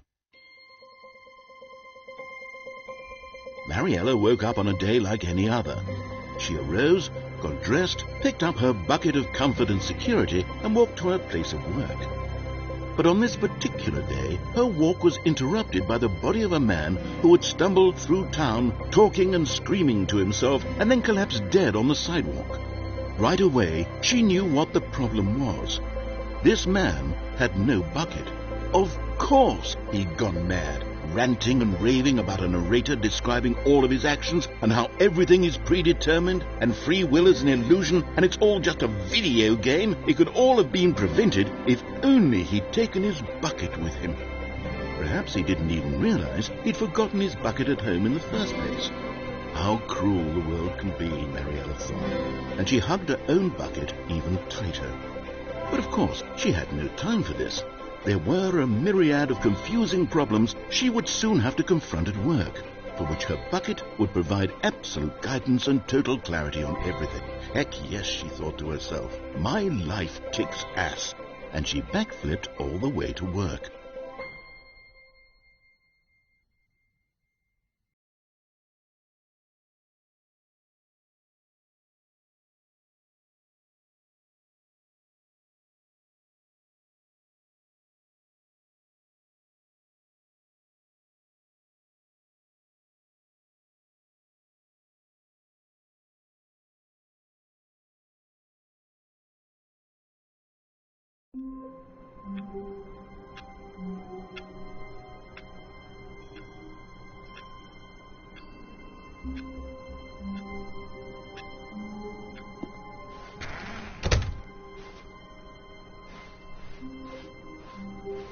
When Stanley came to a set of 2 open doors, he entered the door on his left.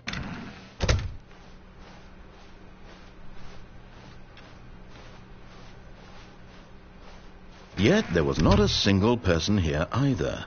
Feeling a wave of disbelief, Stanley decided to go up to his boss's office, hoping he might find an answer there. Coming to a staircase, Stanley walked upstairs to his boss's office.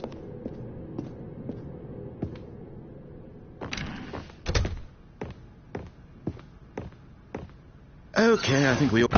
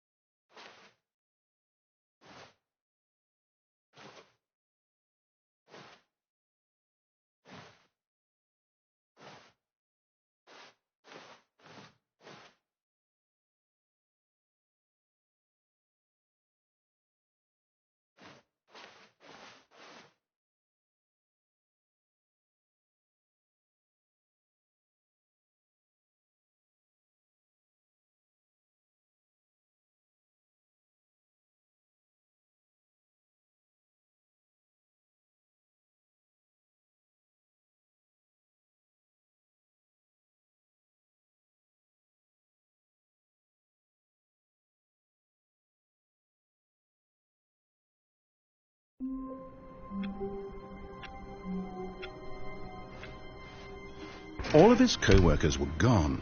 What could it mean? Stanley decided to go to the meeting room. Perhaps he had simply missed a memo.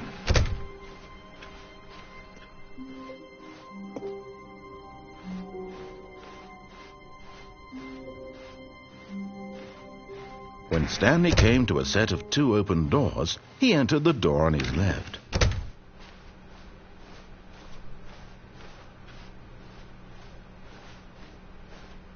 Yet there was not a single person here either. Feeling a wave of disbelief, Stanley decided to go up to his boss's office.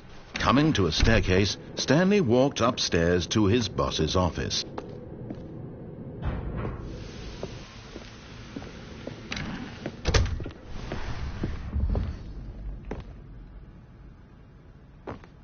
Here's the door, just go.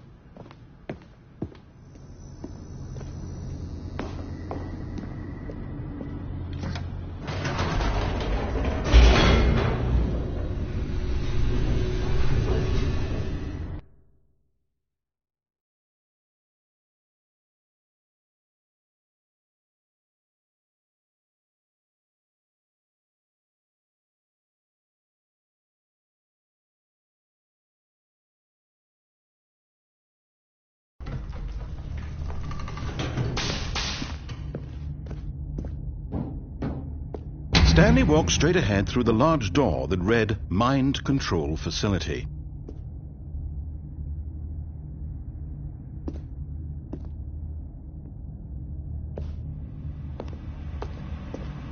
Although this passageway had the word Escape written on it, the truth was that at the end of this hall, Stanley would meet his violent death.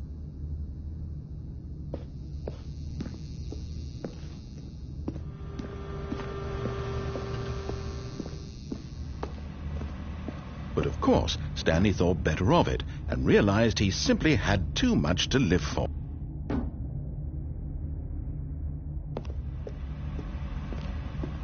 Nope, still on board with death.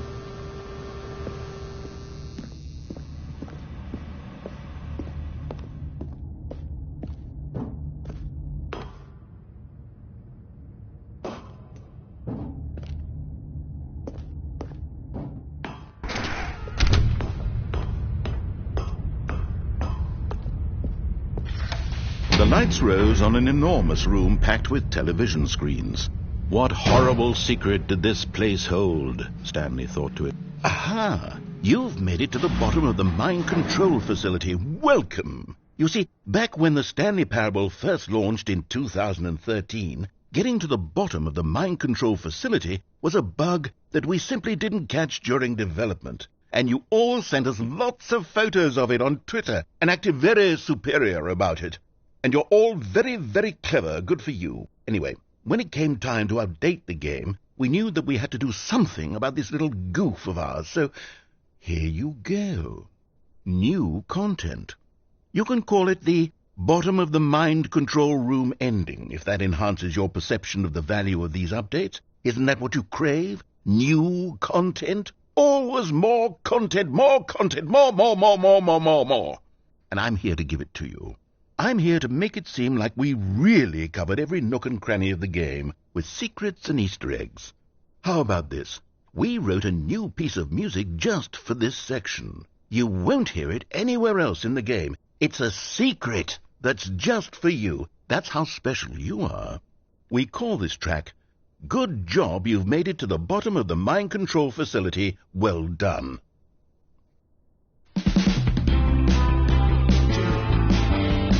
Good job, you did it. Good job. 3, 2, 1. Good job, you made it to the bottom of the mind control facility. You jumped on the catwalk. You should have been careful. You should have been careful. It used to be a bug, but now it's an ending. Now it's an ending. I believe in you. I believe in your ability to cross this barrier and chase your dreams. But railings don't mean anything. Good job, you did it. Good job, you did it. Good job, you did it. Good job, you did it. Good job, you did it. Good job, you did it. Good job, you did it. Good job, you did it. Good job, you did it. Good job, you did it.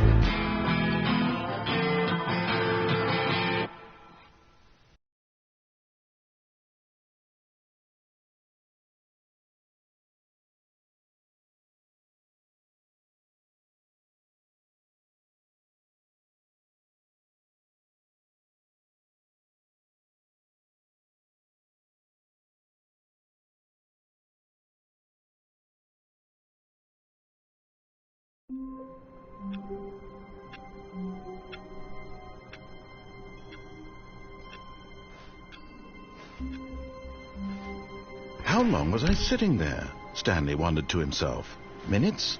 Days? Centuries? Did something crucial happen while my senses were turned? He made a note to be more careful with time from now on. The bucket made Stanley want to be a better man and a better co-worker. In time, perhaps, he would become both of those things. Stanley clutched the bucket tightly to his chest and entered the door on his left.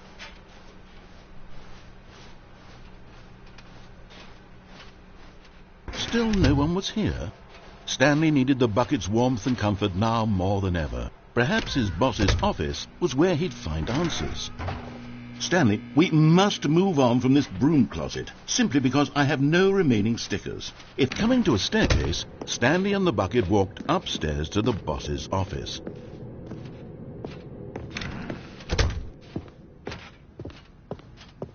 Stepping into his manager's office, Stanley was once again stunned to discover not an indication of any human life. Crushed by the weight of this, but Stanley guessed the correct code by sheer luck. Was it that the bucket knew all along? Was the bucket guiding him? Yes, this is certainly the most logical explanation.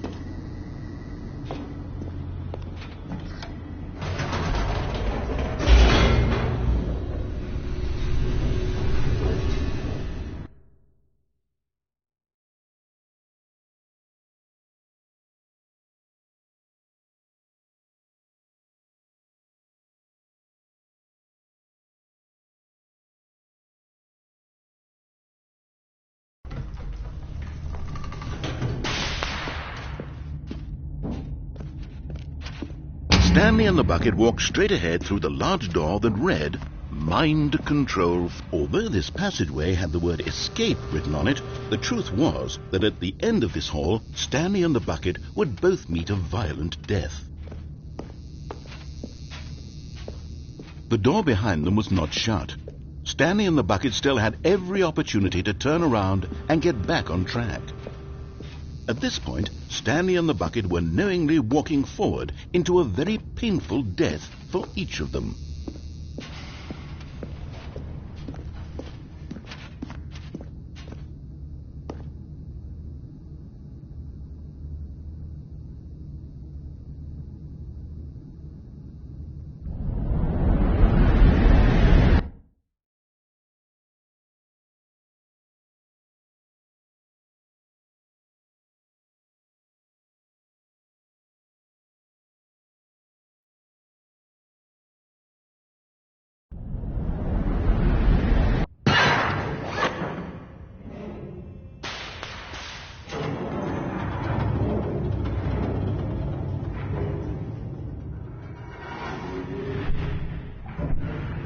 As the machine whirred into motion and Stanley and the bucket inched closer to their demise, Stanley reflected on how meaningless the bucket's warmth and comfort had turned out to be.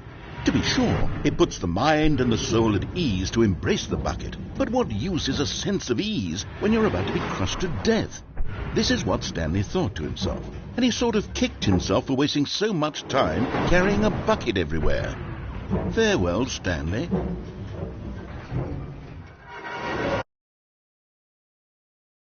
"Farewell, Stanley," cried the narrator, as Stanley and the bucket were led helplessly into the enormous metal jaws. In a single visceral instant, the bucket's life came to an end, as it was crushed violently to death.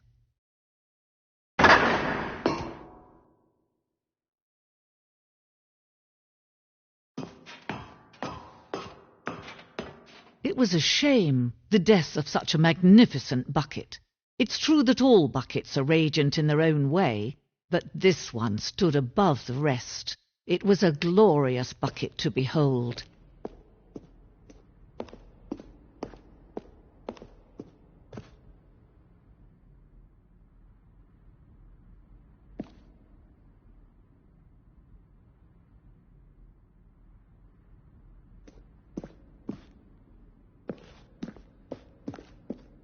Can you see how arrogant it was for Stanley to take a bucket like this and to claim it for his own? Can you see the hubris that blinded him? Can you see that the bucket is far more noble than Stanley will ever be in his short life?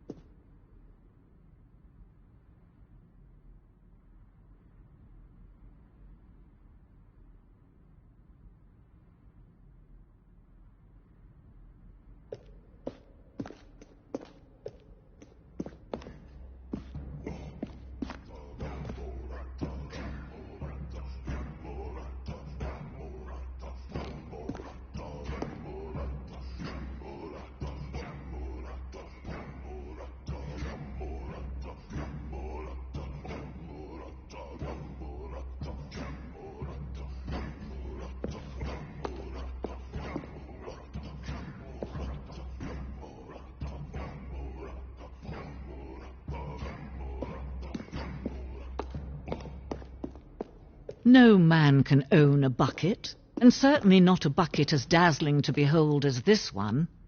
It is man who should kneel before the bucket.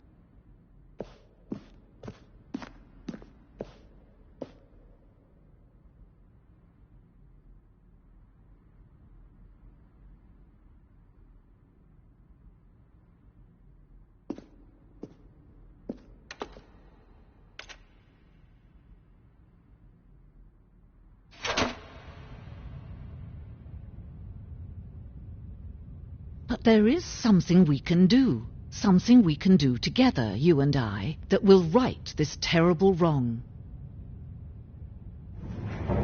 Let Stanley die. Let him be crushed by the machine. Don't reset the game. Don't give him another opportunity to run off with another beautiful bucket. We can save the world's buckets from their treatment as tools and implements if only we let Stanley die together. The bucket shall take its place as ruler, as leader, as commander of a new world, a new vision for...